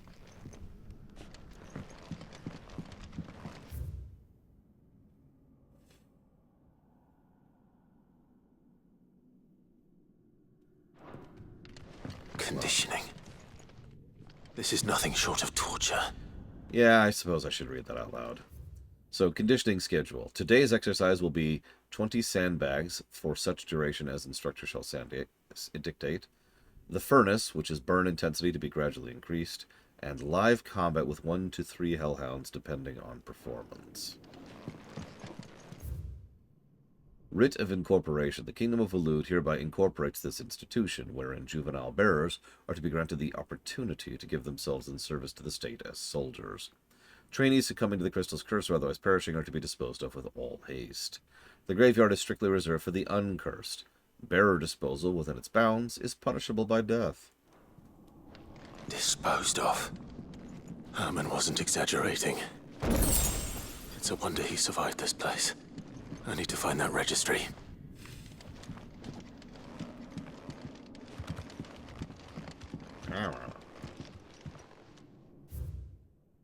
I have recently learned my own daughter was among the children turned to stone by the brutal training I subjected them to.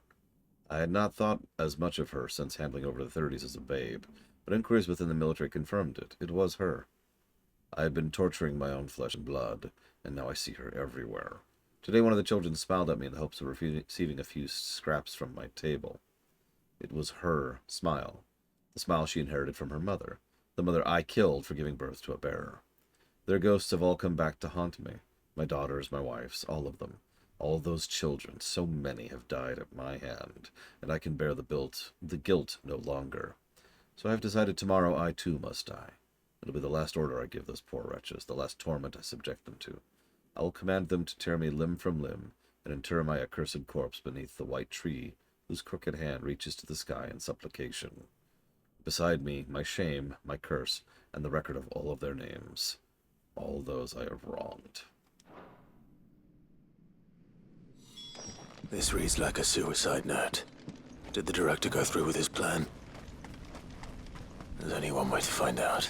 We know Sid has been gone from Volud for quite some time, Wandering Doll, so I'd like to think he left before it got this bad. But you never know. Something had to kick him out. He spoke several times about how absolutely insane he thought things were getting, and that was his impetus for leaving, so... A forked white tree. This must be the place.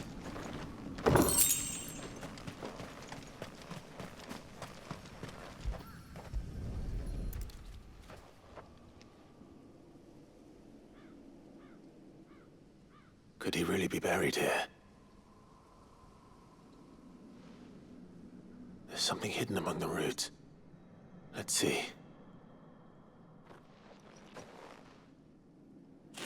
I shake my head at you, Mr. Red. I hope you're enjoying it. This must be the registry.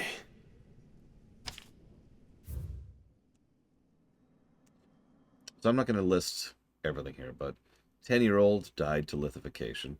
9-year-old succumbed to conditioning. 12-year-old died to lithification. 10-year-old died to emaciation. 11-year-old disciplined for flight. 12-year-old disciplined for attempted flight. Sorry. 9-year-old succumbed to conditioning. 10-year-old succumbed to conditioning. 12-year-old lithification. 11-year-old emaciation. So many names. This place was a slaughterhouse. Yeah. And where is the architect of all this misery?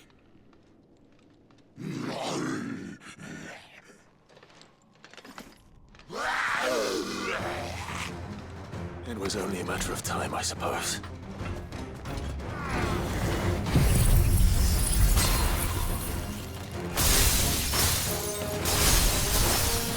This place is cursed.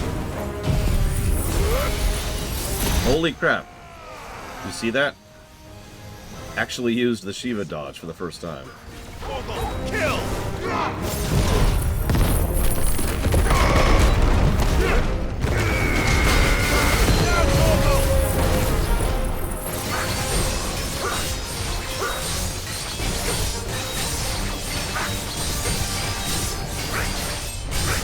Yeah, the moment your superior officer starts saying, death is a good thing, maybe that's a good time to be like, you know what, I'm out. Too slow.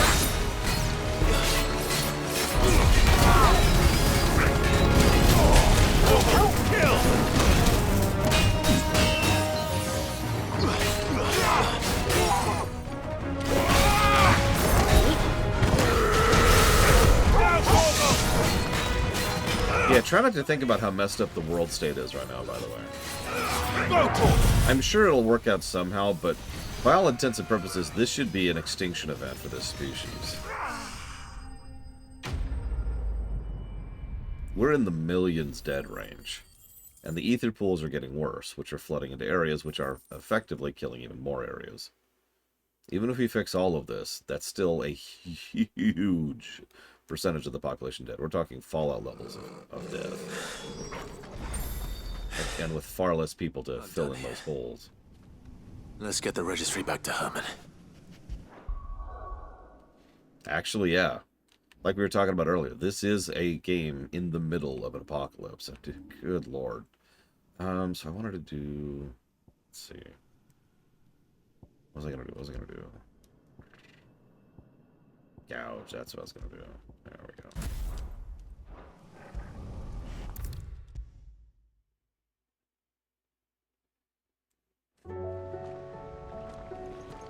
I hear that you traveled to Ash, Sid. Did you by any chance recover the names of my fallen friends? I did. Yes.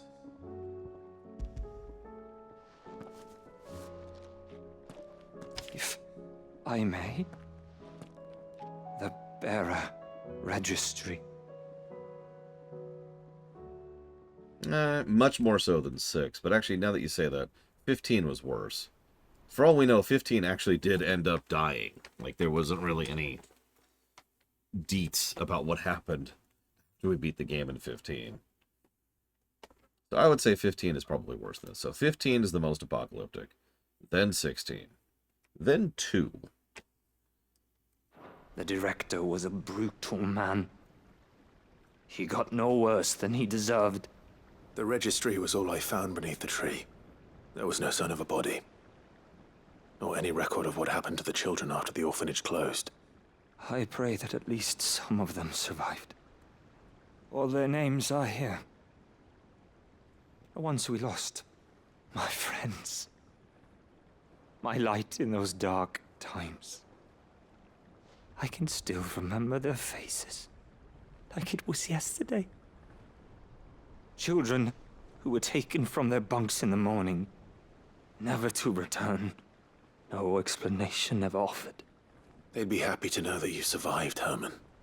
But why did I make it out alive, when so many others died in that awful place?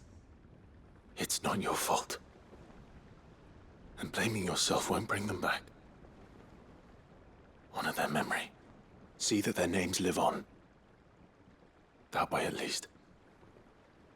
They're never truly gone. Thank you, Sid, I'm going to write a book.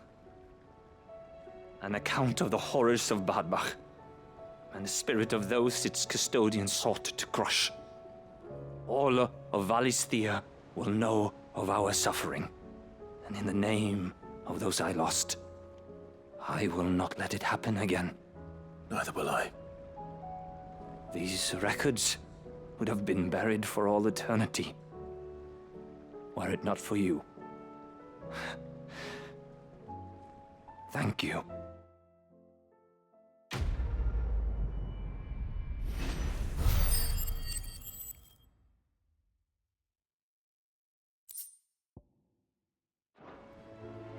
Well, that was extremely horrible.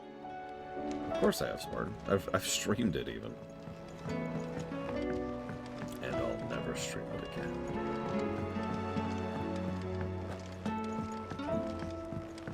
Here's the super summary golden ratio. You know how you go into an FF game and you go into towns and stuff? Well, imagine you can't, because they're gone. Because they've been destroyed. Now imagine most of the towns in the entire world are like that. And that's FF2. Mid, tell me this is all you need. I mean, there's no reasonable way to put a GBA game into an HDMI cable, Spartan.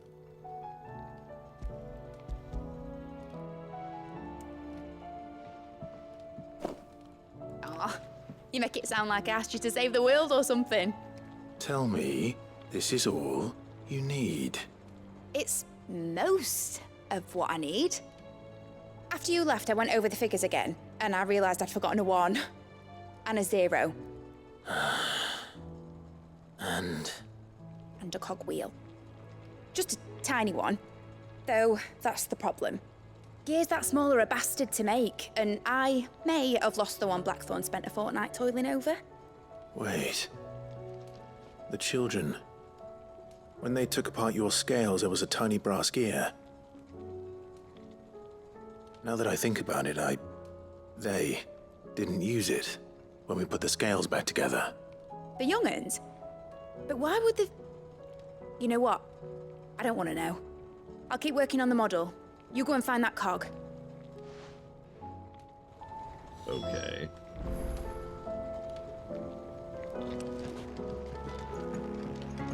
I actually did have a GBA adapter once upon a time, but we got rid of that. Has Midadol mentioned a new project yet? God, I don't know. That would have been 2004 Not exactly. or something like that is when we got rid of that. It's been a long time. Then again, when isn't she? Of course we do, Savicom. That's why we're doing side quests. Sid! Is Mid still hiding from us? She wasn't hiding. She's fine. She's just busy working on her next project. A new invention? What is it? What is it? Is it an airship? I bet it's an airship! Do you think she'll let us help? That just so happens to be why I'm here. She needs something special, something only you three can provide. A brass gear. A tiny one. One that might fit on, say, a set of scales? Oh, the one you forgot! We remember! We saved it, just in case. It's in the bag of bits. Since your lesson, we've been disassembling, then reassembling everything we can find. All the pieces that are left over, we keep under our beds, just in case. That's good to know. Look! I found it!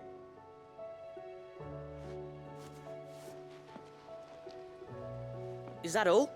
Just the gear? We have more parts if Mid needs them. That's all for now. But I'll let Mid know about your hoard. Just in case. Thanks, Sid. Yeah, they're all doomed. No, Lufia 2 is actually doing quite fine. If anything, that's probably one of the major threats of Lufia 2. Lufia 2 reminds me of Minish Cap, to use a direct Zelda parallel. They're actually prosperous. The problem is the threat is showing up, threatening to end that. Because you know the Sinistrals would have tried to shut all that down. Well, did they have it?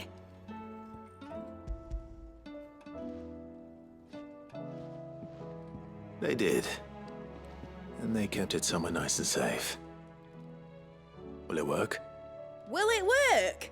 He's perfect! You're a genius, Clive. What exactly are you going to use it for? Only the most important job of all. The wings aren't going to move on their own. But with the right cog in the right place? Well, you just wait and see.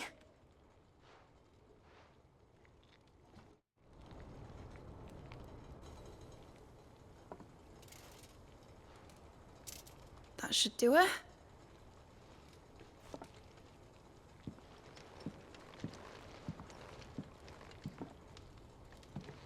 Here goes nothing.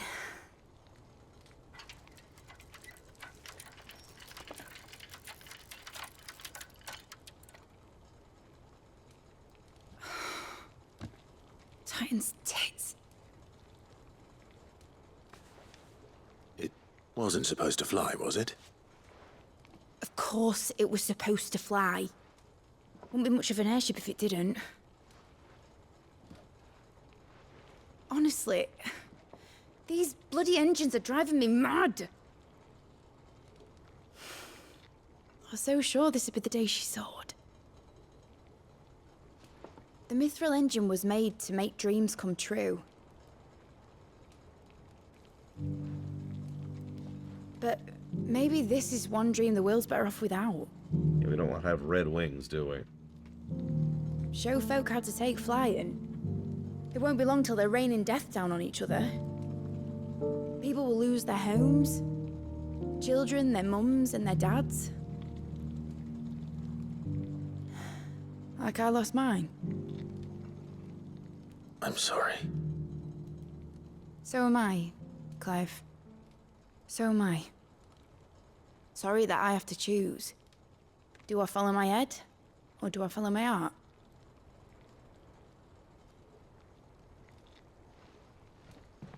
Good question. The first time I stood on the deck of your ship, felt the wind in my hair. It was like I was flying. But imagine how it would feel to actually do it. My dad always said there were two ways of living life. Chasing a dream or shuffling to your grave. And he were right. Right about a lot of things. Not that I like to admit it. People need dreams to chase. Especially in a world like this.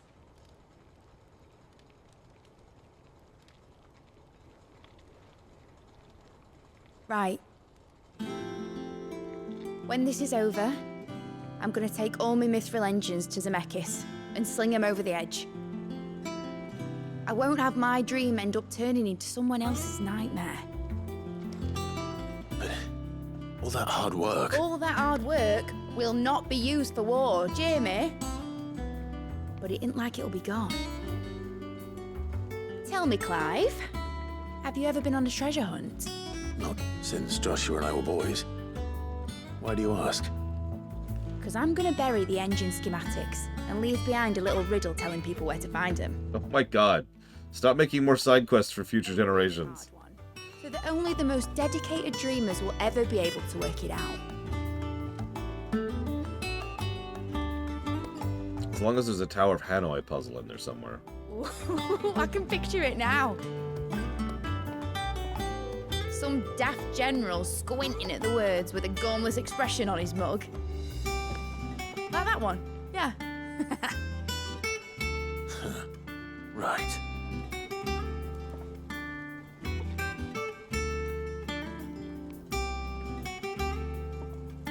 Try it. Is it even a new world if it doesn't have side quests? Oh my god, you're right, Savakov. This explains so much. Of course, if I'm putting this engine at the end of a treasure hunt, I'll still need to make it a treasure worth hunting for. Won't be much of a prize if it couldn't even make a toy boat fly after all. My dad always said, dream big. But it ain't the size of a dream that's important, is it, Clive? only that it's a good one. And I reckon I've got a fair few good uns left in me. I'm sure you do.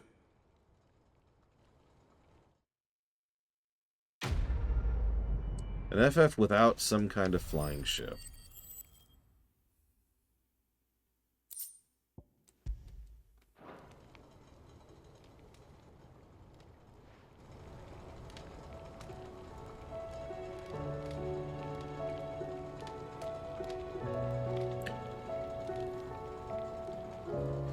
This is pulling a bit of it technically, but I think 13.3 doesn't have any airships in it specifically. And that would be the list. That's the whole list right there. 13.3. Hell, Final Fantasy Tactics had airships. It was in the past, but it was still a thing. Chrono Trigger cheated in a lot of ways because, you're right, Chrono Trigger did have a prosperous world, but it also had a post-apocalyptic world, and a developing world, and a world in the middle of a war, and a world at the height of a decadent civilization. All in the same game. That's the advantage of time travel.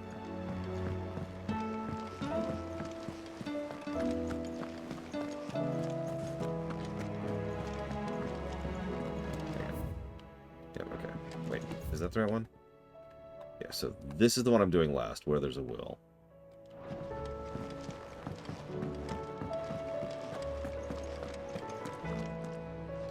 I suppose I should stop streaming at some point. I was hoping to get more of these done, but we've still got 1, 2, 3, 4, 5... At least 6, excuse me, at least side quests left. So yeah, I think we'll go ahead and chop it here. Tomorrow, at some point in the morning, we will go ahead and continue doing the eternal march of side quests. And hopefully we'll start the DLC.